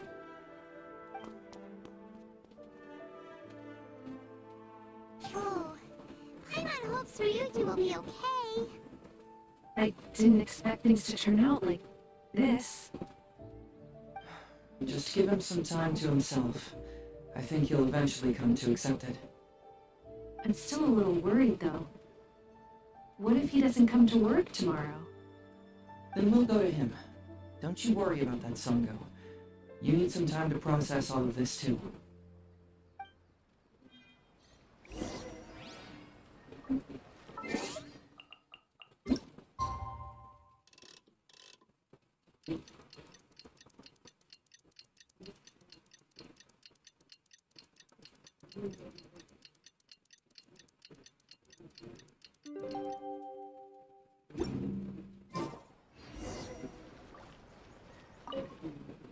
Ah, you're here.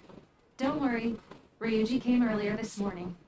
I guess he can handle a lot more than I thought. I was honestly worried he'd suffer a breakdown. But as of today, it seems he'll be fine. He went over to Natsuke Nogen Crafts to buy something. Let's go find him then.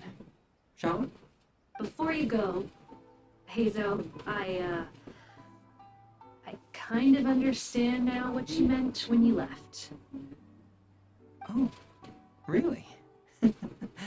I'm happy to hear you say that. Alright, time to find Ryuji.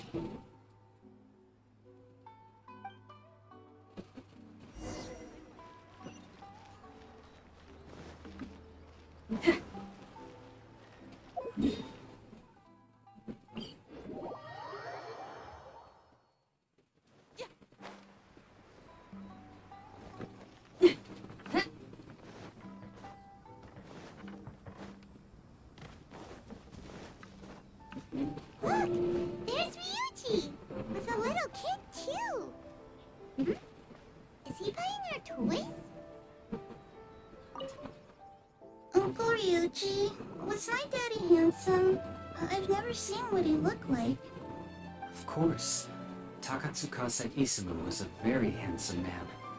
Also, it's not uncle. Call me brother. But you look so old. Well, I'm still your brother. Huh? How come? Because he treated me like a son. Huh? Who are you guys? We're friends with your big brother Ryuji, and with your father too. Oh, really? Yay! I've met loads of my daddy's friends today. Can you tell me some stories about him? I really want to hear them. Sure. Why, I know enough stories about your old man that if I started talking now, you'd be all grown up before I finished them. Wow, that's amazing! Well, I don't want to grow up too soon then. Maybe when I'm 100. No, 200 years old. No, 300 years old. Yep, I'm gonna wait until I'm 300 years old before I become a grown-up, so that I can make sure I finish all the stories first.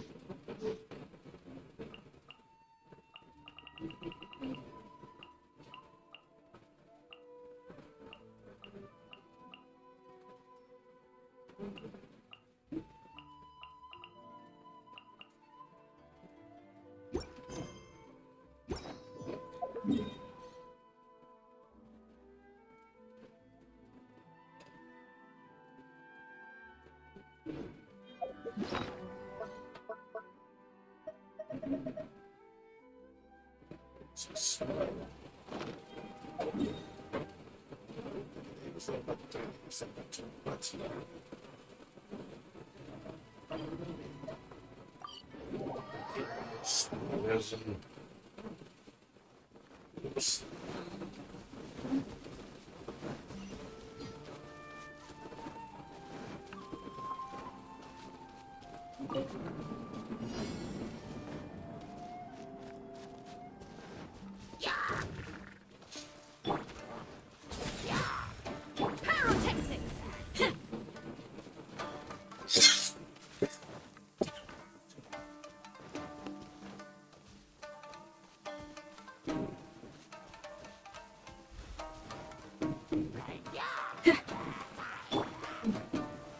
Solidify!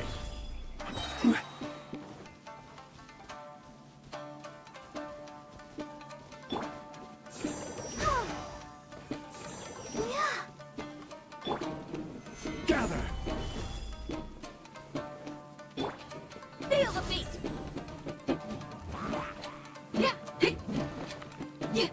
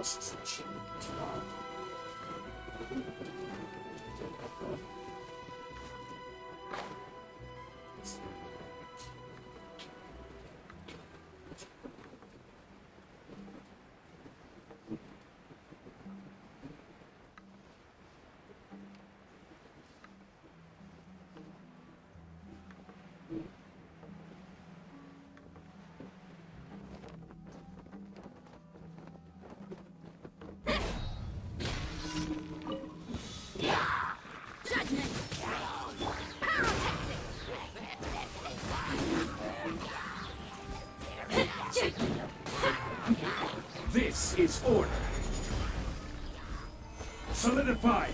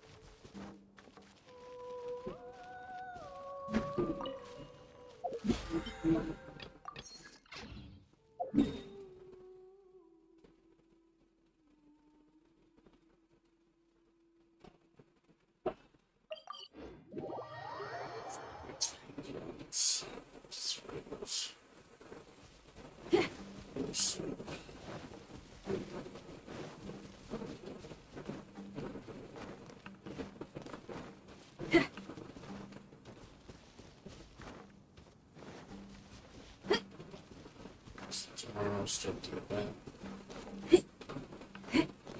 Let's see what that's all about.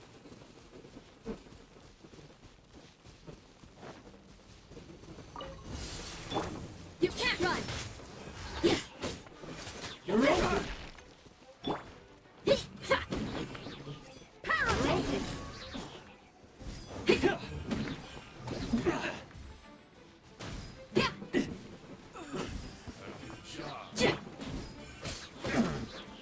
I will have order.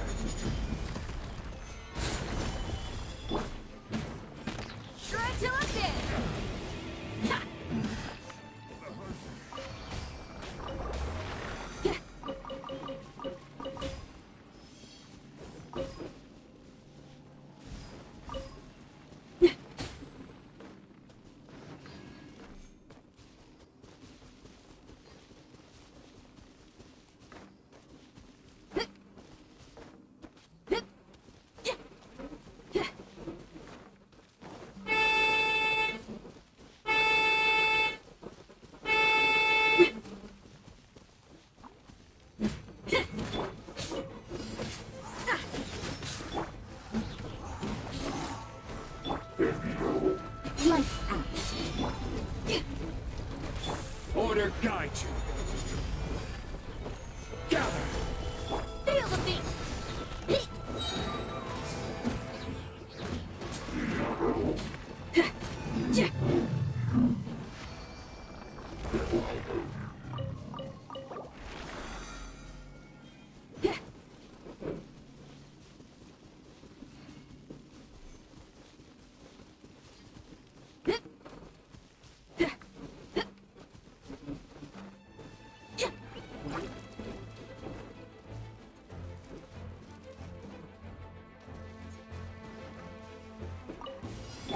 Judgment!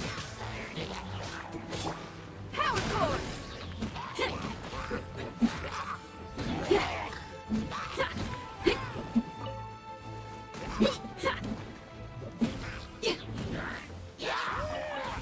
You can't run! I will have order.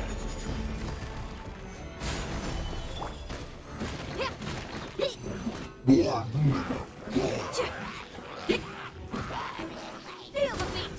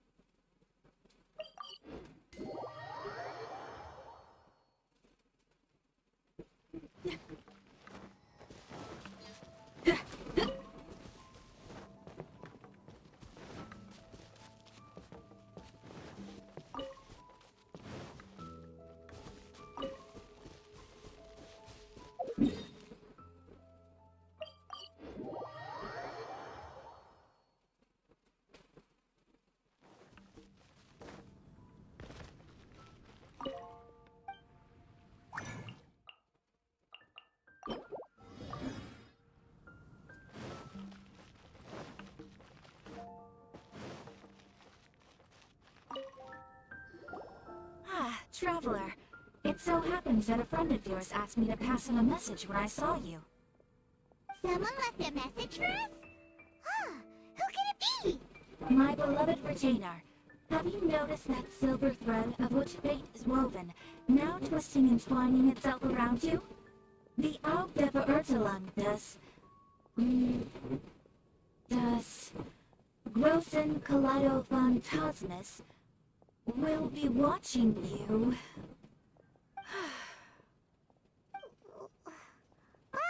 Apologies.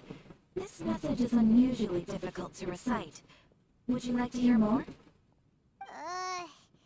Definitely sounds like Fischl's note. What should we do? We'll be watching you as you step into the glorious castle of the Immer Nachreich. Come to me at once. Swear an oath to me in my blessed name, and we shall journey together to the depths of the world. Anyway, to summarize, Miss Fischl asked me to ask you to go to the plaza in front of the cathedral. Please meet her there when you have the time. She said that she will be waiting for you. Oh, Fischl.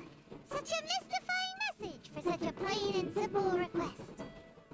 Well, if Fischl's expecting us, then let's not keep her waiting. Let's head towards the cathedral plaza.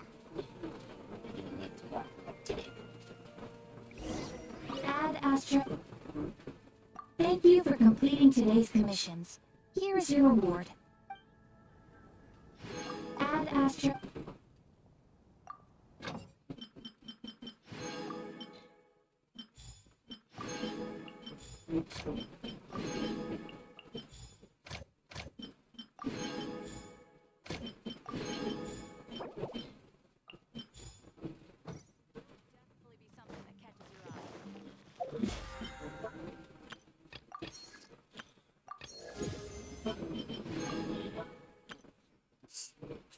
Babies. Everything. And we should put that one. So we'll start spiral this.